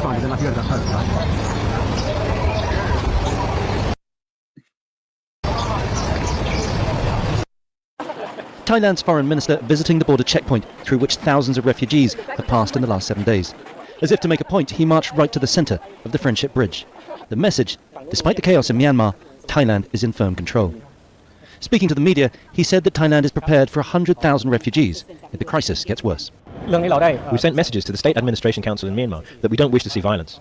We've recently talked to ASEAN members about issuing a statement so that violence can be decreased in Myanmar. Sadar A and her children aren't so confident. They fled from their home outside the town of Myawaddy in Myanmar a week ago.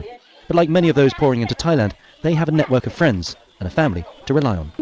We don't need any humanitarian support. We came here to stay briefly because of the fighting. My children are working at a factory in Mae Sot, so I have a place to live, and I don't have any food problems because the factory provides food and they bring it home. The greater humanitarian need. Look, they're actually getting food. So, similar like Ukraine, where like before like the issue with like Gaza where you'd have like a town that's bombed, and then they show like a few people that are dead in one building that's in ruins, and it's like, oh God, this is like terrible. And then we cut to Gaza where it's all in rubble.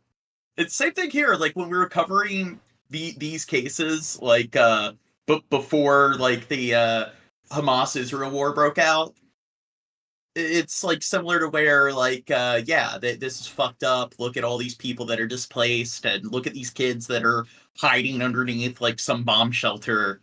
And then it's like the Hamas, like the Israel-Hamas war starts, and they can't get any aid through, and all these people are starving to death. And then here we cut to this scenario, and now they're like, they're actually able to get aid, and they're not starving to death, even though they're in a war zone. So, maybe I was wrong prior to the war. Like, they have it easy. They don't have it that hard. It is in Myanmar itself. Foreign Ministry officials met with the UN's refugee agency in Mesod during the minister's visit. Now that control of the border crossing has changed hands, they'll be hoping aid can flow more freely. This is the exact point at which Thailand crosses into Myanmar, in the middle of the Moi River. And now that there is a different military force in control of the border over here, many people would like to see aid flowing into Myanmar to the people who desperately need it. People such as these at a camp for those displaced by fighting in Kaya State, north of Myanmar.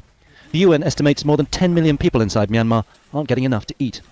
Fuel is also Never mind, I spoke too soon. in desperately short supply, although people are finding ingenious ways to get by. With the rainy season approaching, the shortages will only get worse, as even the heaviest beasts of burden struggle to get through the monsoon mud. Tony Chang, Al Jazeera, on the Thai-Myanmar border. I mean, dude, did you see what, like, Hannibal did, like, to the Romans with all his, like, war elephants? I mean, like, why aren't they stopping the elephant from getting through? I mean, they could use it. The rebels could use it against, like, the government.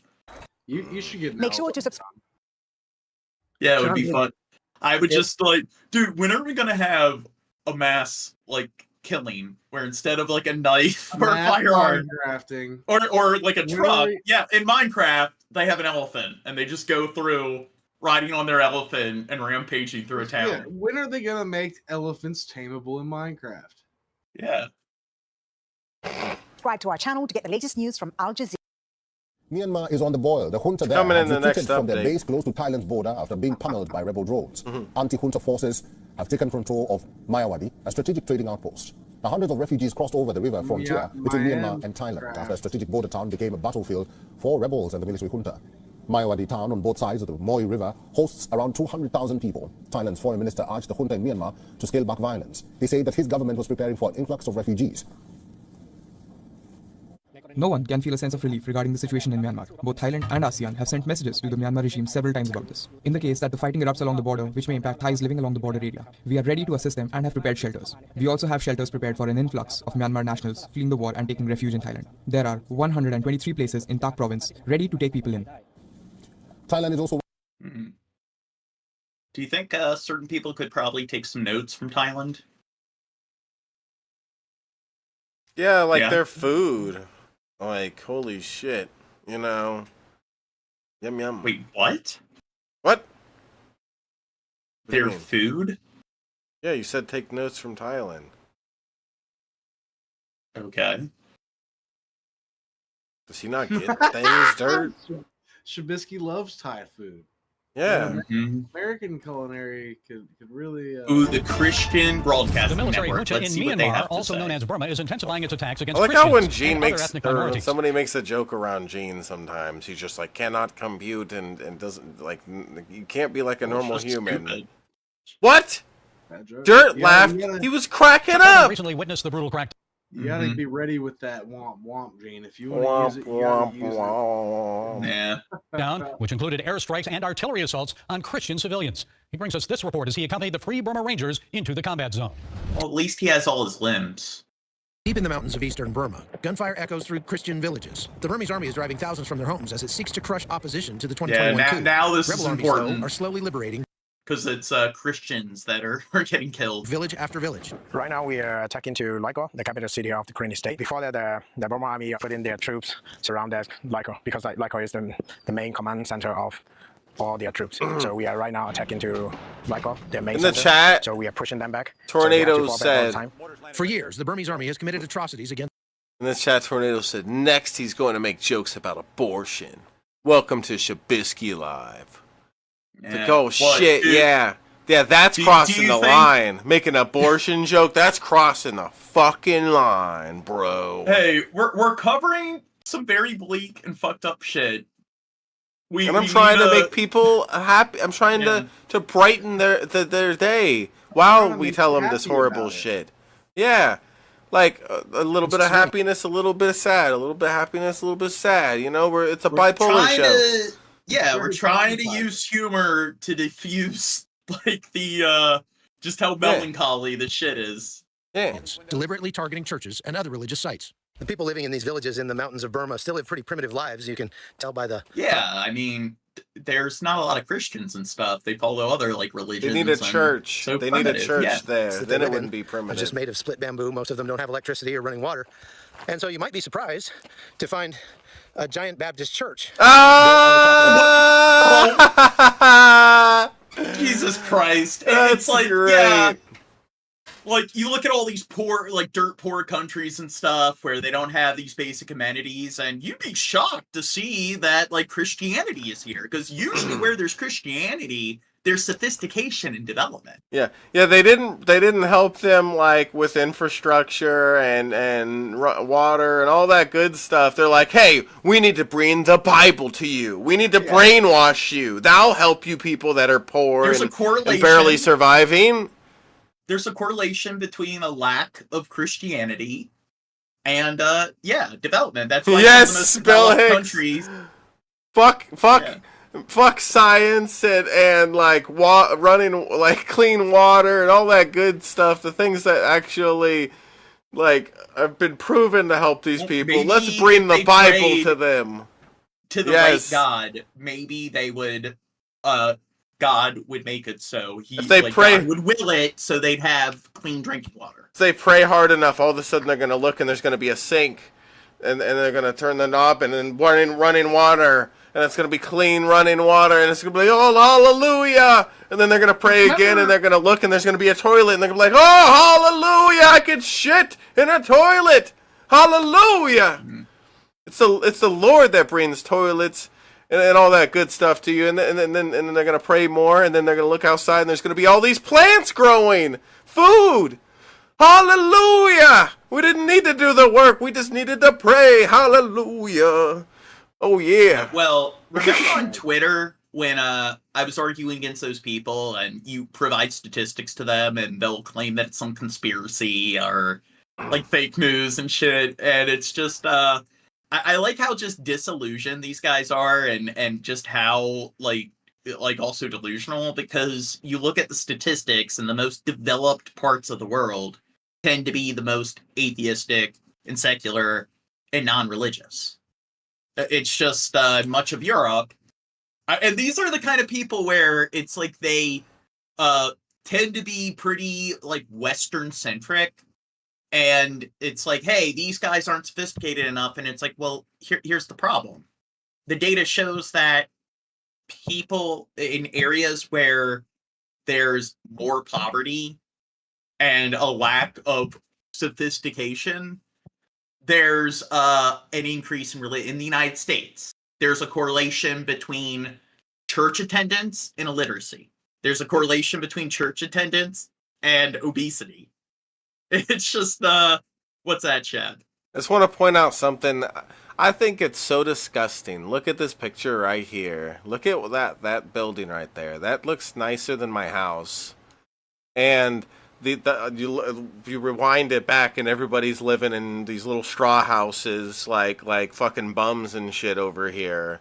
It's like they come in and they build a house for nobody that's fucking fancier than their straw houses right next to their house. How like when you think about it more, it's like so disgusting when they could have came in and used that to build like multiple houses for these people to live better lives. They're like, no, let's build a really fancy looking house right next to them, like fuck them kind of thing, you know? And none of them can live there. Fuck them. They just get to look at it. Okay. Well, to be fair, it's like they could have built like some kind of boarding house, some kind of apartment, like for all of them, and it's just with flushable plumbing, electricity, and so forth. They like, but no, they come in and build a church instead, and this is why a lot of Christian like humanitarian organizations, they talk about how like you should be donating money to more secular like charities, because they actually, their primary motive is actual humanitarian aid and charity. And like Christian organizations, this is how they'll spend the humanitarian funding, is they care more about providing people with Bibles and churches as opposed to like basic amenities. Yeah. And when I said that too, it's not like I live in some fancy house or something, but when you compare my house to their straw houses, I live in a fancy house. But if you compare my house to that thing up there, I would rather live in this cool fucking thing they got that's right here. What you think the crosses? Dude, or, well, I'll get rid. Well, you know, I'll probably keep them, whatever. But dude, I'd love to hang out up there, make that my smoke area, and all this cool shit. That would be a cool place. Picnic table up there. That looks like a cool crib, dude. And these other people are just living in squalor or whatever, just living in shit, right? Like just 10 feet away. It's so stupid, so disgusting. You're just trying to devalue how philanthropic, like, Christianity, like Christian organizations are. Hill. You just can't appreciate what the church does for people. Remote place in the mountains of Burma. But that's because most of these hill tribes are actually Christian. They were converted to Christianity by the very first Baptist missionary, Adoniram Judson, in the end of the 19th century. And that's one of the reasons why there has been this conflict ongoing between them and the Buddhist military junta who controls the country. The church. Oh, those damn Buddhists. Yeah, those Buddhists who aren't supposed to kill bugs because every life is precious. Think of how selfish-minded the people are who have these ideologies. They know it's based on faith, and they say, hey, I'm going to take this money, and instead of going and helping these people with the resources I have, I'm going to go there, and we're going to build something right next to them to try to make them think the way I think. Like, instead of them worried about the well-being of these people, they're worried about them believing the same ideology they believe. It's so lame. It's so disgusting. It is the way. It's so disgusting. Like, imagine I do that. Like, I find that place where a bunch of bums live, an area where it's like tent city. A bunch of bums. Well, yeah, wow, sure. Dehumanizing this they may as well be bums. They're living in fucking. They are bums. But basically, when they're living, they're living in shit. An insulting term. No, it isn't. They're living they're living in a shithole, and we go and we build this fancy. It's like I built a mansion next. Used to dehumanize. Well, I'm people. Not. It's broke ass people that live on the street. Somebody that's living in a tent in America may as well be living in a straw house here. But usually, like, when people just call about others bums, like part of the context is like, yeah, they're some fucking bum, they need to get a job. Like, it's usually sort of used to, like, dehumanize them. Like, I go to an area with a bunch of homeless people living in tents, and I'm like, I'm going to build a fucking mansion next to their place and tell them to believe in atheism. Like, I'm going to spend all my money to tell them to believe in atheism instead of help these people out. It's just so fucking lame. These people are so stupid. They're way too worried about spreading their ideology. Going to this part of the world to help people. They're way too self-centered, where they think their ideology matters so fucking much. They need to go and spread it around the world instead of, like, help people a bit around the world. What a crazy idea! Like, actually helping them. And they take money away from other like organizations, secular organizations, where if that money went to them, it definitely would benefit people much more than the money going to these Christian organizations, where they definitely probably don't allocate the funds in the best, in the most humanitarian way. This village lost over 100 homes burned and destroyed, and over 100 landmines found, including in the church property, including in the church. Despite the danger, the NGO called the Free Burma Rangers is using its resources to evacuate civilians and deliver life-saving relief. During the mission, Burmese MiG fighter jets supplied by Russia hunted the group.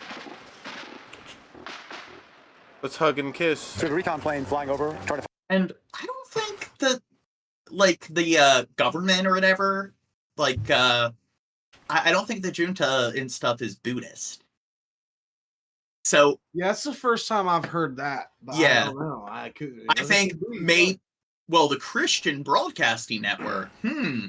I wonder why, when there's this like misconception that there have never been any wars due to Buddhism, and out of the like primary religions, people tend to look at Buddhism as if it's definitely much more peaceful. Where if you talk about religions being associated with peace, it's kind of odd that people look at Buddhism as if like the ideology, you don't need to play the like the selective game of it means whatever your heart wants it to mean, and all the bad stuff that condones like torture and slavery.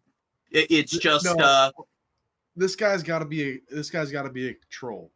Okay, money doesn't support religion. I'm out. You're making my brain hurt, bro. You're kidding, They're right? delusional.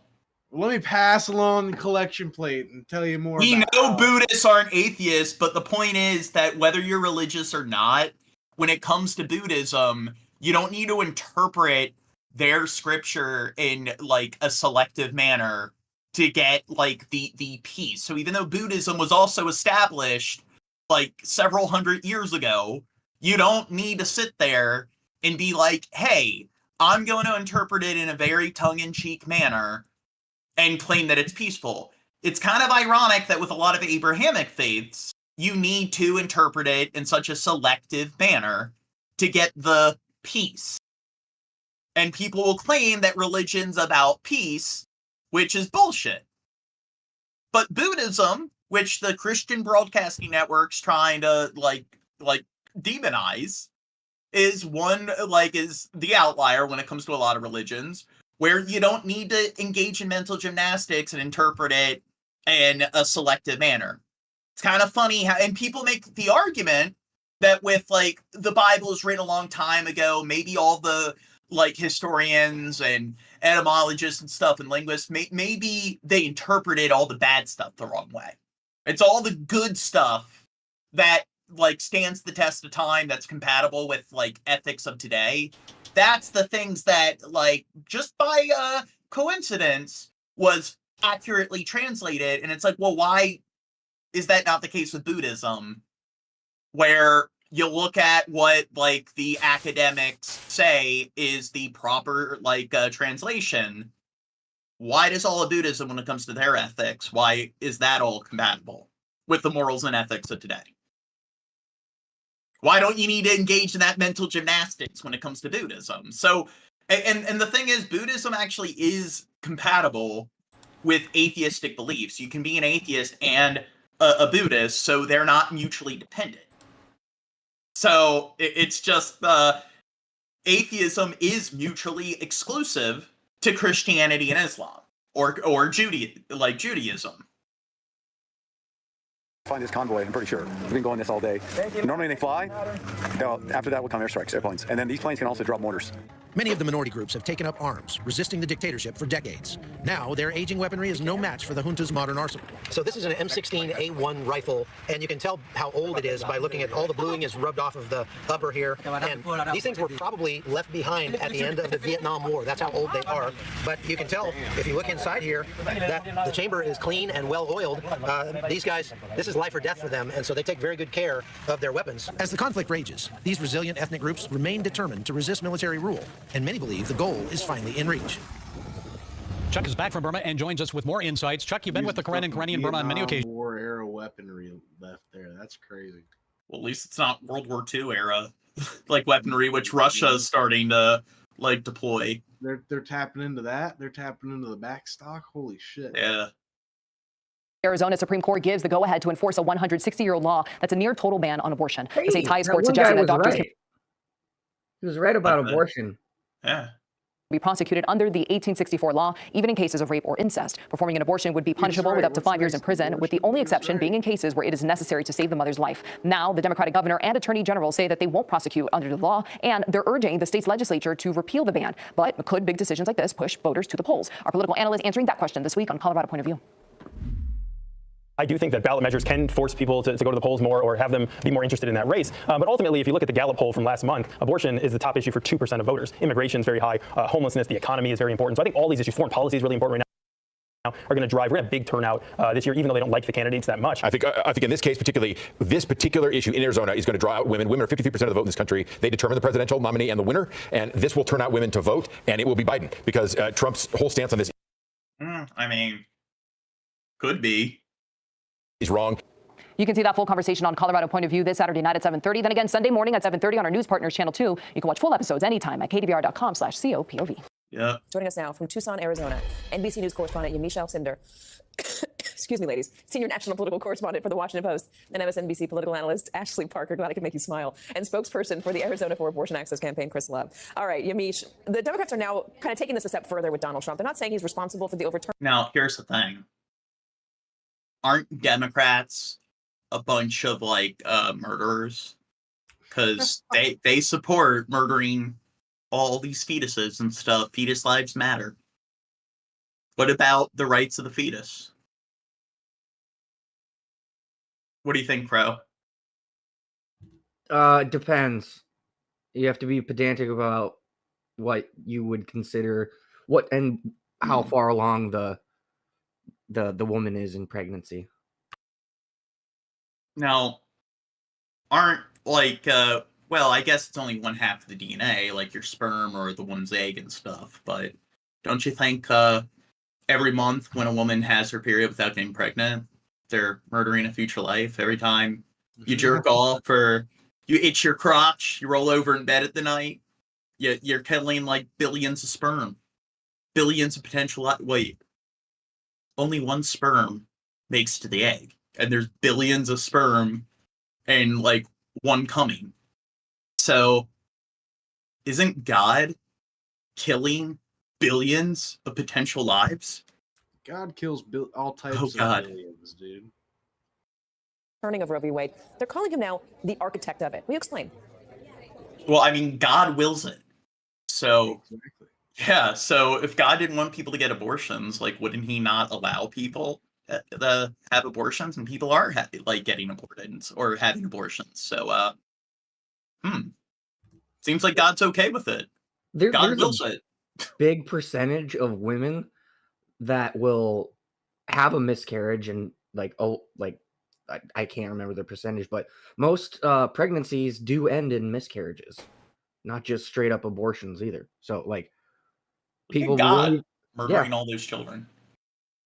I like how some Christians will say yeah, but maybe that baby was a future Hitler and God's taking them into heaven down. It's then why did God let Hitler well, notice how there hasn't been another Hitler, John?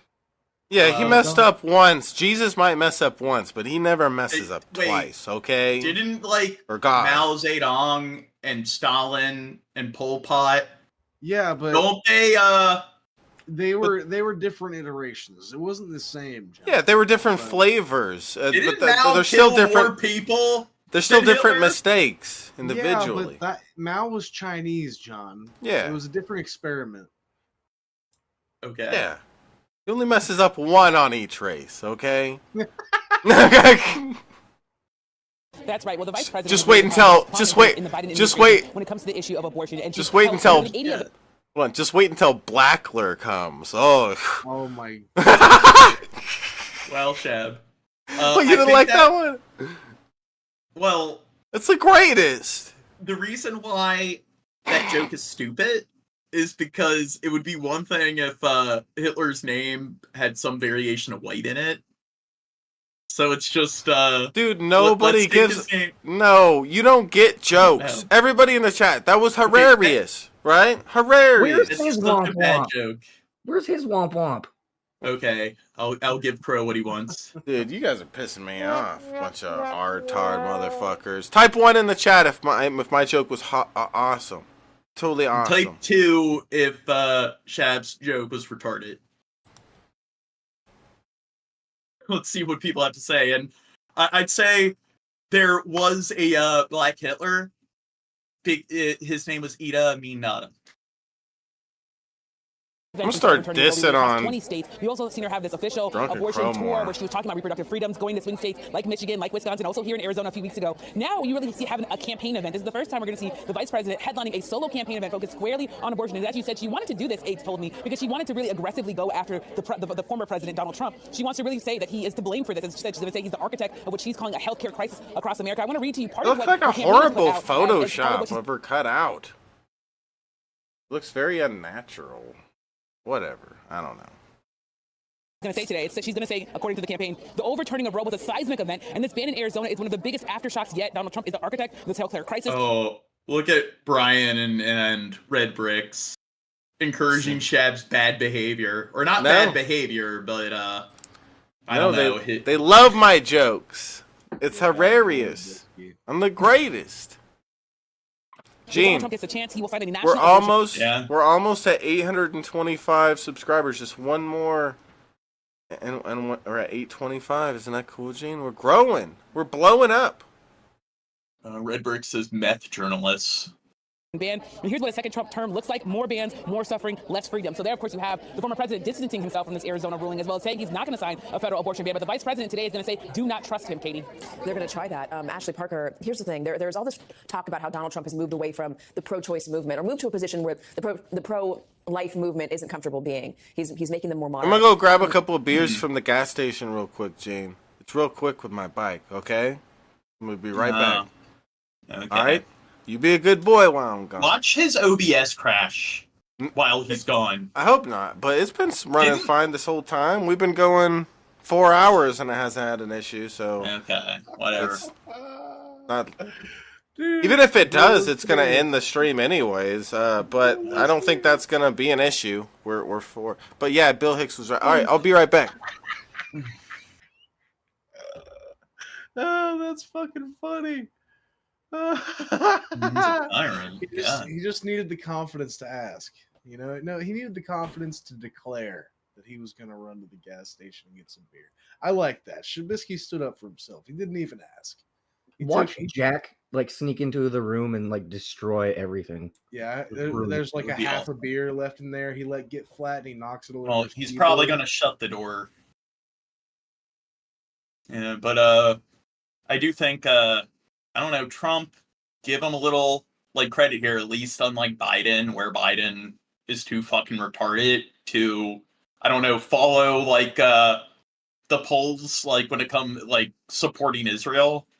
At least Trump's smart enough to be like, hey, the numbers say that me being pro-life and being anti-abortion probably is going to I don't know, drastically decrease my, or cause a notable decrease in my odds of me becoming president. So now I'm going to be moderate, and I'm going to distance myself from the pro-life movement. So seems like maybe his brain's functioning a little better than Biden's. I still don't want him to be president. Is that going to be enough? When he takes... Orange lives don't matter.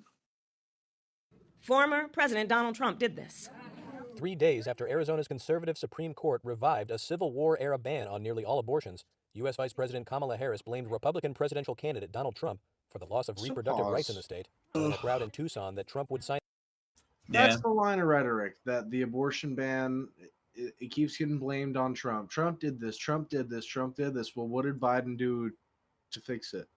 What did Biden do to help the issue? Not a goddamn fucking thing. And that's why I'm really not fucking confident that Biden will fucking pull it. I don't know. To me, it could literally go either way. I have no fucking clue. I won't claim to have any inclination that it'll go one way or another. But for Biden, no, dude. What, like, if there was one fucking thing you could point to and say, yeah, Biden did this, I'd be like, okay, good point. I haven't heard it yet. I haven't heard a good point. Yeah, and it's the same thing, like Bush, terrible fucking president. I don't like how he went about handling 9/11, what he did, like just dragging us into 2 decades of war. But, and then also, like, you look at the Republican Party and how they try to I don't know, pander to the big corporations. When it comes to things like climate change and stuff, just they don't really enforce regulations when it comes to I don't know, them like actually not destroying the fucking environment. But then the Democrats will say that they care about this stuff, but then they pretty much support the same sort of policies that the conservatives do. So the difference is the Republicans will openly state that they're assholes and then like enforce and practice the asshole policies. But then the Democrats will tell the people that they don't support these fucked up policies, but then they still engage in them anyway. So they're just pretty much the same. I mean, people play the political football game. So even though like you criticize like Obama or Biden, and then they automatically assume that you're for the other side, and then when you make it very clear that what you don't like about them is the fact that they pretty much support the same kind of like fucking policy and practice that the conservatives do. And they're kind of like based on the principles that you see most people who claim to be Democrats support. A lot of the Democratic candidates are what you'd consider to be Democrats in name only. And then they go out of their way to play because they happen to be like a blue fucking politician. Therefore, I'm going to white knight them and play like engage in mental gymnastics to play the stupid political football game. And a national abortion ban if given the chance. Because of Donald Trump, 1 in 3 women of reproductive age in our country live in a state that has a Trump abortion ban. And as much harm as he has already caused, a second Trump term would be even worse. Donald Trump's friends in the United States Congress are trying to pass a national ban. And understand, a national ban would outlaw abortion in every state. Strategists in both parties said the abortion ruling in Arizona would push even Republican-leaning moderates toward the Democrats. At a press conference in Mar-a-Lago, Trump defended the U.S. Supreme Court's decision that allowed states to restrict abortion. You know, what we did was give it back to the states, and now the states are working their way through it, and you're having some very, very beautiful harmony, to be honest with you. You have some cases like Arizona that went back to like 1864 or something like that, and a judge made a ruling, but that's going to be changed by government. They're going to be changing that. I disagree with that. Arizona is one of the most competitive states in the 2024 election, which could swing the presidential race and determine control of the Senate. President Joe Biden beat Trump in Arizona by a margin of less than 11,000 votes out of 3.3 million ballots cast in 2020. The near total abortion ban that the Arizona Supreme Court revived this week dates back to when Arizona wasn't a state yet, when slavery was legal, and when only white men had the vote. Many Republican office holders and candidates scrambled to distance themselves from the law. What's that? Damn. I mean, so it reverted the law back to when it was a territory. Like, what the fuck? It underscores some of the political consequences of the U.S. Supreme Court's decision to strike down the constitutional right to seek an abortion and leave it up to the states to decide whether to regulate it. Barrett Marson is a Republican strategist based in Arizona. And before we get going, Mr. Marson, I think we should make clear to the viewers you're not working for any candidates on the ballot this fall. No, I am not. And thanks a lot for having me on, John. Thanks. In Arizona, it's a swing state in the presidential election. You got a toss-up Senate race, and you got a couple of... Look, here's the thing. The Republicans, they don't really like Hamas at all. They claim that pretty much the entire Middle East, they're just a Borg. They're all radical kind of Muslims. But you know what Hamas doesn't support? Abortion. And the Republicans don't support it. So there you go. Wow. They share the same ideologies as those terrorists. Common ground. Of congressional contests. You know who didn't like abortion? Hitler. If they were Christian white men or women. Sweat. To be very close. How is this, what happened this week, the Supreme Court decision, going to affect those races? Well, I think, you said it all in that sentence there, except for that was what was last week. This week now, I don't know if the Senate race is a toss-up anymore. I don't know. I think last week we were a lean Trump state, and I think this week we're a lean Biden state. I think Kari Lake is on the wrong end of this issue, and in fact, I think a lot of Republicans who have, quite frankly, championed this kind of thing for, 2 generations, are finding themselves, at least in Arizona, on the wrong side of how voters feel about this issue. Have the Democrats picked up on this? You know what? When you hear about like Oprah running for president and shit, or The Rock, it's almost like I don't know. At this point, when you see like people like Biden and Trump, maybe Oprah Rock would be a good alternative. I don't know. Isn't that crazy that sounds preferable? I know Trump isn't the first celebrity president. Was it Reagan? Not Reagan. It was Reagan. Yeah. Reagan. Well, I don't know, like, because I guess there wasn't like so many more Reagans right after Reagan, like, ooh, another movie star president or whatever. But I wonder if this will be, spark something in this generation where people like, yeah, fuck, I could be president. Cenk Uygur for president. Oh my No. God. Yeah. He's kind of a rageaholic. Preferable to me, right? Isn't that a shame? I don't know. He does seem like if he's engaging in any sort of like diplomatic situation, if somebody doesn't agree with him, he does seem like he'd rage out. And I don't know. And he sweats like a pig. I'm sorry. Are they pressing this? I mean, that is what they are doing 24/7. What's that? You said he what's like a pig? Sweats. Oh God. And rightly so. I mean, look, right now, again, a week ago, I would have said the border and immigration and the economy and inflation were absolutely not only the top two issues, but they were very much Republican issues. And now I think abortion is the number one and prevailing issue. It is the issue that will take course the oxygen out of the room. That's like going to be his thing. Obama's "Make America Great Again." Trump's like big meme is wrong. Or no, Trump's make America Great Again. Obama's motto was change. Hope and change. You had hope and Yeah. change. First it was change. But then when there wasn't, I remember this because this, like what, 2008, 2012, my brain was developing to a point where I could kind of not understand, but was aware of what, was going on in politics. So I remember that being the thing was change. And I was like, okay, that's a good idea. President running for change. I liked that. But then I remember as a kid being like, well, I don't really feel like that much changed. And then 2012 comes around and he's like, hope. And I'm like, okay, so we never got change. So now the best we could do is hope for change. I'm not convinced. Yeah. But like, if you talk about him being like, I don't know, he claimed that he'd withdraw the troops from like the Middle East. And I don't know, like I said, like they're kind of, they do a lot of telling, not a lot of showing.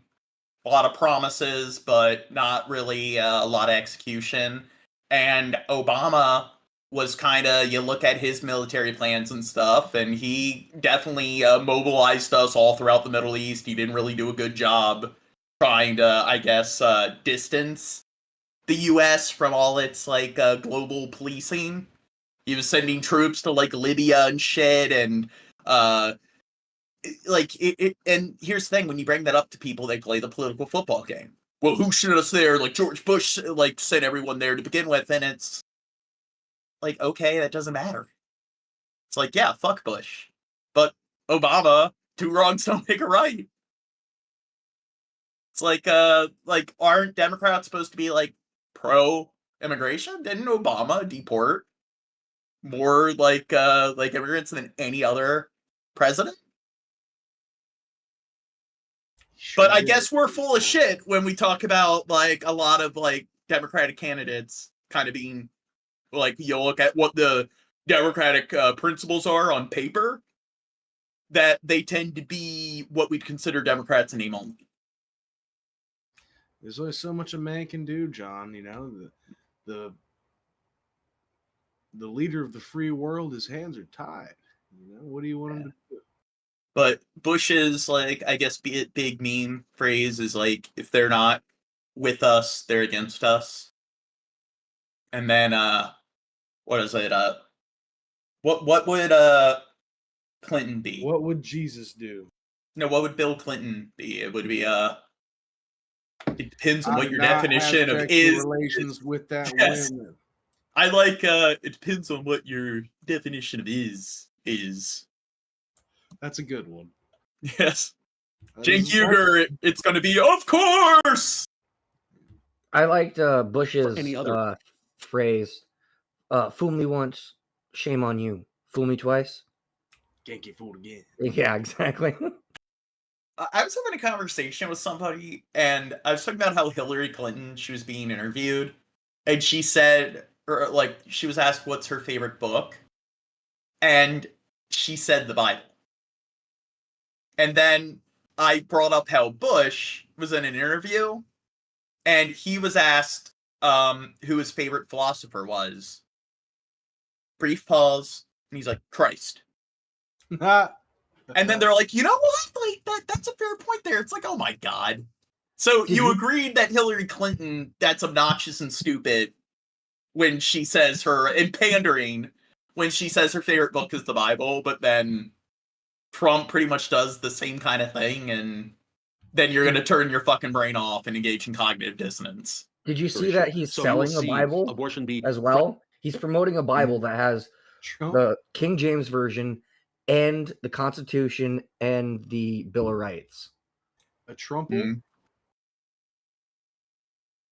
The Trump compilation.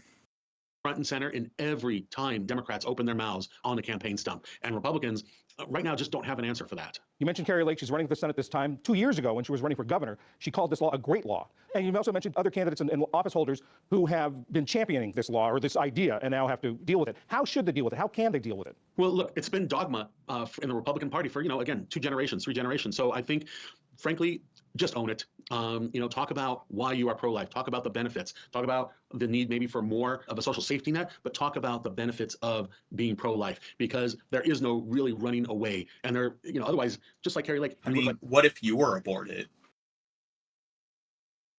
A massive You wouldn't know, John. Yeah. And 2 years ago, she called this. It's like when people say, "I didn't ask to be born." Well, I didn't ask to be aborted. A model for other states, and now she's talking about she's pro-choice. So, I think you should look. See, she's doing like the Hitler salute. Oh my God. She's even got the cross too. Yeah. I knew you were gonna fucking say that. What? See, it's like, yeah, dude. Hitler was pro-life. He didn't support abortions. He was also one with Christ. I also like the fact that people that identify as pro-life are like usually the ones to advocate for war and promote war. So you're doing the fucking opposite of what you're fucking preaching, dude. Choice. So, well, consistency. What's that? I think a Republican candidate should just own this. They've been wanting to do this for a couple generations. They've done it, celebrate it, and embrace it. Okay, I'm done with what this fat fuck has to say. Next vid. Signature and print your first last name. I try to do it once or twice a week. Right now I'm doing 4 because we're pushing. Energized. One more signature on this one. And motivated. Thank you guys for all showing up. After the Arizona Supreme Court revived a Civil War era law. It's another dual earbud fucking video. Yeah, this shit sounds weird. Ban nearly all abortions in the state. The important thing is you're signing it. These volunteers are trying. Next vid. In our other top story, an elderly woman is dead following a shuttle bus incident at Honolulu Harbor. It happened as passengers were getting off the cruise ship and waiting for transportation. Jolani Martinez spoke with witnesses. About a dozen people were hit by a shuttle bus here at Pier 2. We spoke with one woman who sprung into action to help those I think Hamas did it. seriously and critically hurt. I seen the whole thing. Somebody screamed, and then I looked over, and the bus hit into the crowd, and then it just kept going until it hit the wall there. It knocked over the cement, big cement block was pushed out, and the bus hit into the wall. Florida ER nurse Janet Lightfoot is on a cruise with her mom. This morning, they were at Pier 2 at Honolulu Harbor, waiting for the shuttle to go shopping, when she saw this bus with a Hilo Hattie logo heading toward a crowd of people. My instincts are to go help, so I ran over and kind of started triaging. That's a pretty eventful way to end a cruise. People and trying to help. It just kept going, and my daughter yells out, "There's nobody driving the bus." And then poof, it hits the wall. Honolulu police say at around 10:24 a.m., a 57-year-old male motorist dropped off customers at Pier 2 and was notified by a bystander that his vehicle was moving forward. Chicken? And was notified by a bystander that his vehicle was moving forward. My instincts are to go help, so I ran over and kind of started triaging people and trying to help. It just kept going, and my daughter yells out, "There's nobody driving the bus." 7-year-old male motorist dropped off What's a random customers at Pier 2 and was notified by a bystander that his vehicle was It's just Honolulu, dude. They're like Moving pigeons forward, there. the driver ran back in the bus to try to Okay. stop it, but he pressed the gas pedal instead of the brakes and Looks crashed into like 2 it. concrete barriers and 5 pedestrians.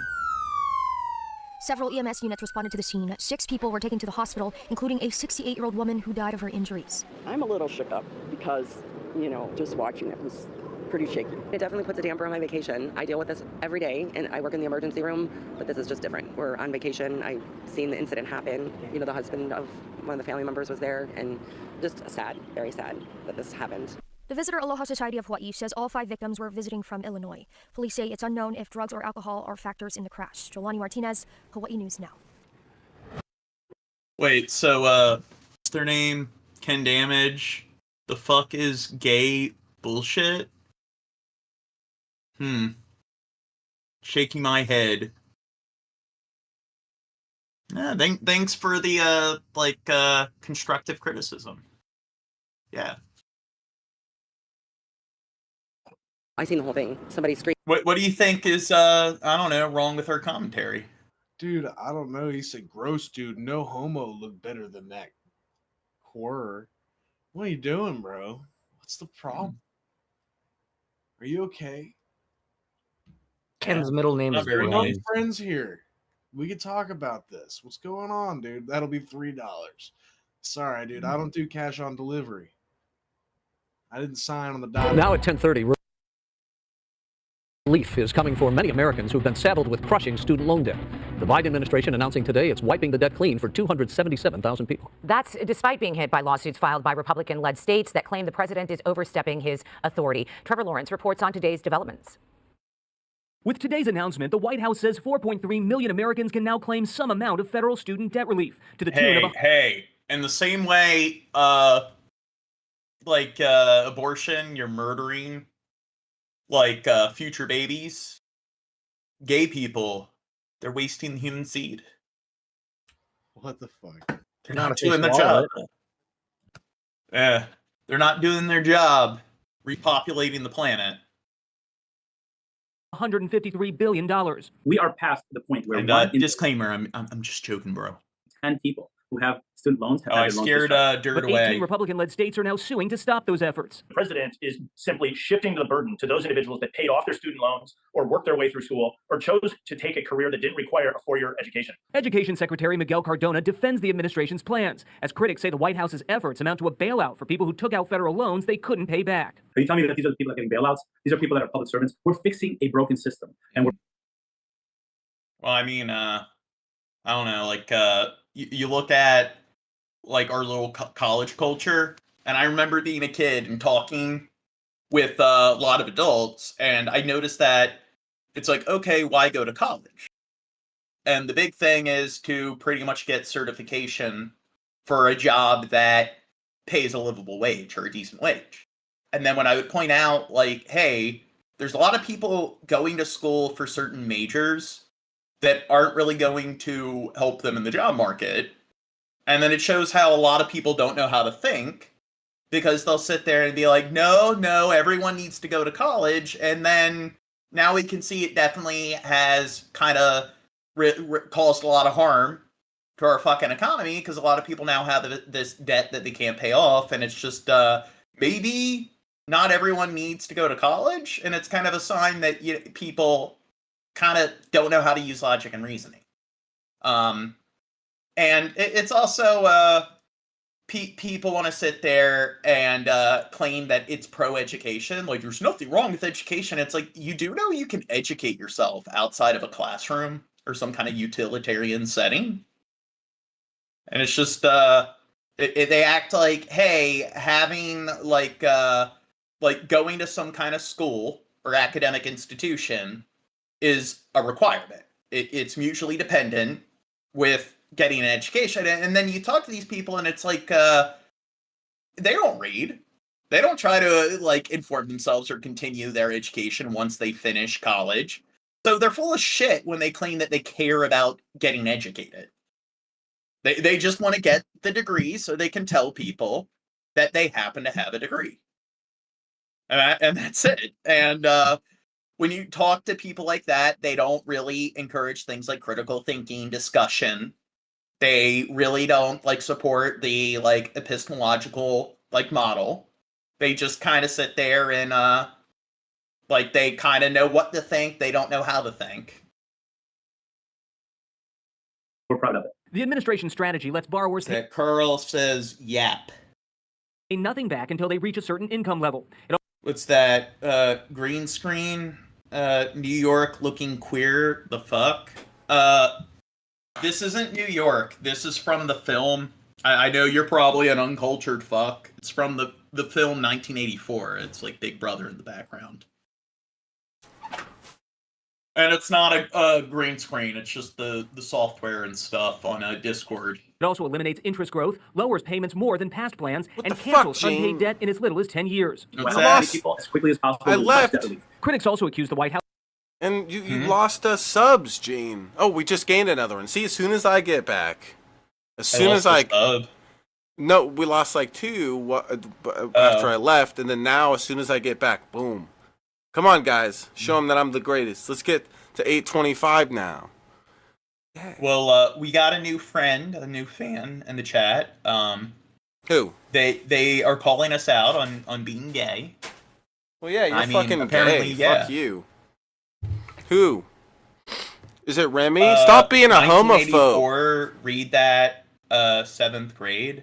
Well, you clearly have the writing like sort of efficiency that you'd expect from somebody that reads on a regular basis. So you clearly aren't succumbing to the Dunning-Kruger effect. And 1984, read that 7th grade. Yeah, What- you definitely Read seem that, like the you know, person read who. read can be read the same way when Yeah. you read it. But even with that, 1984, read that 7th grade. You read that in the 7th grade? I mean, like... Shorthand. Don't pretend to understand. Well, I mean, it's like caveman talk. Me eat apple. Ooh. Oh. And I mean, over half of Americans read or write at or below an 8th grade level. So I'm fairly certain you read like a book that probably is classified as, I guess, like at least a high school level book. I'm sure you're able to comprehend it just fine. Sorry, Orwells. Or this seems like the kind of person to have on for a debate. I think they'd be able to hold their own. House of using debt forgiveness to score political points with younger voters, a demographic more likely facing high college. I drag you with your long hair. Okay, you're right. Dude, okay, I like this guy again. You're Oh my god. Yeah, dude, as long as you're talking about wrong? Gene. Dude, Wait, he's talking about what's wrong Gene, with, not Dirt, right? What's wrong with having long hair? Are you I don't know. I could look like I don't know. They probably are the kind of person that maybe they're not really open to new experience, and they probably have this rigid attitude of how everyone should be. And it's almost like the research shows that there's a correlation between being somebody who is not open to new experience and who isn't eclectic, and being a dumbass and having low intelligence. Yeah, Dirt. I'm sorry. Yeah, dude in red smarter than y'all, believe me. The dude in red. Yeah, he's in his red skin. Yeah, I'm that, wearing that red dude. today. Yeah, he's wearing red skin today. You know, Gay and Silent Bob. All right, that's kind of funny, man. That's kind of the fuck. So Gene's the gay. Okay, I like you, Ken. I like you more and more by the second.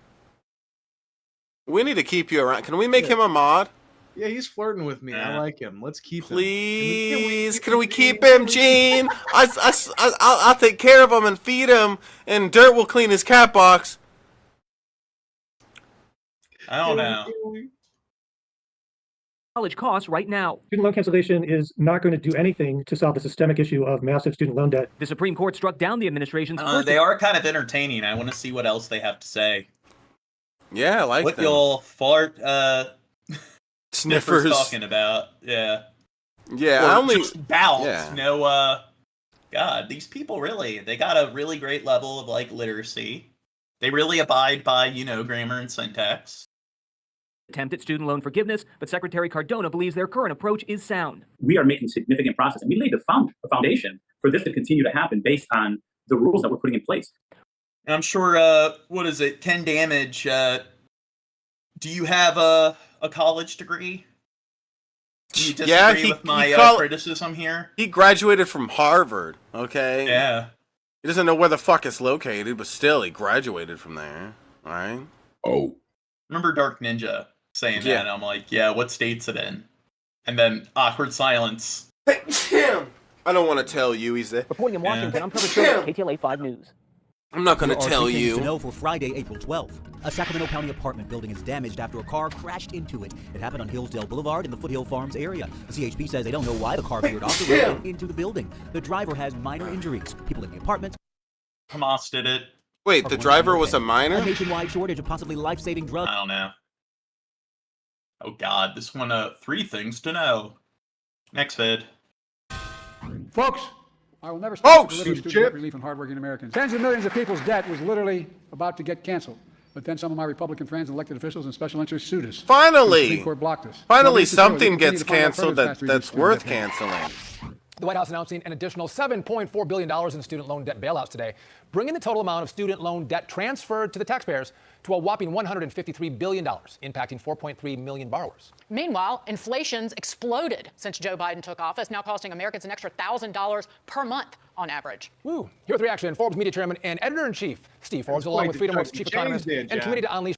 What's that? $1,000 per month, John. That's quite the chunk of change. Dude, if I had that, I'd be so rich.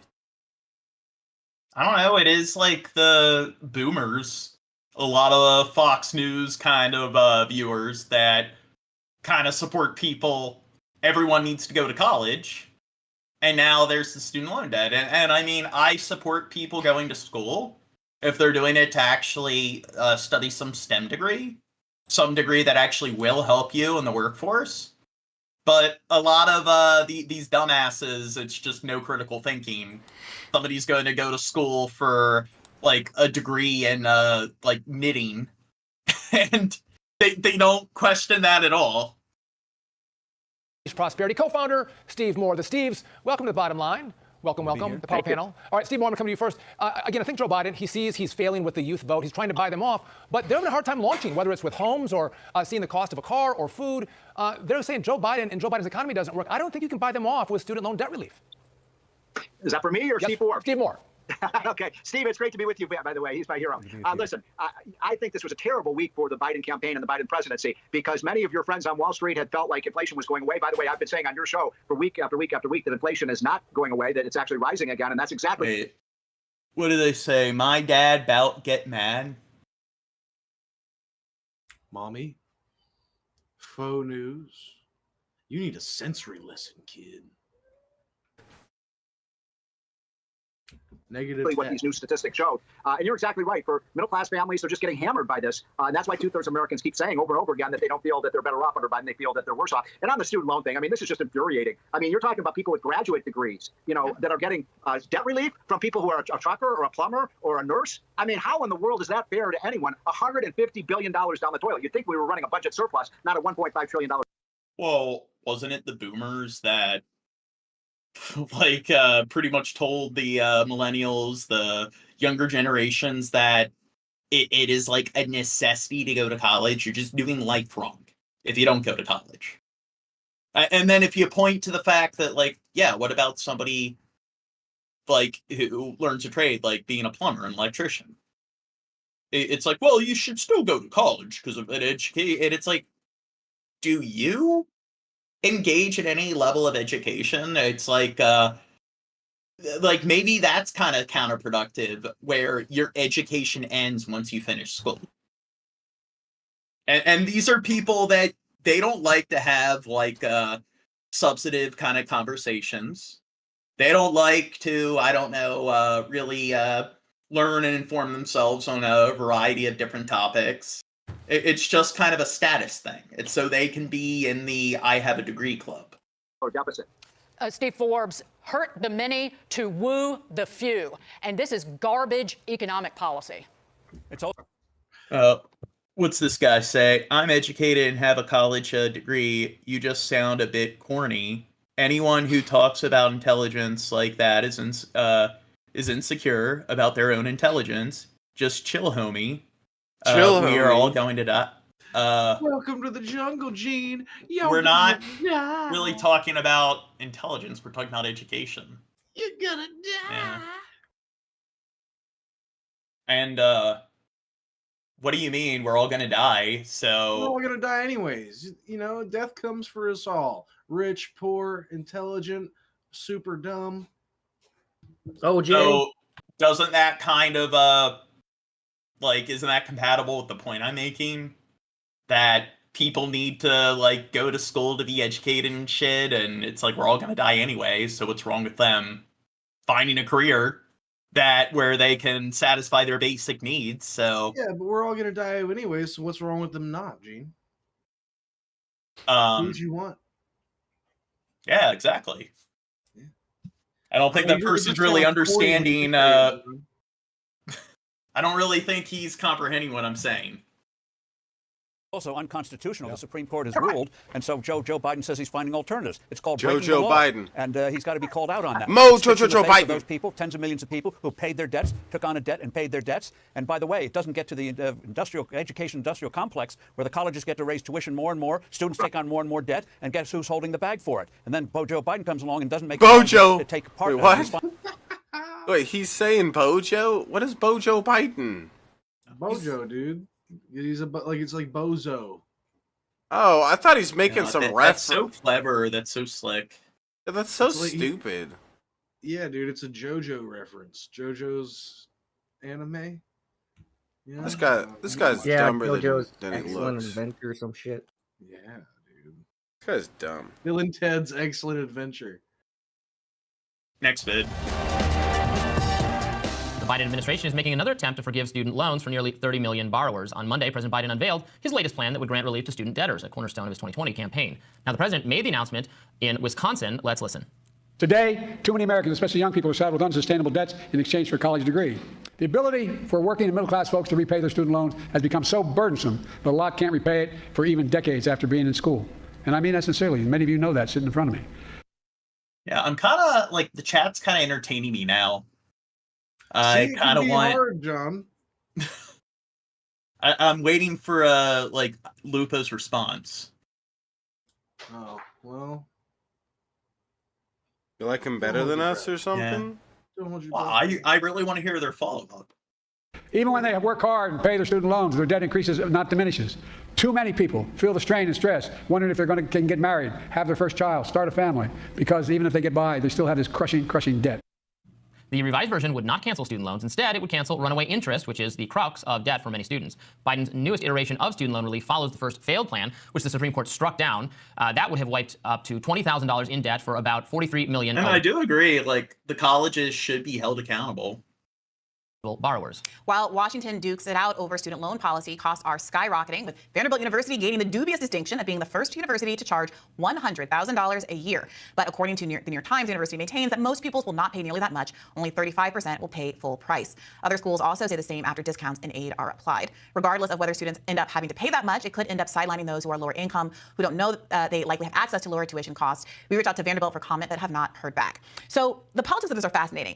Biden's choice to announce this in Wisconsin, where the uncommitted vote there just doubled the number of votes by which Biden won narrowly over Donald Trump in 2020 and the number of votes by which Hillary lost to Donald Trump in 2016. So both of those margins were around 21, 22, low 20,000 of votes. And the uncommitted vote got 47,000 votes. It's a lot of college towns, a lot of young people there, a lot of people who are very disgruntled with his foreign policy, among other things. So the choice to say, hey, I'm announcing a $30 million student plan, or 30 million borrowers will be implicated by this plan, seems to be a kind of a cope.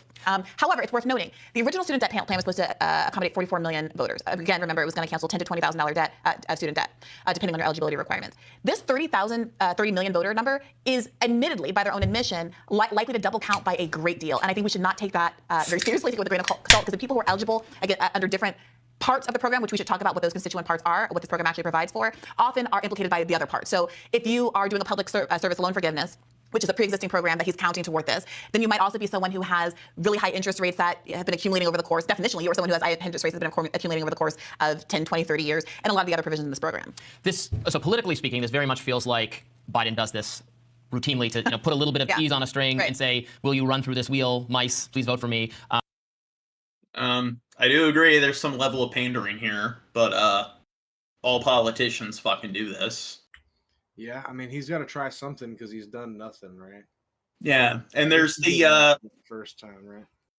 Yeah, like I don't know, or like younger demographic tend to be more left-leaning, and they also are the ones that are struggling with student loan debt because college has been less affordable. So he's doing everything he can to increase his vote count. I know how he can do it better. Biden needs to start a Twitch and stream Pal World. Yeah, or Fortnite. That's how you get all the attention. That's how you get all the views. It's true. The Biden administration is canceling more student debt for thousands of college students. The Education Department says it has canceled student loans for 206,000 borrowers. This is mostly because student borrowers have become eligible for cancellation after making 10 years of payments. The administration is implementing a new repayment plan that gives borrowers a faster route to forgiveness, but is drawing criticism from Republicans. The president is simply You know what they should do? They should be like, you know what? We'll forgive your student loan debt if you join the military. Damn. Yeah. It's cold, John.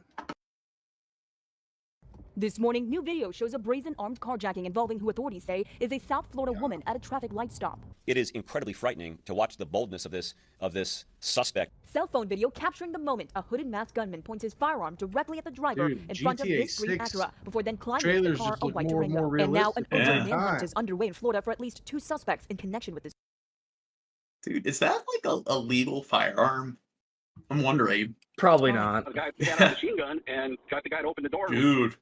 Pointed the gun at him, and then he got in the back seat of the car. Authorities say they believe the woman held at gunpoint. 31-year-old Catherine Altagracia Guerrero de Aguas Villas was killed shortly after the incident. The Seminole County Sheriff said she had traveled up from Homestead, Florida earlier that day and stopped at a gas station for 8 minutes before noticing the car was following her. There is no explanation why somebody would target her, why she would be followed like that. Investigators say a body was then later found charred inside a burning vehicle believed to be that white Durango. It was located some 30 miles away from the carjacking in Osceola County, according to law enforcement. What do you think their reason was?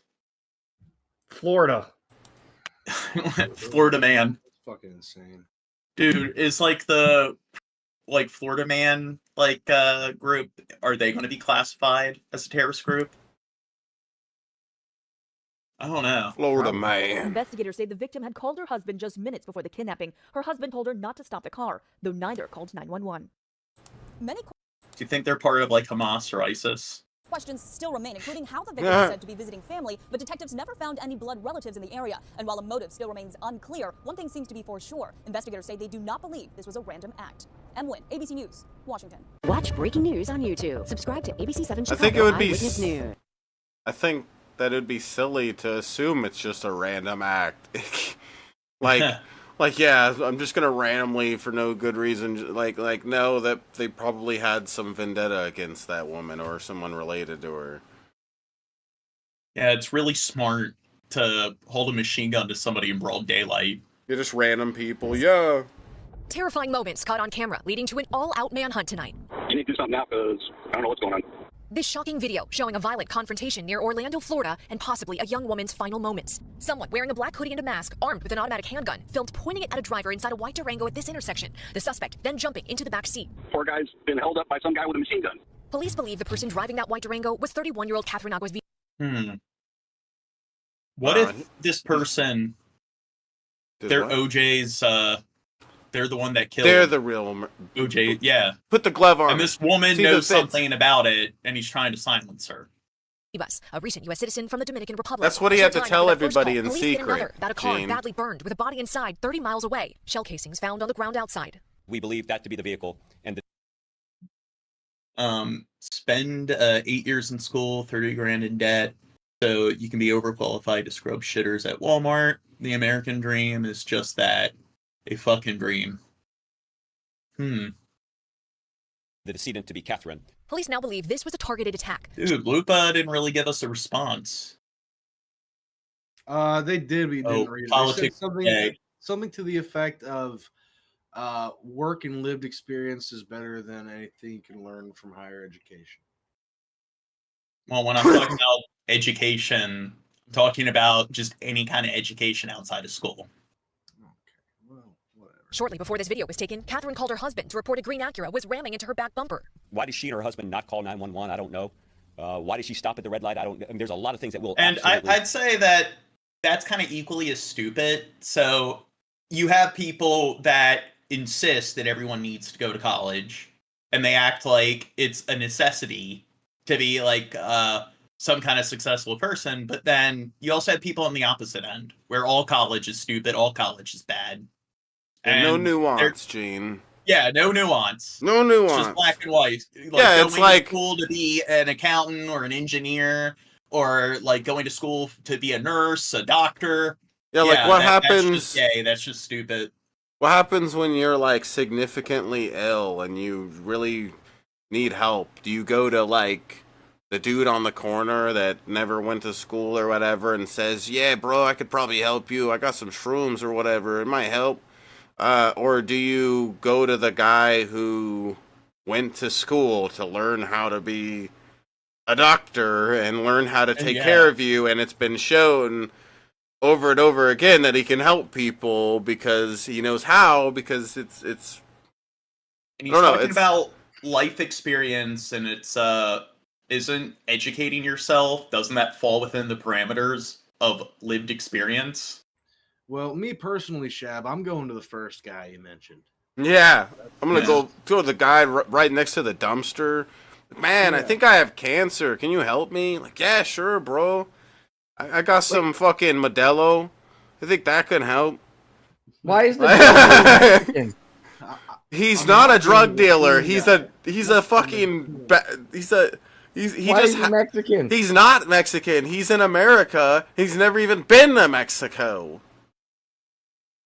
Oh, so he's just got the accent. Okay. He's Hispanic. Okay. Oh, they say, yeah, you're, you go to the doctor that's gonna, prescribe, probably. Yeah, I know. And, use some, hella, like, addictive opiates because, he get paid fat cash by Big Pharma to push it, laugh out loud. So, okay, so that's like no, it isn't a joke, and that's like I said I hope it's a joke. It's not a joke. But I bet they're being serious. But so let's say you have no education at all about cars. Do you just like I don't know? It's just so stupid. How? Okay, what was their response again? Wait, is it Carl? Carl. It's Alan. Alan. I haven't even been paying attention. Oh, I have it on top chat. Let's see. Oh, yeah, it's just silly. It's like just because you can go to someone who repairs cars who might rip you off doesn't mean that you should never go to a professional, someone who actually knows how to repair cars to get your car repaired. You might want to go to someone who knows what they're doing, just because some of them can be a reputable car doctor. Yeah. Oh Lord. It's silly. Just because that exists, like what that is you not seeing the nuance in what's happening. It's just like us saying, "Hey, something's wrong with your car. Why don't you go get it repaired by somebody?" And it's like, no, repairman just there's this one guy, he just works commission, and he was trying to rip me off and just replace everything, even though all that needed to be replaced was this one thing. It's like, well, that doesn't mean all repairmen that work on cars are not what reputable. You're talking about nuance? What nuance? I like What's how that? they're talking about like they just prescribe you opiates. You do know that doctors don't all prescribe people opiates for every single like ailment.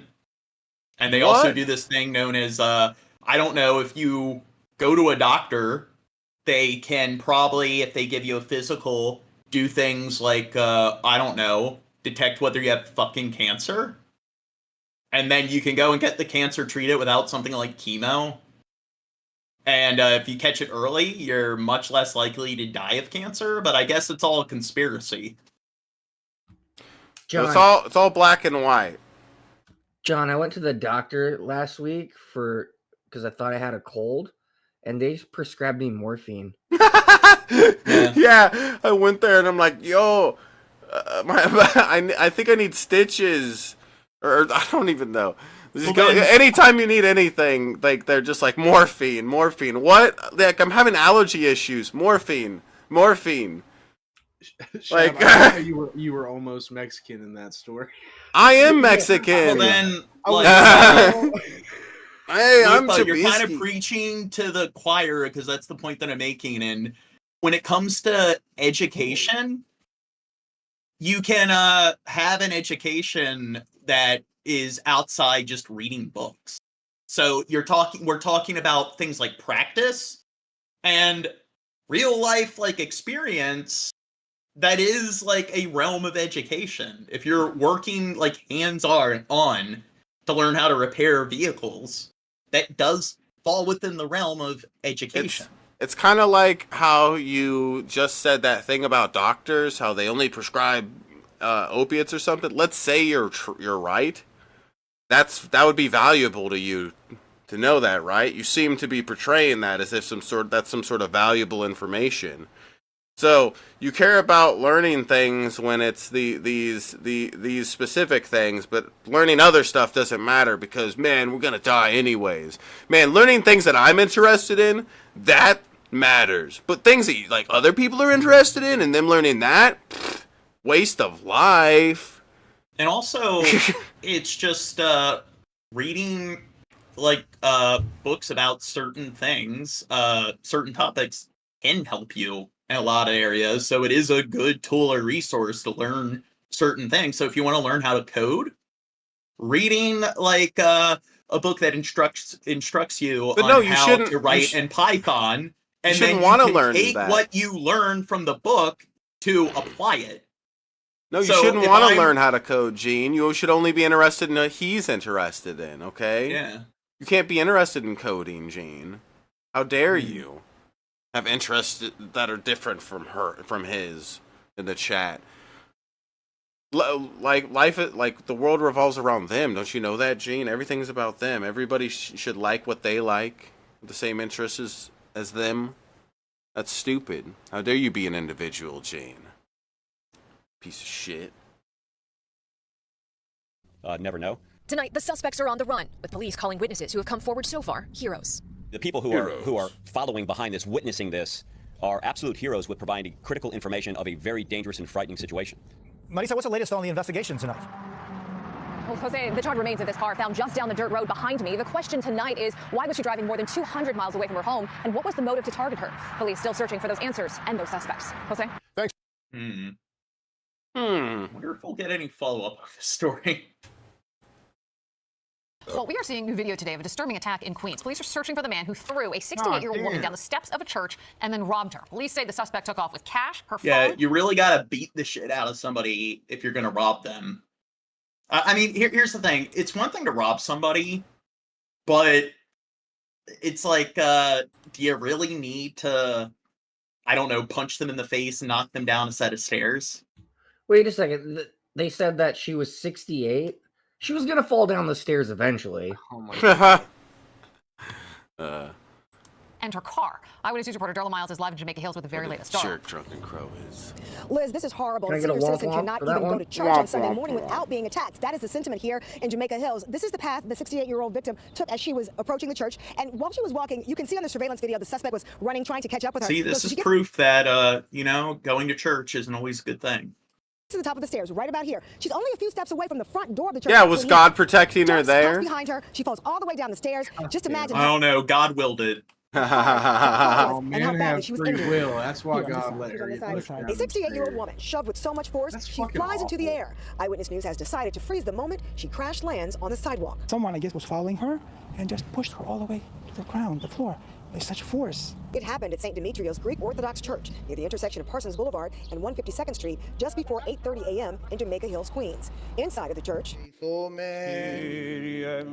The people that were around, the parishioners that saw it, or afterwards when they were coming, they came out to help because I was in the altar. while outside, the victim is being followed from behind. When she reaches the top step, the suspect jumps in front of her, knocks her down so hard she goes airborne, landing at the bottom of the stairs. The good-for-nothing suspect then steals $300 cash. Here's the thing. He's, like, probably a lot bigger than her. So, she's, like, 68. Why doesn't he just, I don't know, grab her by the arms, wrestle her to the ground, and steal the purse that Because he's a way? shitty person. Yes. That's why. It was Like, too easy, John. She was 3 steps up, and he, Oh, boy. he saw his opportunity and he seized it, John. But I just want piece to of point shit. out that she's 68. She has $300 in cash, and she's going to a church. Where do you think that $300 in cash was going? better there than this fuckwad. Oh, You know, look, like- Alan, look at their follow-up here. Yeah, fentanyl is a medical drug, but doctors and pharmacies have the best interests. Yeah, it's just that black and white. It's going to a doctor. They're all just prescribing people nothing but opiates and fentanyl. Yeah, because it's not like if somebody has an autoimmune disease where if they don't take medication, they'll fucking die. Yeah, it's like all medication is just like highly addictive and like deleterious, like medication, like fentanyl. It's not like there's certain conditions where if you don't receive some kind of like treatment, that's some kind of like form of medicine that like, so what's somebody with I don't know, like lupus supposed to do? Morphine. Yeah, if you have well, but yeah, that's what they prescribe people who have lupus. It's true. Yeah, if you have epilepsy and you have seizures, it's like clearly when they put you on like anticonvulsants so you don't have fucking seizures, I mean, yeah. Clearly it's just all some conspiracy for Big Pharma. Cash, her cell phone, her car keys, and then drove off in her car. It was a major feast day for us yesterday, the Feast of the Cross, because we were still in Lent, the Orthodox. So she was coming to participate in the worship of the Holy Cross, the veneration, and she was coming, and then this happened. While he's in the God woods had somewhere, different cruising in plans her for her car, that the day. 68-year-old is in Damn. critical condition at Booth Memorial Hospital. I visited her yesterday at the hospital. She was alert, she was conscious. I gave her, a blessing, gave her Holy Communion, and gave her. Oh, thank God. Thank God he did that. Thank you so much. You're such a hero. He did. Was that before or after touching the kids? Sorry. No, there's a It's reason the like, drug- there's a reason when you get hurt, you go to a hospital and not a fucking church. Oh. And we were hopeful. He's down like, the and it's not like people have been misdiagnosed and died from it. So do you think more people are dying from being misdiagnosed? Can you show statistically that your argument makes sense? Can you actually show numbers that are real numbers? And rather than you just making assertions, right, Gene? Yeah. I mean, there doesn't really seem to be, I don't know, like any nuance whatsoever with what they're saying. It's all black and white. And there's no sort of This decent one bad argumentation. thing even. could happen, so all the positive scenarios and like positive possibilities, they don't matter. There's this one negative possibility, so it's like with anything, it's probability. I don't know, this person, maybe they do need to go to school or something. Maybe that's the problem. Now, the victim's Carl, car you is a and 2006 Gene Nissan comment. Altima. Police. What's that? You guys are lupus buddies. You're lupus bros. Mm. You can commiserate over your lupus together. Yay, everybody has lupus. Yay, yay, yay. You get lupus. Lupus party. Red bricks. Yeah, COVID. Like all the vaccines are killing people. Wait. Like the vaccine for smallpox and stuff and polio. Yeah. Wait, is people that definitely wouldn't get polio, and it's not like smallpox was one of the most fatal viruses out there. Yeah. Is that why Dirt's skin is red now? Does he have lupus too? Yeah. Yeah. Yeah. Yeah. And that's You shouldn't why have- I'm you not on shouldn't have- camera either. Oh my gosh. I got the lupus. Oh my gosh. I told you guys not to have sex with him. I know it's hard to Y'all other two bullshit. Yeah. I don't think that claiming that you've read something like 1984 is that much of a flex. But, and I wouldn't sit there and be like, I doubt you read 1984. It's not really that hard of a read. But with this person, I kind of doubt that they even have the literacy now to comprehend something that maybe is a 9th grade level book. They clearly aren't even able to write at a 5th grade level. And a third of Americans read and write at or below 5th grade level. So maybe they fall into that 1/3 demographic. Holy shit. I don't know. Holy shit. Want anyone to look out for it if they see it. Oh, my old lady has post-polio symptoms from vaccinations. Recognize a suspect in the surveillance video called Crime Stoppers. And Laugh out loud projecting. Well, here's the thing. Do you think I'm not able to write at or I'm not able to write above a 9th grade level or an 8th grade level or a 5th grade level? So I'm projecting. Do you think, Ken, that I don't know, your writing is, you know who they remind me of? Mr. Echo. It's caveman level literacy. But then they think they're better, they're smarter than everyone. Reporting live in Jamaica, that was Darla Miles, Channel 7, Eyewitness News. And clearly, when I went to the University of College Park in Maryland, and I have a master's in civil engineering, yeah, clearly, I received that master's through reading and writing below the 5th grade level. About time you said it, Jane. I was waiting for you to admit. A man runs out of his house. He chases and tackles a teenager who's breaking into his truck. The suspect screams for help, and then the driver of the getaway car hits the gas pedal and drives right into the homeowner. Dude, now Void is dude, what crawled up your ass, Void? Who cares? Watch this footage, yo. Lands on his feet and starts taking photos as the bandits make their escape near Seattle. He's lucky to be alive. And so you ran out there. Wait. I was Wait. gone into bed. If he okay, never mind. I guess he was taking a photo to get the driver's license. Dude, I don't know. The chat's being very entertaining now. I got to put on my reading glasses. Discuss things with them. Jane's got to put his readers on.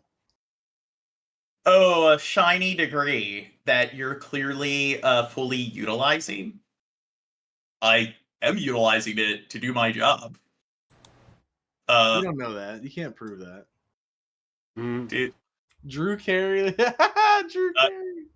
He was going to call Drew Carey. Caveman needs herbs and meat. Yeah.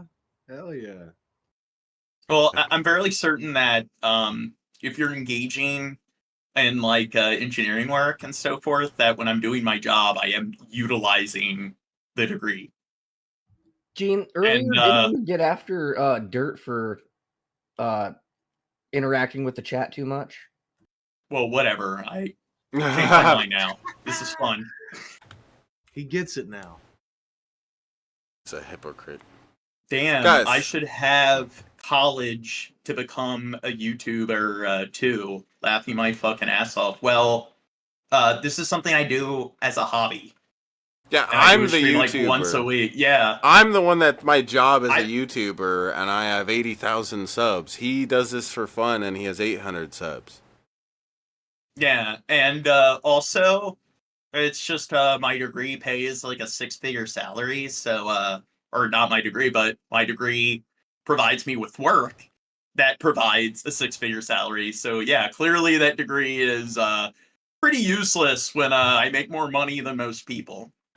Wow, quit flexing, Gene. Yeah. Now you're just flexing, Gene. Dude, you need to tip more on my stream, Gene, with all these figures, you stupid bitch. Dude, I give you fucking $200 a week. You I'm give giving me her like $200 a month. Damn, pocket watching. See, you hear Look that, at Shab? him. I'm a fourth as valuable as you are. Yeah. Dude, this is gonna become a problem between me and you, Dirt.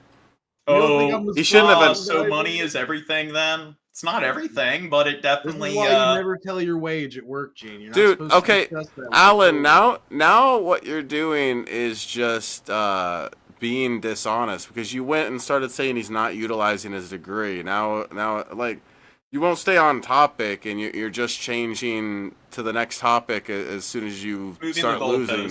Moving the goalposts, yeah. As soon as you start losing, looking stupid, you just change to the next subject. Do you want to get? I don't know, Alan. I think you're not as smart as you might think. They're like, civil engineering is cool, dude. I just came everywhere. It's like, I think, you know what? When it comes to a lot of the things that you utilize on a regular basis, imagine if civil engineers or engineers in general didn't exist. I don't think you would have access to the kind of infrastructure that you take for granted.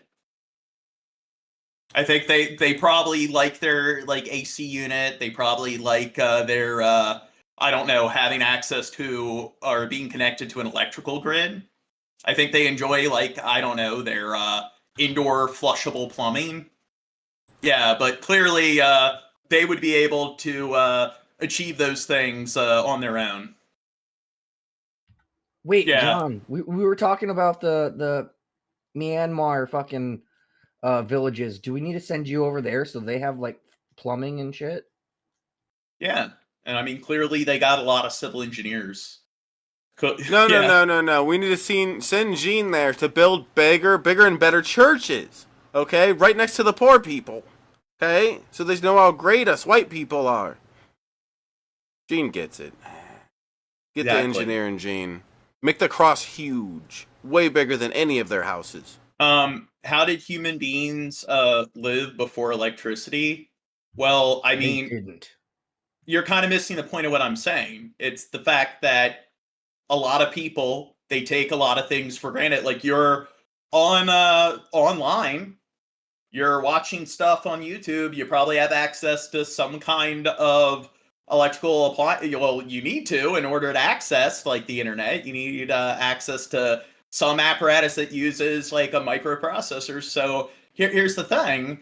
Do you think if there weren't people out there that had I don't know, they're adept in some kind of STEM field or STEM degree, do you think that you'd have access to the internet and your computer? So do you enjoy your computer? If you're somebody who has a game console, do you enjoy your game console? So do you think that, I don't know, people like you would be able to engineer the kind of processors and stuff like that? The kind of silicon-based technology that goes into this? Gene, I have a question real quick. What's that? Do you think the children that make our phones are engineers? Oh, yeah. And I think that, you know what, you look at a lot of the great, innovations in, history, and it's you look at ancient Egypt, and, the Mesopotamians and so forth, and I think that when it came to a lot of the, I don't know, strides in history, I don't know, naval vessels for maritime trade, I think that engineering went into that. I think it was the people that applied more attention to things I don't know, education that came up with that stuff. Nope, God would have gave it to us all. God would have gave us that stuff, Gene, if we just prayed. I'm sure academics like them, clearly, I mean, they probably really like their car and having access to things that require an engine and so forth, like a diesel engine. And I'm sure people that invented things like the steam engine, diesel engines and so forth, they're not engineers. They're just people that don't even like appreciate any sort of higher academics. Well, you're right, DLC. Fun, being stupid is fun. Ignorance is Exactly. bliss. But I guess let's continue. Ancient Egyptians right back into this, use technology we don't have access to. Gene, you are making sure things don't fall down. Chill. Just chill. Yeah, I'm sure, Lupa, when it comes to trig and calculus and like advanced physics, static, and mechanics and so forth, I'm sure they're the kind of person that could learn this stuff easily. They'd be able to learn it without a fucking book and reading. Books are dumb. That's the dumbest shot. Dog, what? Dog, what? You gotta love like the Dunning-Kruger effect. Keep on scrolling, crab meat.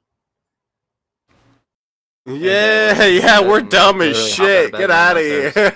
Yeah. We're fucking idiots, dude. All That's of us. the dumbest shot. Yeah. These people, like, they tend to be really good at typing. I know a bunch of dumbasses who know advanced calculus. So they're dumbasses because you say so, and I'm sure, like, you're not a dumbass yourself. Because he says so. Yeah. He can't show the hell that's true, but he could say it. Yeah. They're dumbasses because they are. And clearly, the sort of like metric you have to determine whether somebody is or isn't a dumbass, yeah, clearly it's very logical, very reasonable. It's not some like self-pandering nonsense. I mean, what is it? Or stupid minds are full of pride, or intelligent minds are full of doubt. I'm sure like these guys talking about that dumb as shit, bro. I'm sure they're not stupid minds full of pride. The dumbest shit, dog. What was going through your mind when they turned the car into a weapon and were coming at you? It was really unreal. Were you okay? Yeah, I mean, I didn't really have any bumps, bruises, scratches, injuries, nothing. I was very fortunate and lucky. Eric credits his training as a college wrestler for preparing him for the confrontation. He's also a major in the Army National Guard. He's got cauliflower ear. Yeah. What's with the Cookie Monster? Maybe that's what they named that specific. Would you do this again? That specific vessel or whatever. They called it the Cookie Monster, I would think. Maybe I could build anyone a dam that produces power. That way, you won't have an electric bill for life. Can you also build me a sustainably flowing aqueduct to keep it powered? Dude, I'm putting you up to the challenge, okay? I want you to get rid of my electricity bill. Please. Please, Carl. Get to work. Just get rid of all our electricity bills, please, sir. Yeah, build an aqueduct and a dam. Like, I know. Nevada. Or no. Yeah, Las Vegas. Fucking house. Like, I could like take a generator and like hook it to like a windmill and put it above like in the water, and it would like spin and create electricity. Wow, you're so fucking genius. Out, like how to create a transformer on his own. Yeah, it's not like he'd go to the hardware store and buy those things, and then it's I don't know. Just put it together. Yeah, it's not. It's because of like he clearly doesn't overestimate his own like capability. It's yeah, it's stupid. Do you really think being able to buy a generator and put a thing in the water where the water moves it and it produces it like that was a cool invention in the beginning and it's cool and all, but you're not like super smart if you can make that happen. That's just like maybe you have some decent like constructive skills or something if you could make that, but you're not some fucking genius or something. That's kind of simple. I don't think he'd be able to like build a efficient dam. I think like things like the Hoover Dam, I think that if he wanted to design something like that, like a dam like at that level and so forth, I think he'd have some issues. Stop hating, Gene. He's gonna put a dam attached to a swimming pool, and you'll never pay a power bill again. Dude, one day he's gonna have a mansion, a skyscraper mansion, and it's gonna be all working off electricity, off of all his like windmill water bullshit things that he creates. and he'll have no bills. He'll be rich. He'll be super rich one day. You wait, Gene. You'll see. Okay? He doesn't need stupid degrees and stuff to be smart and everything. Fuck you. Fuck you, fuck you, fuck you. He's gonna be the greatest. Okay? Yeah, it's not just the scale, it's also like just the overall infrastructure in order to generate that electricity and in order to actually be built at that size. I'm sure things like the San Francisco Bridge, that's something that anybody could do. Anybody could come, like the thermal extension joints where a bridge at that scale when at a certain temperature it expands, which would cause the bridge to collapse under its own weight, the entropy. They'd be able to come up with all the math to design a suspension bridge that doesn't just fall apart. Shab, they're actually gonna use, let's say, recycle your swimming pool for the dam and build a transformer. That way you and Optimus Prime can hang out in the swimming pool. Dude, that's what Carl should do. He should take a swimming pool and turn it into a dam so he can produce like fucking enough electricity to run a light bulb for 5 minutes every day. It'll be awesome. Yeah, but they also said they can make a transformer, so that's why you and Optimus Prime are hanging out. Are you trying to kiss about this? Brian says there already is a dam that powers Las Vegas, Hoover Dam. Are they making the argument that like a dam just they're not aware that certain dams can actually generate electricity? No, that's the whole point. I was specifically talking about making a dam for just Shabisky, engineering a dam just for Shabisky in his house in the fucking desert. Do it, Gene. Do it. Yeah, you do it, John. I bet you could do it. Build us all electric dam wells, Gene. Yeah, exactly. Gene. Show us your skills. Tonight, Mexico breaking diplomatic ties with Ecuador after an unprecedented use of force. Police in Ecuador's capital, Quito, raiding the Mexican embassy over the weekend and arresting former Ecuadorian Vice President Jorge Glass, who had been granted political asylum by Mexico. Video shared by Mexico's foreign minister shows the moment Roberto Canseco, a Mexican diplomat, tries to stop the caravan with the VP from driving away and is tackled by police outside the embassy. ¿Cómo delincuentes allanaron la embajada de México en Ecuador? Esto no es posible. No puede ser. Es una locura. It's hydro power. Hydro. Fucking spell. Gene. Jesus Christ. What? You nitpicker, Gene. Whoa. That was a word. You liquor. It nice and clearly. It's hydro Say power. the officers entered by force, jumping over the wall, forcing the gate, and hurting Mexican personnel. México reitera su condena por la violación de la inmunidad de su embajada en Quito y la agresión a su personal. Glass, who was moved to a high-security prison in Guayaquil on Sunday, arrived at the Quito embassy in December after he was indicted on corruption charges he claimed were politically motivated. Now some residents... Well, maybe I'm slurring because it's we've been going for 5 hours and it's 5 a.m. in the morning. 5 a.m. in the morning. And number two, I've literally never seen this guy drunk ever once in my life. Yeah, he's a fucking dork. In Ecuador, concerned this stunning arrest is yet another political play. Pienso que fue una decisión muy política, justamente en consecuencia de que el apoyo del presidente está descendiendo. Ecuador's foreign minister defending the move, saying that there was a risk of imminent escape and that Mexico violated the principle of non-interference in the internal affairs of other countries when they gave Glass asylum. Just 3 months ago, the president of Ecuador stressing the importance of the two nations working together to fight crime in the region to Telemundo's Julio Vaqueiro. ¿Cree que se puede trabajar en conjunto? Debemos de trabajar juntos. Tenemos un problema Can I point similar something out? y creo que podemos... No. I think I pointed this out before, but like reporters, when they're talking about like a certain region or like a certain like town or person, they'll do it in the accent, and there's no reason to do that. Well, Mexico breaks ties with Ecuador after embassy raid, and then they just like they say the word in that accent, and then all the other fucking words are just straight up English accent. Shab did that earlier. He said Mexico. So Yeah, Mexico. Yeah. See, I did it. Yeah, Mexico.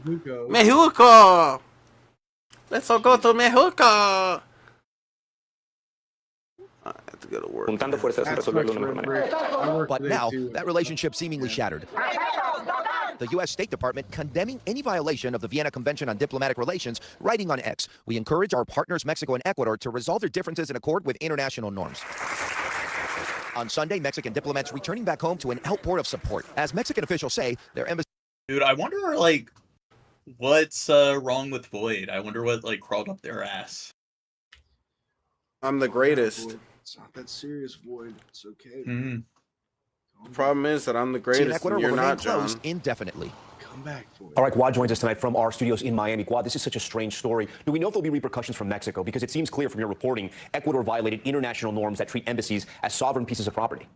That's correct, Tom. So what we know, this morning, the Mexican chancellor announced that 29 nations around the world have spoken in favor of Mexico and condemning what happened at the Mexican embassy, including some countries from the European Union. She specifically said that the leaders of Brazil, Chile, Colombia, and Bolivia have declared themselves... Yeah, they're not appreciating diplomatic community. Personally in favor of Mexico. And this is going to be key. She announced that the community of Latin American and Caribbean states have called for a meeting for all of the chancellors of the members of that bloc to meet tomorrow. Both Mexico and Ecuador are members of that bloc. So tomorrow's meeting will be specifically to discuss what happened at the embassy, Tom. Quad, you know, our viewers at home may be thinking about Ecuador, and we had that major story that you were covering. I think Hamas did it. For us as well, where an Dude, entire Void news... is down. Void What's said, that? Fuck, Void is feeling down, dude. Something's off with Void. He said, fuck the Woiled. The whole Woiled. Damn, Void. It's gonna be okay, buddy. Keep your chin up, dude. Yeah, baby boo, it's fine. Cutie pie, Pass was taken hostage live on the air. What exactly is the state of play in Ecuador right now? Right, so there was a lot of violence that's that some gang escalated shit. last year because of what was happening inside the prisons and a lot of the criminals or the organized crime groups in Ecuador that had gained a lot of power. So what happened is the new president came in, and that president cracked down on a lot of the prisons because a lot of these criminals were organizing what was happening outside from inside of the prisons. So we know that the president has taken executive actions to crack down on organized crime. That has been happening, and also part of his administration's work has been to crack down on politicians that they have found to be guilty of specific charges. So the vice president was someone that was indicted when the new president came into power, and at some point that vice president went to the Mexican embassy, asked for political asylum, and had remained inside of the embassy. But the government of Ecuador said that they had a right to go in there because they felt like the Mexican government had violated some type of law by interfering with what was happening in Ecuador. So it's a very complicated situation. Now, the Mexican government, Tom, has said that they will take this to the International Court and to the United Nations so that they can take the next step as we all figure out what happens next, Tom. Yeah, clearly it's not the last we've heard about this incident. Okay, Guad, we thank you for that. Coming up, running across Africa, a British man running across 16 countries, 10,000 miles in under a year. Our partners at Sky News right alongside him as he finally crossed the finish line. Again, he ran across the continent. Didn't they make a movie about this guy? Thanks for watching. Stay updated about breaking news and Wait, top so stories. Void says, Gene, stop trying to be like dirt. Yeah, dude, I really noticed you're biting my style recently. Yeah, dude. fuck you, Gene. You're Stupid. really trying to act a lot more lackadaisical, you know? You're not gonna be cool like dirt You've ever, chilled Gene. out a lot, you know? I've noticed you've become a lot more funny. And it's getting it's getting to me, Gene. God, that was funny. That one was good. Good one, Dirt. Following up on a story we covered a few weeks ago, Mexico City, one of the world's most populated cities at nearly 22 million people, could run out of water in just months. It's being referred to as day zero, and experts warn it could happen in June. We're getting into the world's water shortage. An ongoing drought and poor infrastructure in the region has fueled the crisis, and there are not a lot of solutions. Florencia Gonzalez-Guerra joins us now from Mexico City. She's an investigative video journalist who's been following the situation. Florencia, it's great to have you. What happens, though, when day zero actually comes? Hi, Elena. Thank you very much to talk about this matter that is crucial for Mexico. Well, what will happen? To be honest, we've been facing this problem since 2009 because the scarcity of water in Mexico has begun since probably. So, I'm wondering, the Carl dude, what would his, I guess, solution to this problem, a lack of, drinking water, what would that be? Give him a minute. Would he be able to find an approach to using, like, distillation or, to desalination to take salt water that isn't drinkable and convert it into fresh water? Distillation. I'm sure, yeah. You're weird. That takes the salt out of the ocean. I just presented the solution to that. 2009, because actually right now we're facing a drought because we have a meteorological problem known as El Niño, the Southern Oscillation Problem. And this is a phenomenon that causes irregular variations in winds and sea surfaces. But the problems we are already facing since 2009 is a lack of water that has like temporary solutions, including supply water through pipelines, cutting or reducing flow when there is a shortage in dams, and even cloud bombing. However, these actions do not represent a systemic solution. Well, I want to ask you not only about those solutions and why they're so difficult, but how tourism plays into this water shortage. Tourism? Yes. Yes, the problem with tourism is heavily relies on water resources because can you make moonshine well? You can make clean water. Or can make moonshine well, you can make clean... Oh my God. Carl, do you know what distillation is? I love how... And desalination? Yeah, desalination. Well, either or. Yeah, distillation is just boiling the water and then catching the humidity, and that separates the salt from the water and all of the impurities. So... that wouldn't be your first idea, Carl? Like, something like that? And instead, it's like, hey, let's get everybody drunk. That's the idea. That'll save the world. Drink your own pee. And I'm sure, like, when it came to brewing alcohol, I'm sure, like, if he didn't have somebody that showed him how to do it, he would know how to do it on his own. He would be able to come up with the fermentation process on his own. Yeah, and I'm sure during times in history where they did have to, like, depend a lot on alcoholic beverages to even, like, survive. Like, I'm sure they didn't rely on it to survive. There was points in history where they needed to, like, in order to even have drinkable water, they had to make it into a form of alcohol or whatever. Yeah, during the Middle Ages, beer was safer to drink than water. But what I'm getting to is I bet back then everybody lived really long, being that they instead of having clean drinking water, they drink lots of alcohol instead. I'm sure that was a good alternative. You're so smart, Carl. If you ran a city, they would live for like 3 fucking months, and then boom. Everybody dead. A tourist uses between 3 to 4 times more water than a resident, which accounts for 300 to 400 liters per day. But it's worth noting that some cities, hotels, and tourist areas have preferential access to water, while the local population might not have the same access to water in terms of quality and quantity. And you know that right now we are facing a problem of gentrification and tourism in Mexico. Gene, I went to an exclusive club. I got drunk and ended up raped. Dude, he was raging. Yeah, that better be a G and not... Oh my God. Well, yeah, he didn't finish it, and I thought that was the word. I was like, huh? Is that the word? He didn't read the whole thing? Oh. Gene talk like got drunk and started graping everyone. It was crazy. That'll be the last time I drink Corona. Luckily, it may surprise you to know, but I did not take a dump. I made a delicious Propel mixed drink for the love of my life. She just woke up. Me? Oh. Yeah, he said me. Yeah, she's my lady's thirsty, dude. I had to do what a man does and bring her some water. Shit. Tell Danny to come. Fuck. Tell Danny to come and say hi. I could probably get her to. Maybe on the way out. Probably get her to come over here and say "fuck you guys." That works too. So we have a really bad problem of inequality in the water distribution. Well, Florencia, we know that there have also been protests. Can you tell us anything more about how the government has responded to that unrest and their plans to try and provide people with safe drinking? No, DLC gamer. You can't drink your own pee. There's a reason why it leaves your body. Drinking water. And that's kind of a misconception that you can survive off of drinking your own urine. the citizenship reports that the water had a weird odor, that it smells like hydrocarbons. So the government responds with investigation, supposedly, but we need to understand that we are on election times.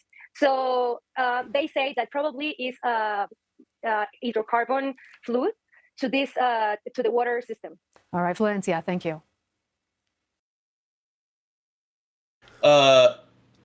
You can't sustain yourself off of urine. You're expelling excess minerals that you don't need.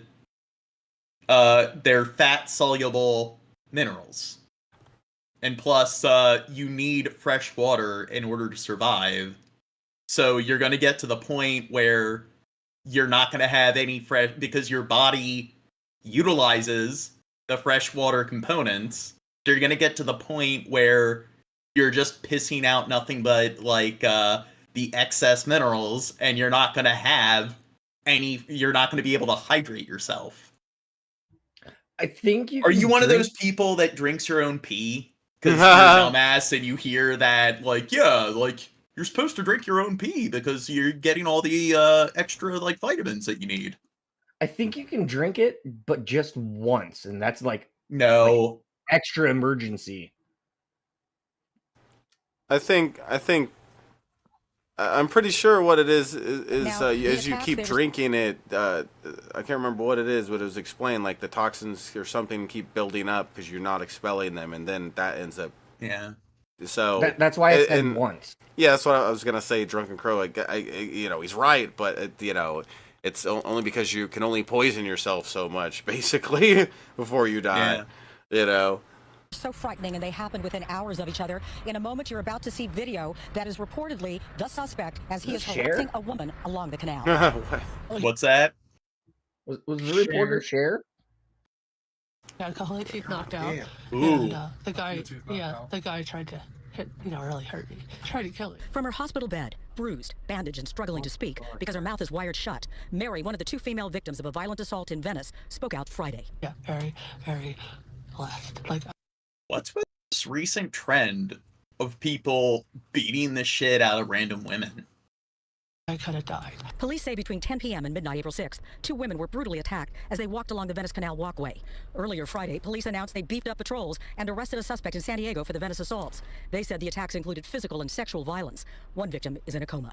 There's like this trend of like, I don't know, serial battery towards women. 2 days later, we were able to identify, and as of last night, I wanted apprehend to the say suspect. We're something, announcing but the it's arrest probably of better that I 29 just shut my mouth. What's that, Crow? Maybe some of them deserved it. Oh God! Was a bad boy. Anthony Jones. He's a male, black, 6'1", 200 pounds. For the two assaults that occurred in Venice on April 6th. This exclusive video obtained by Fox 11 reportedly shows the alleged assailant as he walked through Venice, getting eerily close to a woman who was alone near the canal. Watch as she moves to get away quickly. One business person who helped police in their investigation told me the suspect looked as though he was stalking prey, looking for a vulnerable woman. Friday evening, people were out enjoying the coastal destination, famous for its palm trees, beautiful beach, and relaxed vibe. But the ugly assaults weighed heavy. I'm not going out this dark, no way. After dark, I've always tried to take extra precaution, and I am, people are all walking at night sometimes, and we just make sure to have a friend or somebody with us. Was this Yeah, before or that after you saw- OJ died? Oh my God.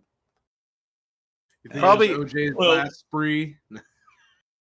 Here, I'm starting to crash. What? It's like 5:30 a.m. What a pussy. So I need to get to bed. We've been going for how long now? Almost 6 and 20, Yeah. 20 minutes. So we're getting yeah. like 27, 28 subscribers this stream. Thank you to all our new friends, Carl, Luke, Book, Void, welcome back. Missed you, buddy. Unspecified, you're a G. You're always here. DLC coming through with the support. Who else is here? Red Bricks, you're new too. What's up, Red Bricks? Yeah. How many new subscribers did we gain? And holy shit, 2,428 views. He said 20 new subs. No, Yeah. 20, like 7, 28. Oh, yeah. Nice. Nice stuff. And I told Crow and others that every 100 subs, they need to go message Dorkmaster. Tell them that, hey, Gene's at this many subs now. Well, you're here just in time for us to tell you good morning and goodbye, Troy. Yes. Good to see you, man. All right. I might start up another stream.